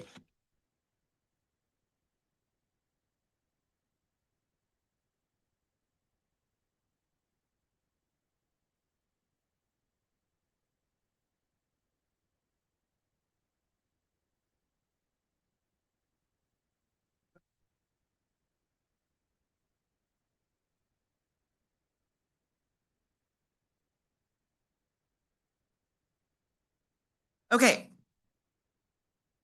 Katie Peterson, Marlena Laubach, and Zung Boy.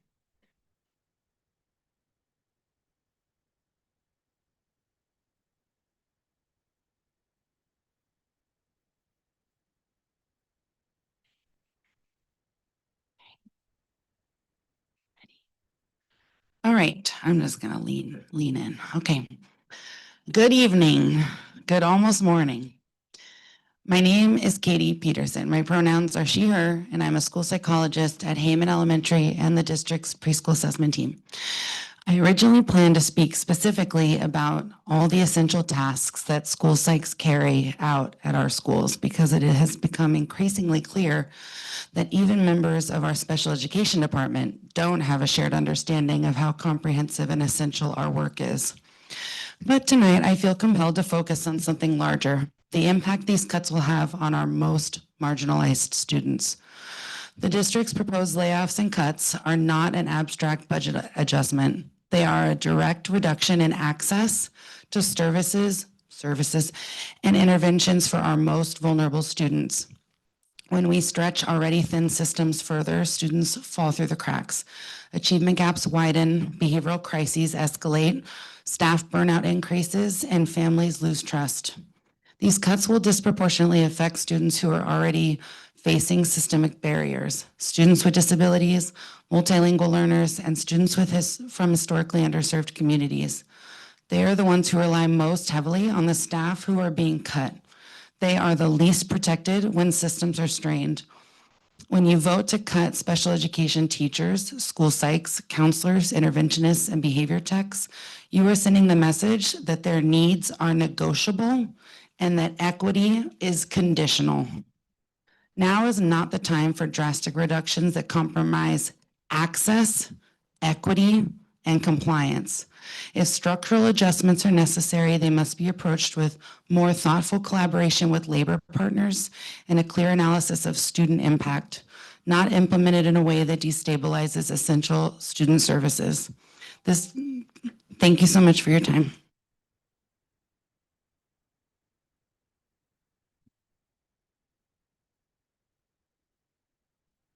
I will also lean in. Okay. Good evening, Dr. Wright, members of the board. Hello again, Marlena Laubach, school psychologist. I work on the preschool assessment team. I want to quickly reference an email I sent to you guys last week outlining my concerns regarding the incorrect calculations with the proposed school psych FTE reduction. With my short time tonight, I just strongly encourage you guys to review that presentation. I put a lot of work and time into that and gathering really comprehensive data that is pulled from the district to show you how we feel that this was incorrectly calculated. I'd like to spend my remaining time talking about what cannot be captured in a spreadsheet, the impact on our students, our families, and really the morale of the people who are serving them every single day. This week, in my continued advocacy for psychologist staffing, I was encouraged by one of our board members to speak directly with our administrators about our group's specific staffing needs. But our leadership has already shared with us that they have no authority over right-sizing recommendations or staffing decisions. These mixed messages have us feeling powerless and unheard and exhausted, to be completely honest, and at the very moment when transparency and collaboration are most critical for us. When presented with mass reductions, remaining staff must absorb the workload, consuming time outside of contract and draining our emotional capacity, making it impossible to maintain the stable, supportive environments our students really rely on. Our students need more mental and behavioral health supports, not less. They're facing higher levels of need than ever. Our students and families rely on timely evaluations, responsive crisis support, safe behavior de-escalation, and trusted adults on campus who truly know who they are. They rely on familiar and consistent psychologists, counselors, and behavior technicians who are active and present on their school sites every single day. Our students need stable mental and behavioral health professionals who are supported by their employers well enough so they can care for themselves, so that they can fully show up and we can be present and effective role models for our young students. Thank you so much for your time.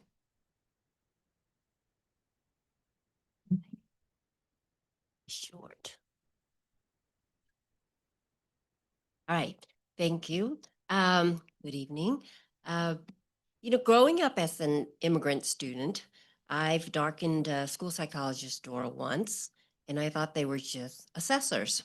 But now that I'm a school psychologist, I realize that we're just not assessors. We're mental health, we provide mental health intervention, crisis prevention and response, threat assessment, safety planning, consultation with educators and families, and district level compliance. Lower ratios for us would mean necessary to deliver effective and preventive services. This is true not only for school psychologists, but all staff who provide direct service to our students. So LCAP goals 4 and 5 prioritize improving outcomes for high needs student groups, including students with disabilities, English learners, and economically disadvantaged students, as well as strengthening student engagement, attendance, and school climate. This is true of students requiring extensive needs in our post-secondary programs, students experiencing anxiety to young students' parents. Even with our current staffing, we have had serious injuries sustained by students as well as staff. I myself was recently in a chokehold, so I understand what that's like. Many of our students require mental health, behavioral, life skills, and academic support from trained staff, such as psychologists, counselors, behavior staff, teachers, site administrators, and paraeducators support their path to a fulfilling future. Aligning staff ratio is not simply a compliance issue. It is a strategic investment in our students, their safety, their mental health, and academic outcomes. So lower ratios enable staff to engage in proactive and preventive work. Thank you.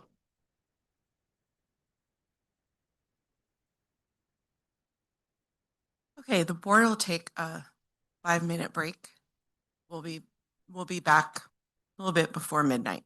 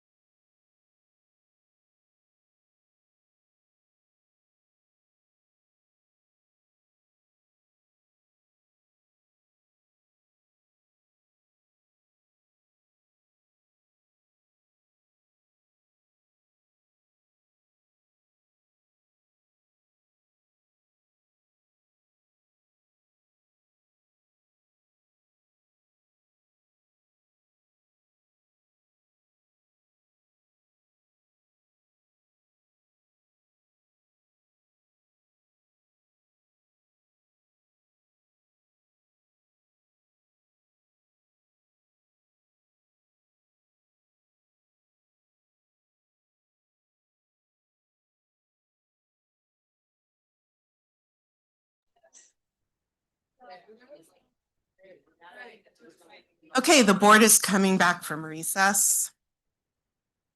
And we will resume public comment. I will call up 3 people and then 3 in waiting. Audrey Hinton, Con Pham, and Nicole Gonzalez. And then Ian Jackson, Angela Keyson, and Emmeline Roy.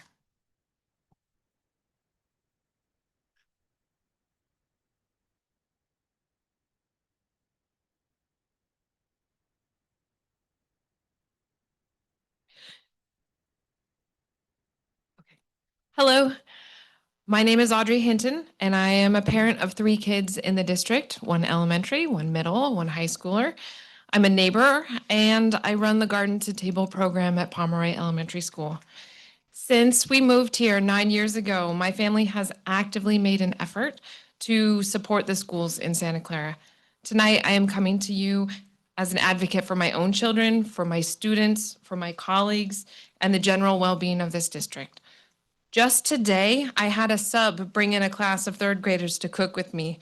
She said, "There's something special about this school, and you can feel it when you walk onto the campus." And I glibly just told her, "That's just because we like each other." And she looked at me seriously and she said, "I know.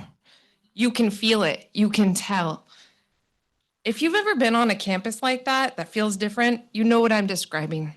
Having a culture of care, one that students and families and staff can all feel, is a special thing indeed.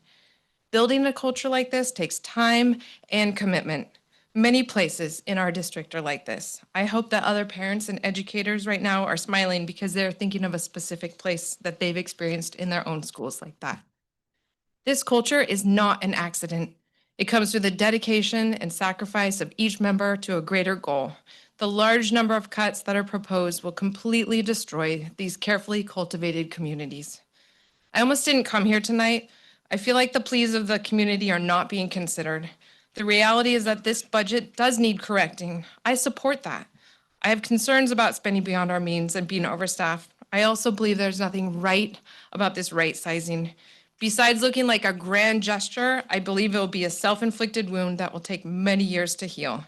This is not the vision I have for our district. I want us to be very careful and considered and to honor the importance of community. That is not something you can put a price on. Thank you.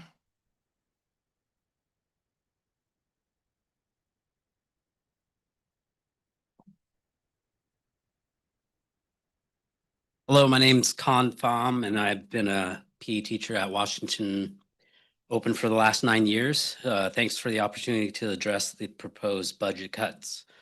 I'm here today not just to advocate for a program, but for the fundamental well-being and academic success of every student in our school, which is directly tied to the robust physical education program.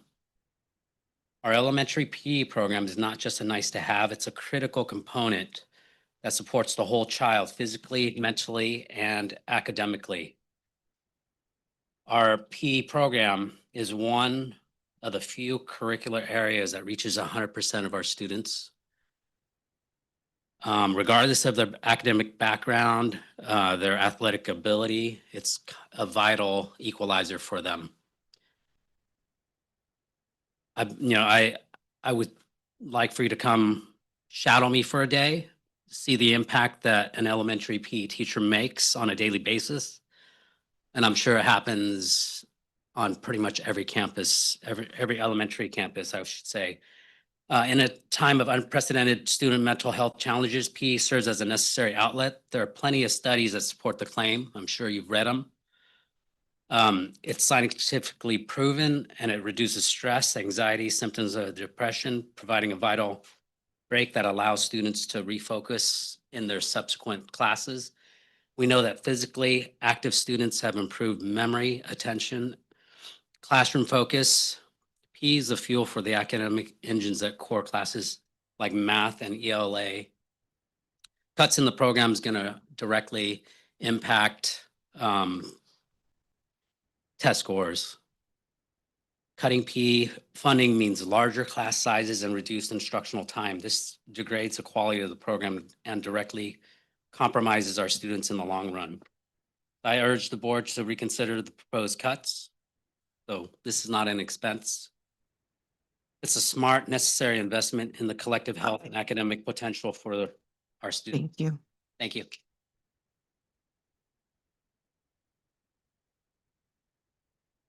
Good morning. My name is Nicole Gonzalez, and I'm a teacher at Brucker Elementary School. I want to speak honestly about what many of us are feeling.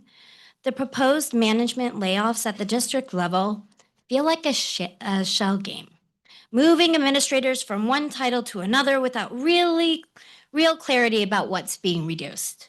It is unclear how district level support staff will change before and after these layoffs. From where I stand, it feels like the only support being significantly reduced is at the school sites, teachers and support staff working directly with students. Meanwhile, it does not feel like district administrators are taking on more work. In special education, we are told cuts will happen through attrition, but attrition means not replacing teachers and staff that are leaving. So who will support the classes? It likely means redistributing students, which could result in classrooms being closed and larger class sizes, reduced classified and behavior support. Our most vulnerable students will have less support and potentially less safe learning environments. Cutting TOSA's school support positions at schools with intense IEP needs creates further inequity. Those roles are critical in helping principals meet the needs of all students.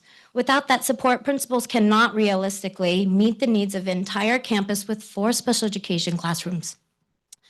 The district says we are not in a fiscal crisis, but cutting 113 teachers and support staff tells a different story.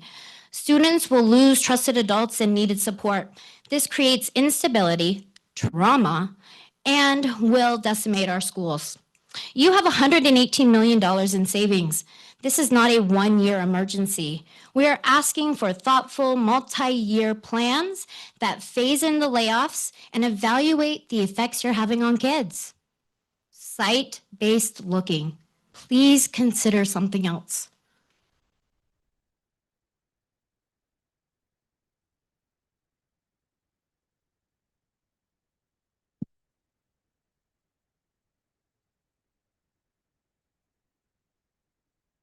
Good evening. My name is Ian Jackson, Wilcox teacher and UTSC vice president, and I'm here tonight to talk to you again about the district's plan for cuts and layoffs and the importance of perspective. The presentation that you saw this evening claims that delaying action would result in continued deficits, increasing the scale of future reductions. UTSC disagrees. We believe a slow and measured approach allows for natural attrition and further careful consideration of what programs best serve our students. The presentation also claims that past practices of deferring solutions have prolonged instability.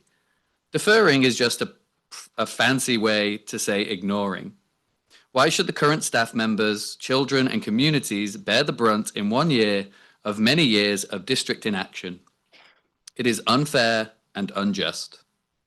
The presentation claims that deferral strategies rely on optimistic assumptions about economic stability and revenue growth. UTSC's position is that the doom and gloom in various budget projections and reports is pessimistic and does not present a complete account of the money we have. Mr. Scheel admitted earlier that he can't accurately predict the potential revenue increases.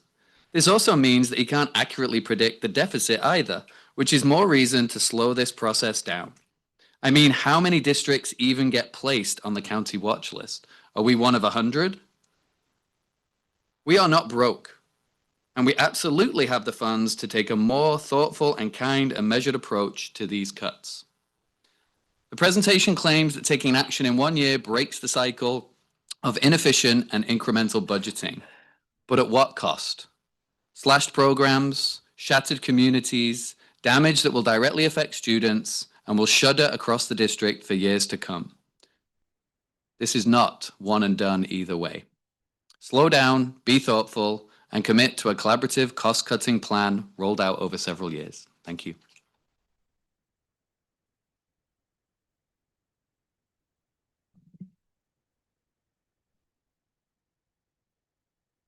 Good morning, Dr. Wright. Oh, it is morning. Good morning, Dr. Wright, President Lieberman, and the Board of Trustees. My name is Angela Keyson, and I'm a longtime parent at Santa Clara SCSU. I just want to let you know that our classified members are a backbone of this district. They are the first person that our children see. They're the last person that our children see. From the bus drivers to our nutrition department, for the ones who pair us to work with our kids, to the groundskeeper that makes our campus look beautiful. These are the ones that makes the school special. So while you're thinking about, like everybody was thinking about what to cut, think about what they do, how they serve the community, what they do to the families, and how they make the students so much better.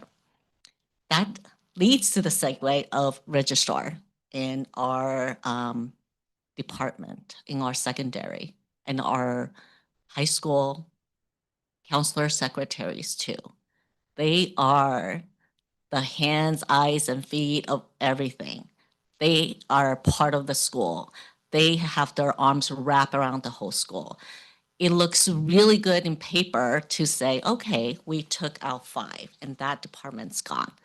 But unless you realize the importance of their roles, right? You realize all the things that they do, but it's behind the scene and you will know how important they are.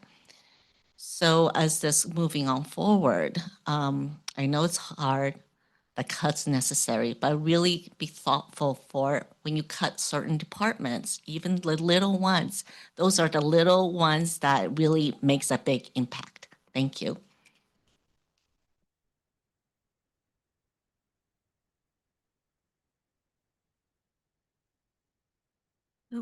My name is Emmeline Roy, and I'm a parent in the district.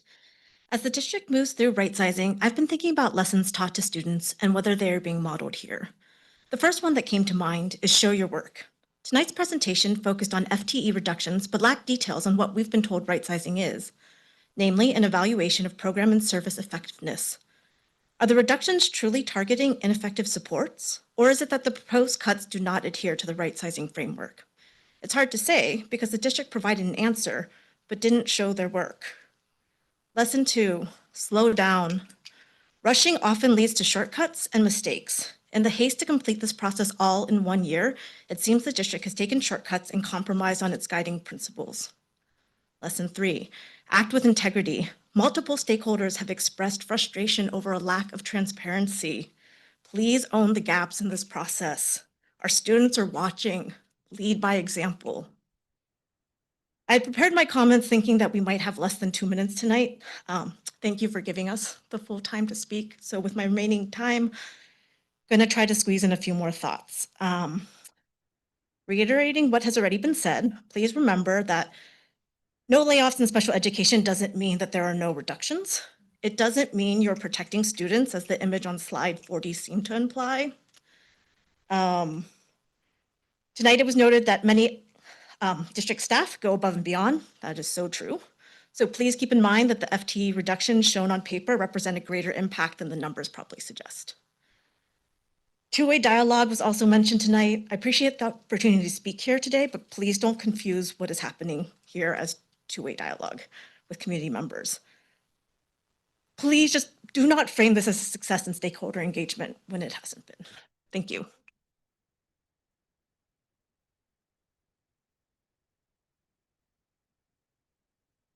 Okay, next 3 speakers are Emily Murphy. Okay, Krista Arango, Rachel Lopez, Paul Esper, and then the next 3 would be Goldie.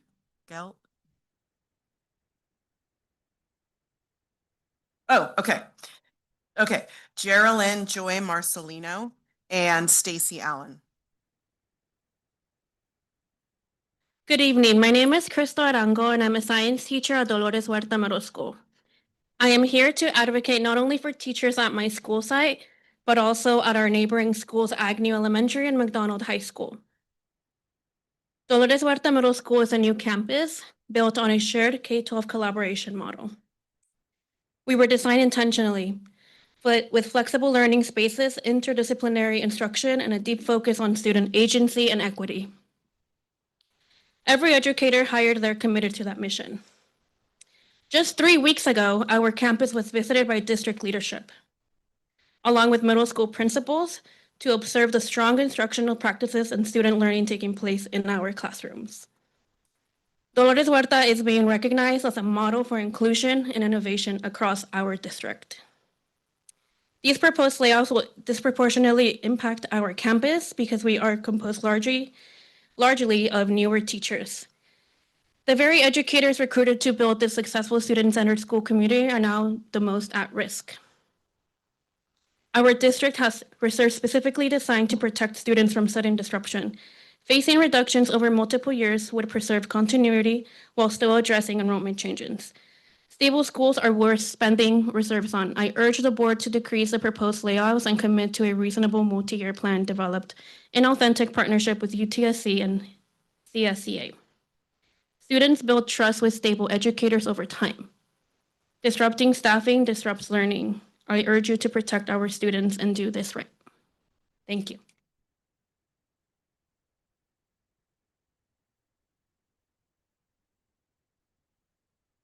Hello, my name is Rachel Lopez. I am a TK teacher at Central Park, and I am also a resident here at Santa Clara and a voting constituent in District 4. So I can attest that property taxes are in fact going up. I also, I'm sorry, let me greet everybody. Hello. Good evening, good morning, whatever it is. I also want to give a shout out to all the students, McDonald High School students from the previous board meeting and Don Calajon tonight. They are poised and passionate and they spoke so well. And I'm just really proud of them just as a fellow human being to advocate for themselves, because we're all here for the kids. Ultimately, at the end of the day, it's not about my job, her job, his job. It's really about how all of those jobs impact the children and their learning environments. I wanted to talk two things briefly is every school site has very unique and individual needs. Central Park, where I work, is very different than Pomeroy, very different than Don Calajon. We have had declining enrollment every year I've been there. I am a veteran teacher from another district. I came to Santa Clara because I am passionate about my community, and I thought the only district I would leave my tenure district for would be Santa Clara. I now have tenure, but it may not last for very long. We'll see. But I just wanted to say, please include all of the schools in your right sizing and what their needs, because we do not have what we need to keep our kids safe. TK itself is we don't have a special ed for TK. We desperately need one. Thank you for your time. I really appreciate it.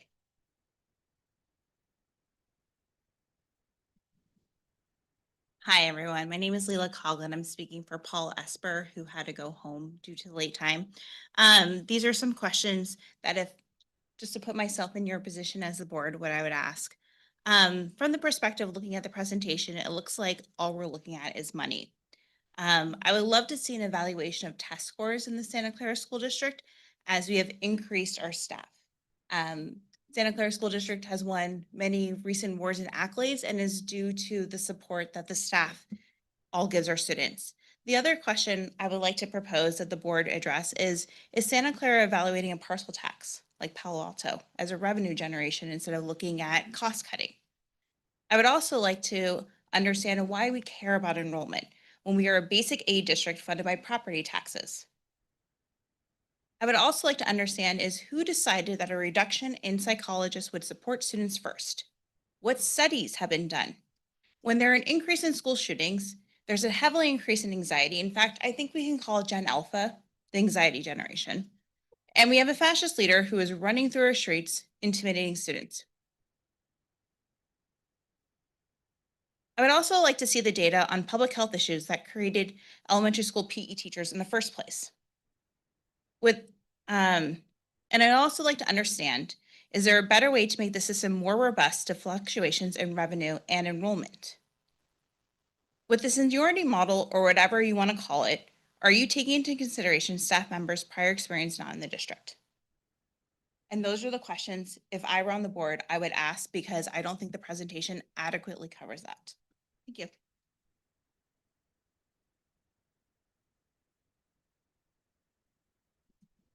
Hello, my name is Goldie Malone, and I have been a secondary science teacher in Santa Clara Unified School District for 10 years, working at Don Calajon School, New Valley High School, and Dolores Huerta Middle School. I have 2 children who have been and are in our district, a preschooler at Agnew and an incoming 8th grader at Dolores Huerta next year. I believe in Santa Clara Unified, but I'm really concerned about our district moving forward with this large layoff plan for many reasons. One, Dolores Huerta is a disproportionately impacted site because we have many new teachers who were selected specifically for a focus on diversity, equity, and inclusion. We are a Title I school with a higher population of lower income families. With higher enrollment declines than other middle schools, we could lose electives like advanced band and be subject to placement of involuntarily transferred teachers that may replace some of our newer teachers, teachers who didn't choose to be part of this unique community. Cutting counselors who already are overloaded and psychologists should be off the table. This should not be about the number of students, but about student needs. Have you seen post-COVID students? So many are impacted by the trauma of this situation. Shown in the reduced social skills, increased mental health disorders like anxiety and technology dependence. Needs are higher than ever for social and emotional needs and crisis support, as well as academic support. The district also mentioned reducing summer programs, but keeping the EL bridge. They didn't mention our summer enrichment programs. I've taught yoga and mindfulness for 3 years to our middle schoolers in our district. And summer enrichment is essential for teens to support deficits in social skills and keep kids off devices with working parents that would have otherwise digital babysitters. I've seen students thrive in these programs. The board needs to hear the community concerns and reconsider this plan. Our district is shortcutting in many ways, combining environmental TOSA jobs with science jobs while we have looming curriculum adoption. And we say we care about sustainability. Discreetly combining jobs like this will have lasting impacts. The board has a responsibility to look at all these pieces and slow down, please. Test, if you guys could all take a deep breath for me. Now, a lot of tension in here. All right. Hello, my name is Geraldine Joy Marcelino, also known as Coach M. I'm an elementary school PE teacher at Brawley Elementary, whose position is currently at risk. Today, I'll be reading a statement on behalf of my colleague, Anthony Gooch, also known as Coach Gooch. All right, super speed, guys. From Gooch. My apologies for not being there in person. I've returned to coaching to ensure I can provide my family if this does not work out professionally. But please know my heart is fully there with my colleagues, students, and families. My journey in this district began nearly 2 decades ago. For 17 years, I have served first as a classified employee, as a paraeducator, as a one-on-one supporting students with unique needs, and as a physical education para who stepped in to lead whenever called upon. At Don Calajon, I learned classrooms from the ground up. I built trust with students who needed stability. I showed up every day, not for recognition, but because this work is my calling. To give more, I went back to a school as a working adult, a father, and a husband. For 7 years, I started over. I earned my degree and my master's so I could return to serve the same district that once changed my life. At Dolores Huerta Middle School, our PE department created something powerful. Students who once avoided participation now asked to be in class. Students who felt invisible found safety and belonging. They show up, they try, they grow, socially, emotionally, and physically. That transformation is real, which is why this moment is so painful. Despite 17 years in the district, I am at the bottom of the seniority list. By moving from a classified employee to a certificated teacher, I was reset to year 1. Nearly 2 decades of service reduced to a number on a list. It is painful to accept that the dedication, relationships, and proven impact can be outweighed by seniority alone, that heart and commitment cannot be measured in the system deciding our future. is because this work is not just a job, it is a purpose. That's how he ended. Thank you.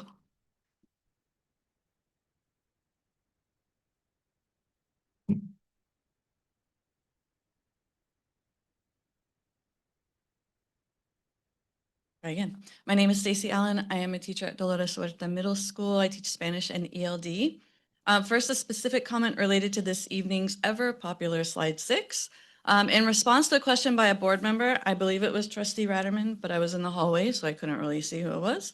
Mr. Schill reminded the board to be mindful of the programmatic things that happened and remember the context behind the numbers. And those contexts are still in that slide that we can't see because they're invisible, and you will have to keep them present in your mind. They were named all through the people speaking tonight and through the presentation and through the questions this evening.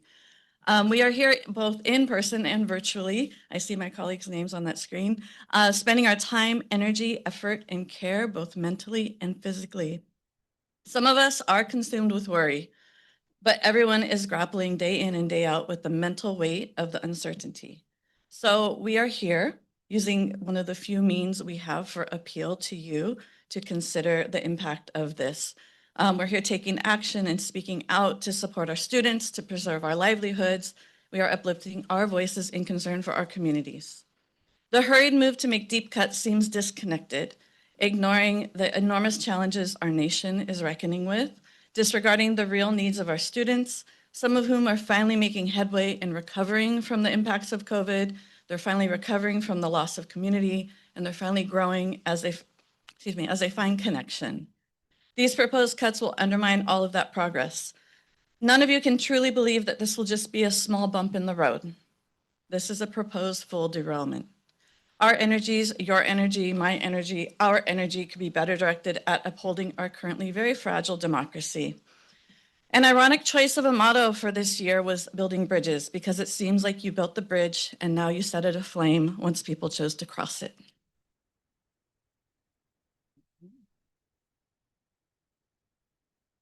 The next 3 speakers are Margarita Rodriguez, Savannah Ortega, and Elizabeth Valencia Rodriguez.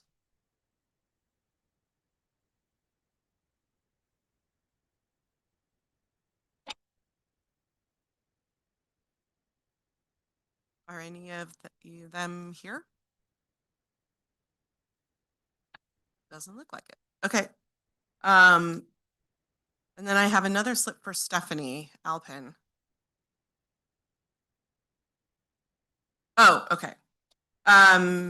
Steve Noya.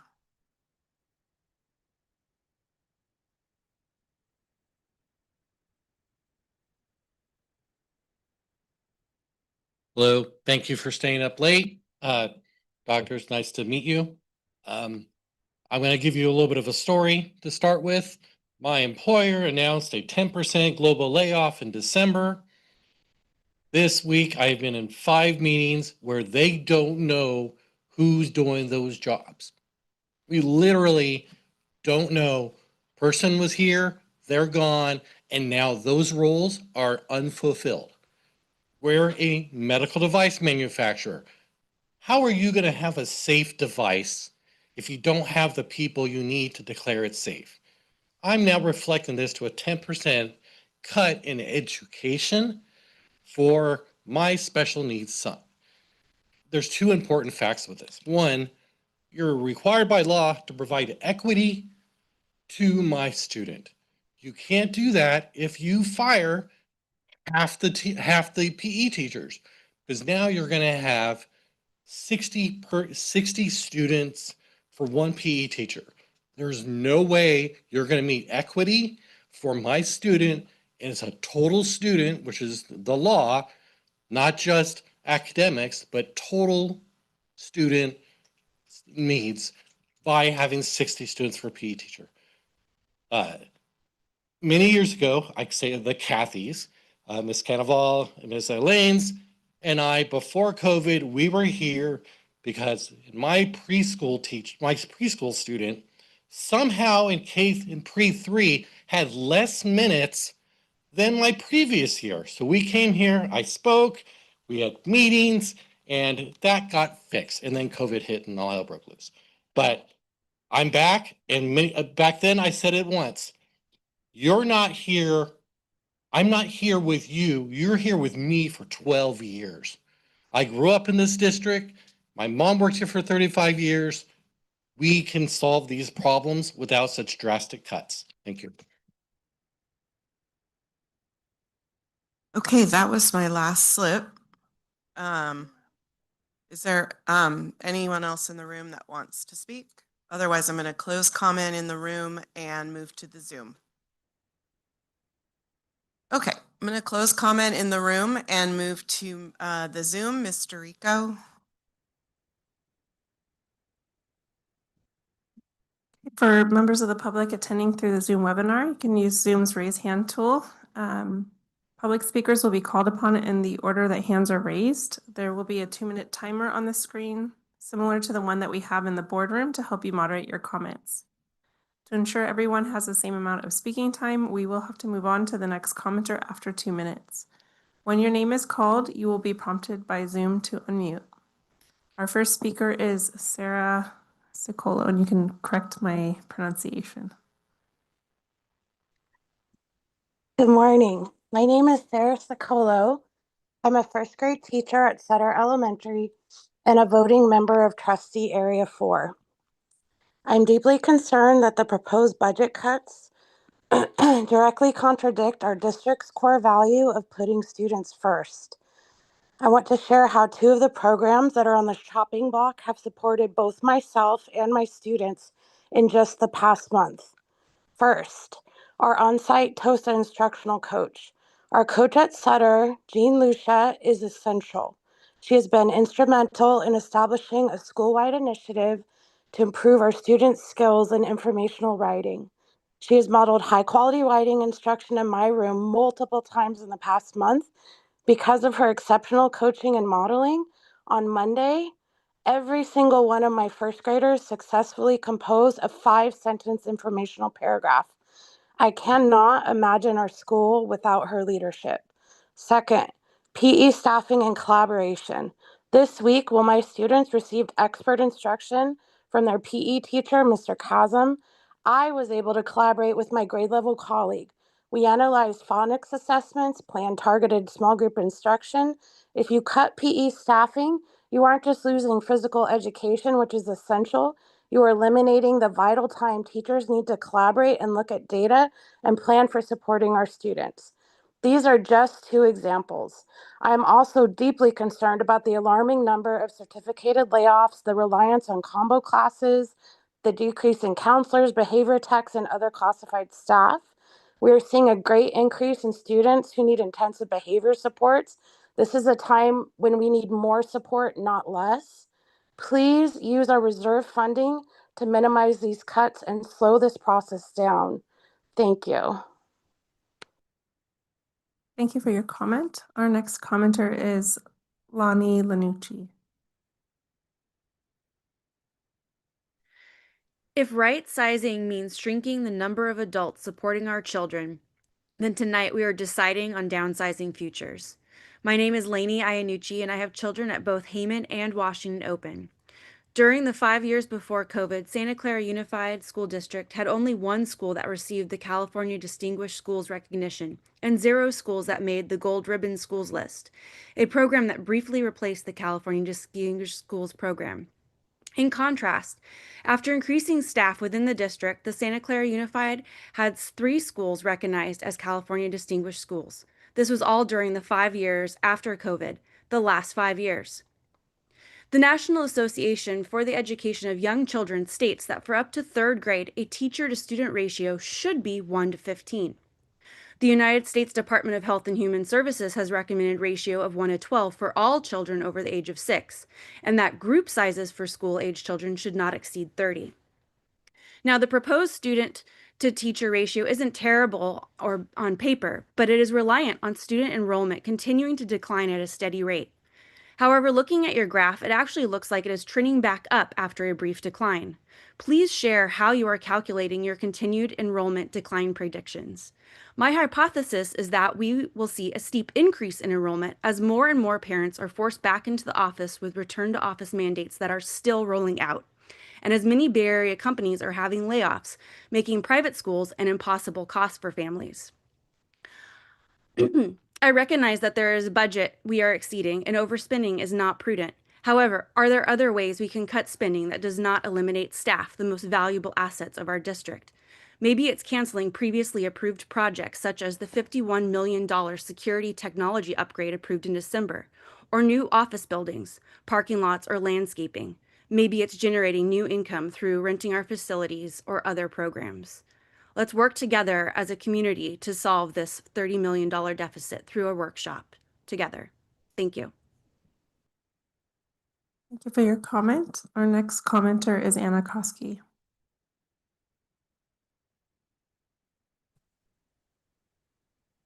Good evening.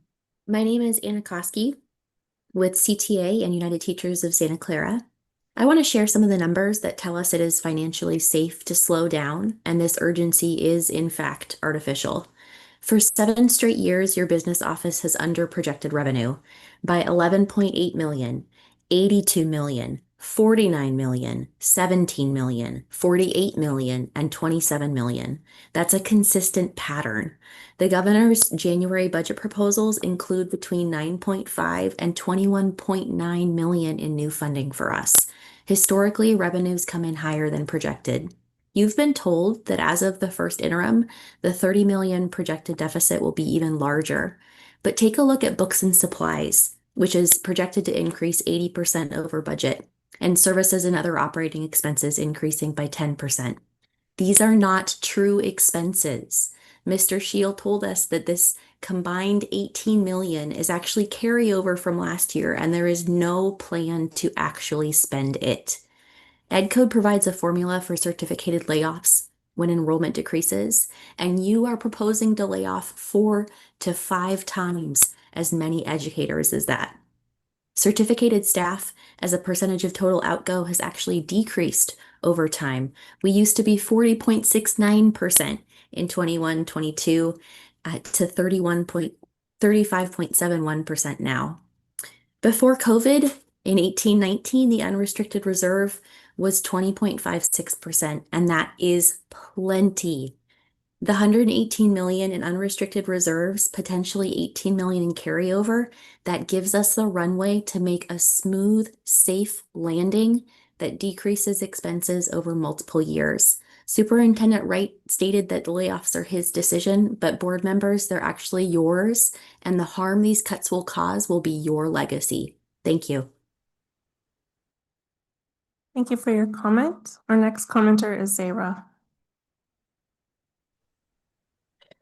Hello, members of the school board. I'd like to speak in support of our Spanish dual language immersion program at Scott Lane Elementary and the educators who make it successful. Research is very clear and consistent. Students in dual language programs may not show immediate academic advantages in the early grades, but by upper elementary, typically grades 4 and 5, they meet and often outperform their monolingual peers. These students demonstrate stronger reading comprehension, academic language, and long-term academic success. This is not a flaw in the model. It is the expected and well-documented trajectory of dual language education. But these outcomes depend on stability. Dual language programs only succeed when they are staffed by trained bilingual educators and when students are able to remain in the program over time. Our DLI school is growing, a district-approved decision, and because of that growth, we currently have half of the teachers who were hired specifically for their skills as probationary status. Including these educators and potential layoffs would disproportionately harm our program, disrupt student learning, and undermine years of intentional program development.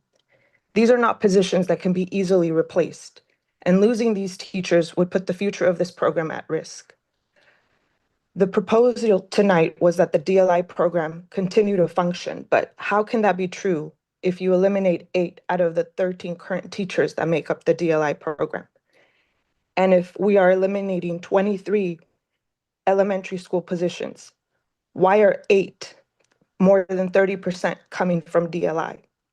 If we truly value biliteracy, equity, and long-term academic outcomes for students, then our staffing decisions must reflect that. I urge you, board, to consider the special circumstances of the DLI program. Thank you. Thank you for your comment. Our next commenter is Deanna Keenan.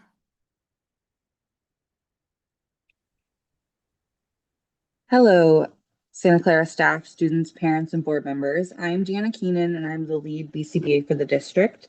It has been shared that 5 behavior technician positions will be cut, and I wanted to share how important those BT positions are to our district. BT support student success, help maintain safety on our campuses, provide invaluable training and feedback for staff, and build incredibly important connections with staff and students. Behavior technicians often become a student's safe person on campus, and that is invaluable. The behavior support team provides support for some of our most impacted and vulnerable student population, and lowering this amount of support will impact our ability to adequately support students and staff on our campuses. Excuse me. Challenging behavior is on the rise, and shows no signs of stopping. Students are going through more now than most adults attending this board meeting can even imagine. Decreasing behavior support doesn't make sense right now and could have very real negative impacts on our ability to help students and staff feel safe and supported at school. I implore you all to look at other solutions to handle the budget reduction that have less of a direct impact on student support. Removing support personnel means more classroom disruption and more pressure and workload on teachers to manage student behavior instead of focusing on the role that they were hired for, which is teaching. I implore all of you to really think about the types of positions that are considering being cut, including the role of the professional learning for classified staff. That role is essential to making classified staff feel supported, feel prepared, and be able to manage their own growth. Classified staff are the backbone of our district and deserve equal opportunity to be able to learn and grow in their positions, and cutting that role will deeply impact their ability to do so. Thank you so much. Thank you for your comment. Our next commenter is Aisha Nanjia. Good morning. I'm a teacher from Dolores Huerta Middle School, and I'm speaking for a school that was created with a specific vision in mind. It's been said before, but I want to highlight for our middle school that this vision was really built from the ground up by our staff. It includes being inclusive and innovative and culturally responsive, and after years of hard work, our staff made that vision come to life. So to threaten our jobs really does send the message that our commitment and the vision for our school that the district approved really doesn't matter. With these layoffs, parents expecting stability, support, and resources for their students will no longer receive those basic demands, because not meeting those basic demands is somehow the best solution that our district is putting forward. It was mentioned today that slowing down the layoff process would be anxiety-inducing to have to sit through more of these meetings. It is also incredibly anxiety-inducing to work in schools whose resources and staff will be stripped away all at once. On top of that, as teachers, we deserve to have accurate and specific information. So far, we've been told that 10% of our certificated staff will be reduced, but what exactly does that mean? Is that 10% of tenured teachers, 10% including our probationary teachers? And what does this really mean for each school site? At the very least, we deserve more information, and if that information has not been fleshed out yet, then maybe it's an indication that greater thought and rethinking this process is required, because right now it's putting our students last when it should be putting them first. Thank you for your comment. President Lieberman, that was a final one. Thank you, Mr. Rico. Okay, we'll close public comment. Thank you to everyone who spoke tonight. We appreciate you coming out and sharing your thoughts and feelings with us. That's why we have these meetings, for you to come and talk to us. So thank you. we'll be having another meeting on the 26th about this topic, so please come out again. Trustee Fairchild, you indicated you want to talk again, so go ahead. Thank you, President Lieberman, and thank you to everyone who spoke. As people were speaking, I kept staring at slide 6, the infamous slide 6. And one of the things that I just can't understand is how we increase staffing so much in the last 2 years when it doesn't appear that staffing was increased necessarily at the school sites. I know the reason has been given that, oh, well, we had to add TK or there were other reasons, but we increased while we were looking at our budget, while the board was giving direction to reduce spending by 168 staff. I want to know who they are and where they're working. We did not approve 168 job descriptions, and this kind of reflects what I said earlier about how we approve a job description and suddenly there's 20. That increase is quite significant while we were having declining enrollment. So I just can't quite figure that out. And so I would like that question answered. 77 this school year. None of this was done by Dr. Wright. I need to point that out. This is what Dr. Wright walked into. But even with directions and directives about our budget and concerns about our budget, we increased staff by 77 this school year while declining students was 150. Now, I know that doesn't tell the whole story, but I want to know which departments are growing, are just adding people. Because it's not just TK. This can't all be blamed on TK. It can't all be blamed on the hires at some of the high schools or the campuses. I want to know how this happened. And so that's my request for this next meeting is who are these 168 people and where are they working? Thank you. Trustee Rotterman. Yeah, so I'm going to kind of jump on that same bandwagon. I did similar math.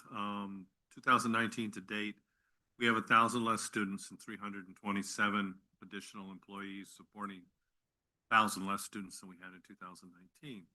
So maybe we've added some programs that are phenomenal, but we haven't seen academic improvement that matches up with that kind of investment. In fact, that's one of our biggest concerns. One of the things we've told Dr. Wright that we feel is a top priority is academic achievement. And we haven't made the progress. We've made some, but not the kind of progress we really need to be making there. So I'm concerned. I'd like to know how that happened. Just so we have a sense of what's going on. And I mentioned earlier, I'd like to see, once we figure that out, what we can do to make sure that we don't have that creep. It's easy to have that, any business, it's easy to have that number of employees creep up. Because I know I had the same problem with my businesses where I had to get in and cut and do things to keep it in line. So anyway, that's something that's important to me to understand. Because what I don't want to do is say that we have, that the statistics show those numbers that we just talked about. That doesn't mean that the new employees that were put in place weren't doing something extraordinarily valuable. So I want to be sure that we know what they were doing and whether or not this was just something that happened because it was easy and convenient, et cetera, or whether there was something that was genuinely, is there a diamond in there that we don't want to accidentally lose? Thanks. Okay. Anyone else before we move on? Okay. Okay, we're going to move now to item G1, consent, human resources. Motion to approve, Rotterman. Anybody want a second? I'll second. Watanabe. Okay, Trustee Canova. Trustee Fairchild. Yes. Trustee Muirhead. Trustee Rotterman. Yes. Trustee Ryan. Trustee Watanabe. Yes. And I vote yes, that passes 7-0. Consent items H1 through H16. Motion to approve, Rotterman. Second, Watanabe. Trustee Canova. Trustee Fairchild. Yes. Trustee Muirhead. Trustee Rotterman. Yes. Trustee Ryan. Yes. Trustee Watanabe. Yes. I vote yes, that passes 7-0. Item I-1, 2026 California School Boards Association Delegate Assembly Candidate Selection. Trustee Muirhead. Oh, sure. I'll speak on this one. These are delegate assembly candidates we serve for a few years. And there's 4 spots open from our county this year. There are 6 people running. 5 of them are on the ballot. One of them did not make it onto the ballot and is running as a write-in. And I just want to say CSBA needs to improve their processes because this person had the same problem that I had, and I had to sit with Ms. Burrell on the phone to step her through how to actually do my nomination after the board had approved it. So I can understand that why this Carol didn't end up on the ballot. So of the 6, I'm going to recommend voting for myself. That would be nice. And then also Isabel Jubes Flamerich from Sunnyvale School District, Elizabeth Halliday from Campbell Union High School District, and Carol Przonka from Cambrian District. I'll second that. I actually know all of those candidates as well, and they're all very qualified to serve along with you, Jody. I'm sorry, I didn't want to make the motion since I'm part of the motion. I'll make the motion so we can get on. I'll second. Okay. Okay. Thank you. Okay, anyone else have comments? Okay. Trustee Canova. Trustee Fairchild. Yes. Trustee Muirhead. Yes. Trustee Rotterman. Yes. Trustee Ryan. Yes. Trustee Watanabe. Yes. And I vote yes, that passes 7-0. Item J1, appointment of interim assistant superintendent of educational services. To approve. Second, Rotterman. Dr. Gonzalez.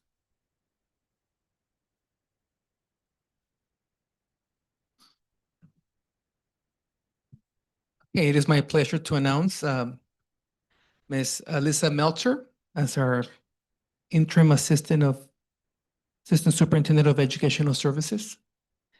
With over 25 years of experience in education, Alyssa steps into the role of interim assistant superintendent of educational services with a deep-rooted history in Santa Clara. Her career trajectory spans from classroom teacher and English learner facilitator to principal of Ponderosa Elementary, and most recently, executive director of schools. Beyond the site level, Alyssa led the continuous improvement and accountability department at the Santa Clara County Office of Education, where she oversaw LCAP approvals and differentiated assistance for 31 districts. She's a graduate of Brandeis and San Jose State University. She is a seasoned collaborator with extensive experience in labor management, partnerships, and district leadership. Alyssa is committed to leveraging this diverse expertise to improve outcomes for all students through transparent cross-departmental teamwork. Thank you, Dr. Gonzalez. Excuse me. Can you explain the position, the interim position? What's going on there? So her current role of executive director of school supports, it's ending. And as you're aware, the chief academic and innovation officer has retired. We also have Dr. Knable retiring and actually stepping down from the position. So we have eliminated, in a way, 2 positions: executive director of schools and chief academic innovation officer. And so Mrs. Melcher will be taking over as the interim assistant superintendent of educational services. Thank you. Okay, I have a motion from Trustee Muirhead and a second from Trustee Rotterman. Trustee Canova. Yes. Trustee Fairchild. Yes. Trustee Muirhead. Yes. Trustee Rotterman, Yes. trustee Ryan, Yes. trustee Watanabe. Yes. And I vote yes, that passes 7-0. Okay. Item J2, appointment of interim, wait, hold on, I'm Director of Human Resources. I'm sorry. Okay. Motion approved, Rotterman. Okay, Dr. Gonzalez. All right, let me give you a little bit of background now for this position. So in human resources, we had a position of coordinator of personnel and school support, which was being led by Susan Jessic, who interviewed and is now the new, well, if you approve it, the new director of human resources, replacing Mr. David Torres. And so we're basically eliminating one position, the coordinator, and she's replacing Mr. Torres, who retired. But something to keep in mind, if you do a quick search on what the ratio for a human resources department for a district our size of 2,800 employees, it'll tell you that it's 1 to 100 employees, right? So we have 13. It's supposed to be 28, but we understand the situation and we're lean and mean. It takes us a while sometimes to get back to people because of the volume of work, but we're not replacing the very needed coordinator of personnel because we understand we are participating with everyone in the cuts. And so Susan has been amazing. Actually, if you don't mind, I'll read what I have for her. But this is our way of also participating in this, contributing to the right size. And so we are thrilled to welcome Susan Jessic as our new Human Resources Director, bringing over 20 years of dedicated experience in school administration and personnel management. Susan has a proven track record as an educational leader, having served as a coordinator of personnel, principal, and vice principal with a specialized focus on instructional leadership, compliance oversight, and staff mentorship. Her expertise spans managing employment records and leading professional development initiatives to strengthen site leadership. Thank you. Okay, I have a motion from trustee Rotterman and a second from trustee Muirhead. Trustee Canova. Yes. Trustee Fairchild. Yes. Trustee Muirhead. Yes. Trustee Rotterman. Yes. Trustee Ryan. Yes. Trustee Watanabe. Yes. And I vote yes, that passes 7-0. J3, appointment of a risk manager.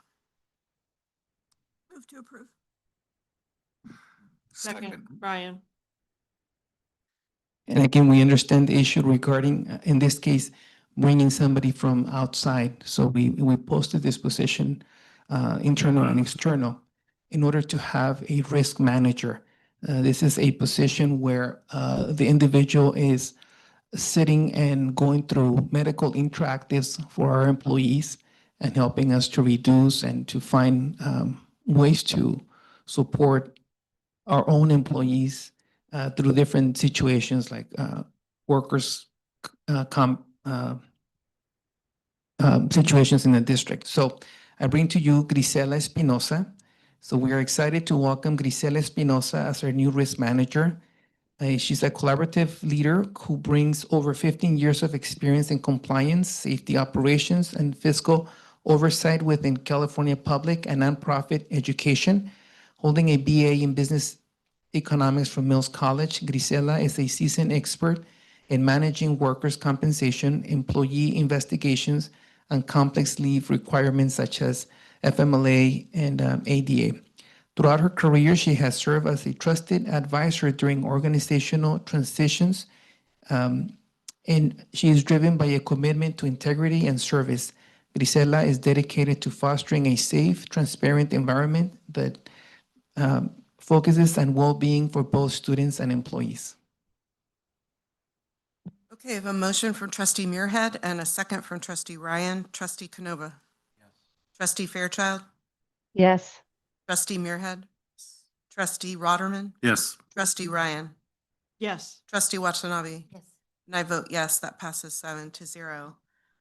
J4, new job description, teacher on special assignment. Move Move to approve Fairchild. Or second, Ryan. Dr. Gonzalez, do you have any? I don't have anything to add. Okay. Trustee Canova, trustee Fairchild, Yes. trustee Muirhead, trustee Rotterman, No.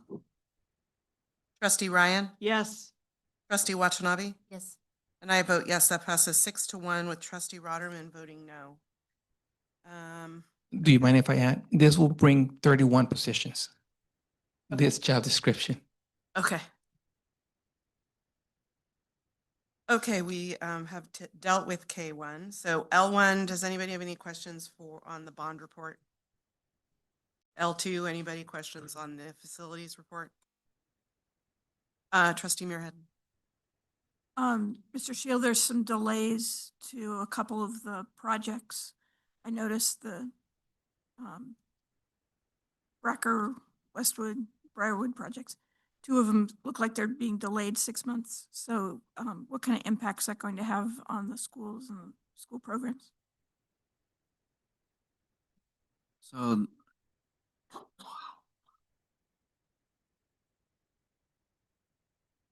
we anticipate that the classroom buildings will be open. It'll be the NPR and the secondary buildings. We're still working on that with Larry and I'll get another update for you. Okay. I will say it's primarily because of DTSC not pulling and not approving plans in a timely manner. And so that has pushed our construction schedule. Okay, thank you.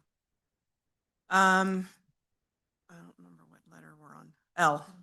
L3, 2025-2026 certificated seniority list. Any questions on that?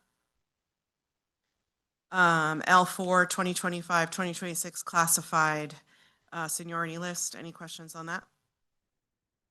Okay. I don't have any additional unagendized. I think we'll skip reports from the board because it's 1 o'clock in the morning. So we will now adjourn. Can I get a motion to adjourn? Motion to adjourn, Rotterman? Second, Ryan. Trustee Canova. Yes. Trustee Fairchild. Yes. Trustee Muirhead. Yes. Trustee Rotterman. Yes. Trustee Ryan. Yes. Trustee Watanabe. Yes. And I vote yes. That passes 7-0. We're adjourned at 1:04 a.m. Thank you, everyone.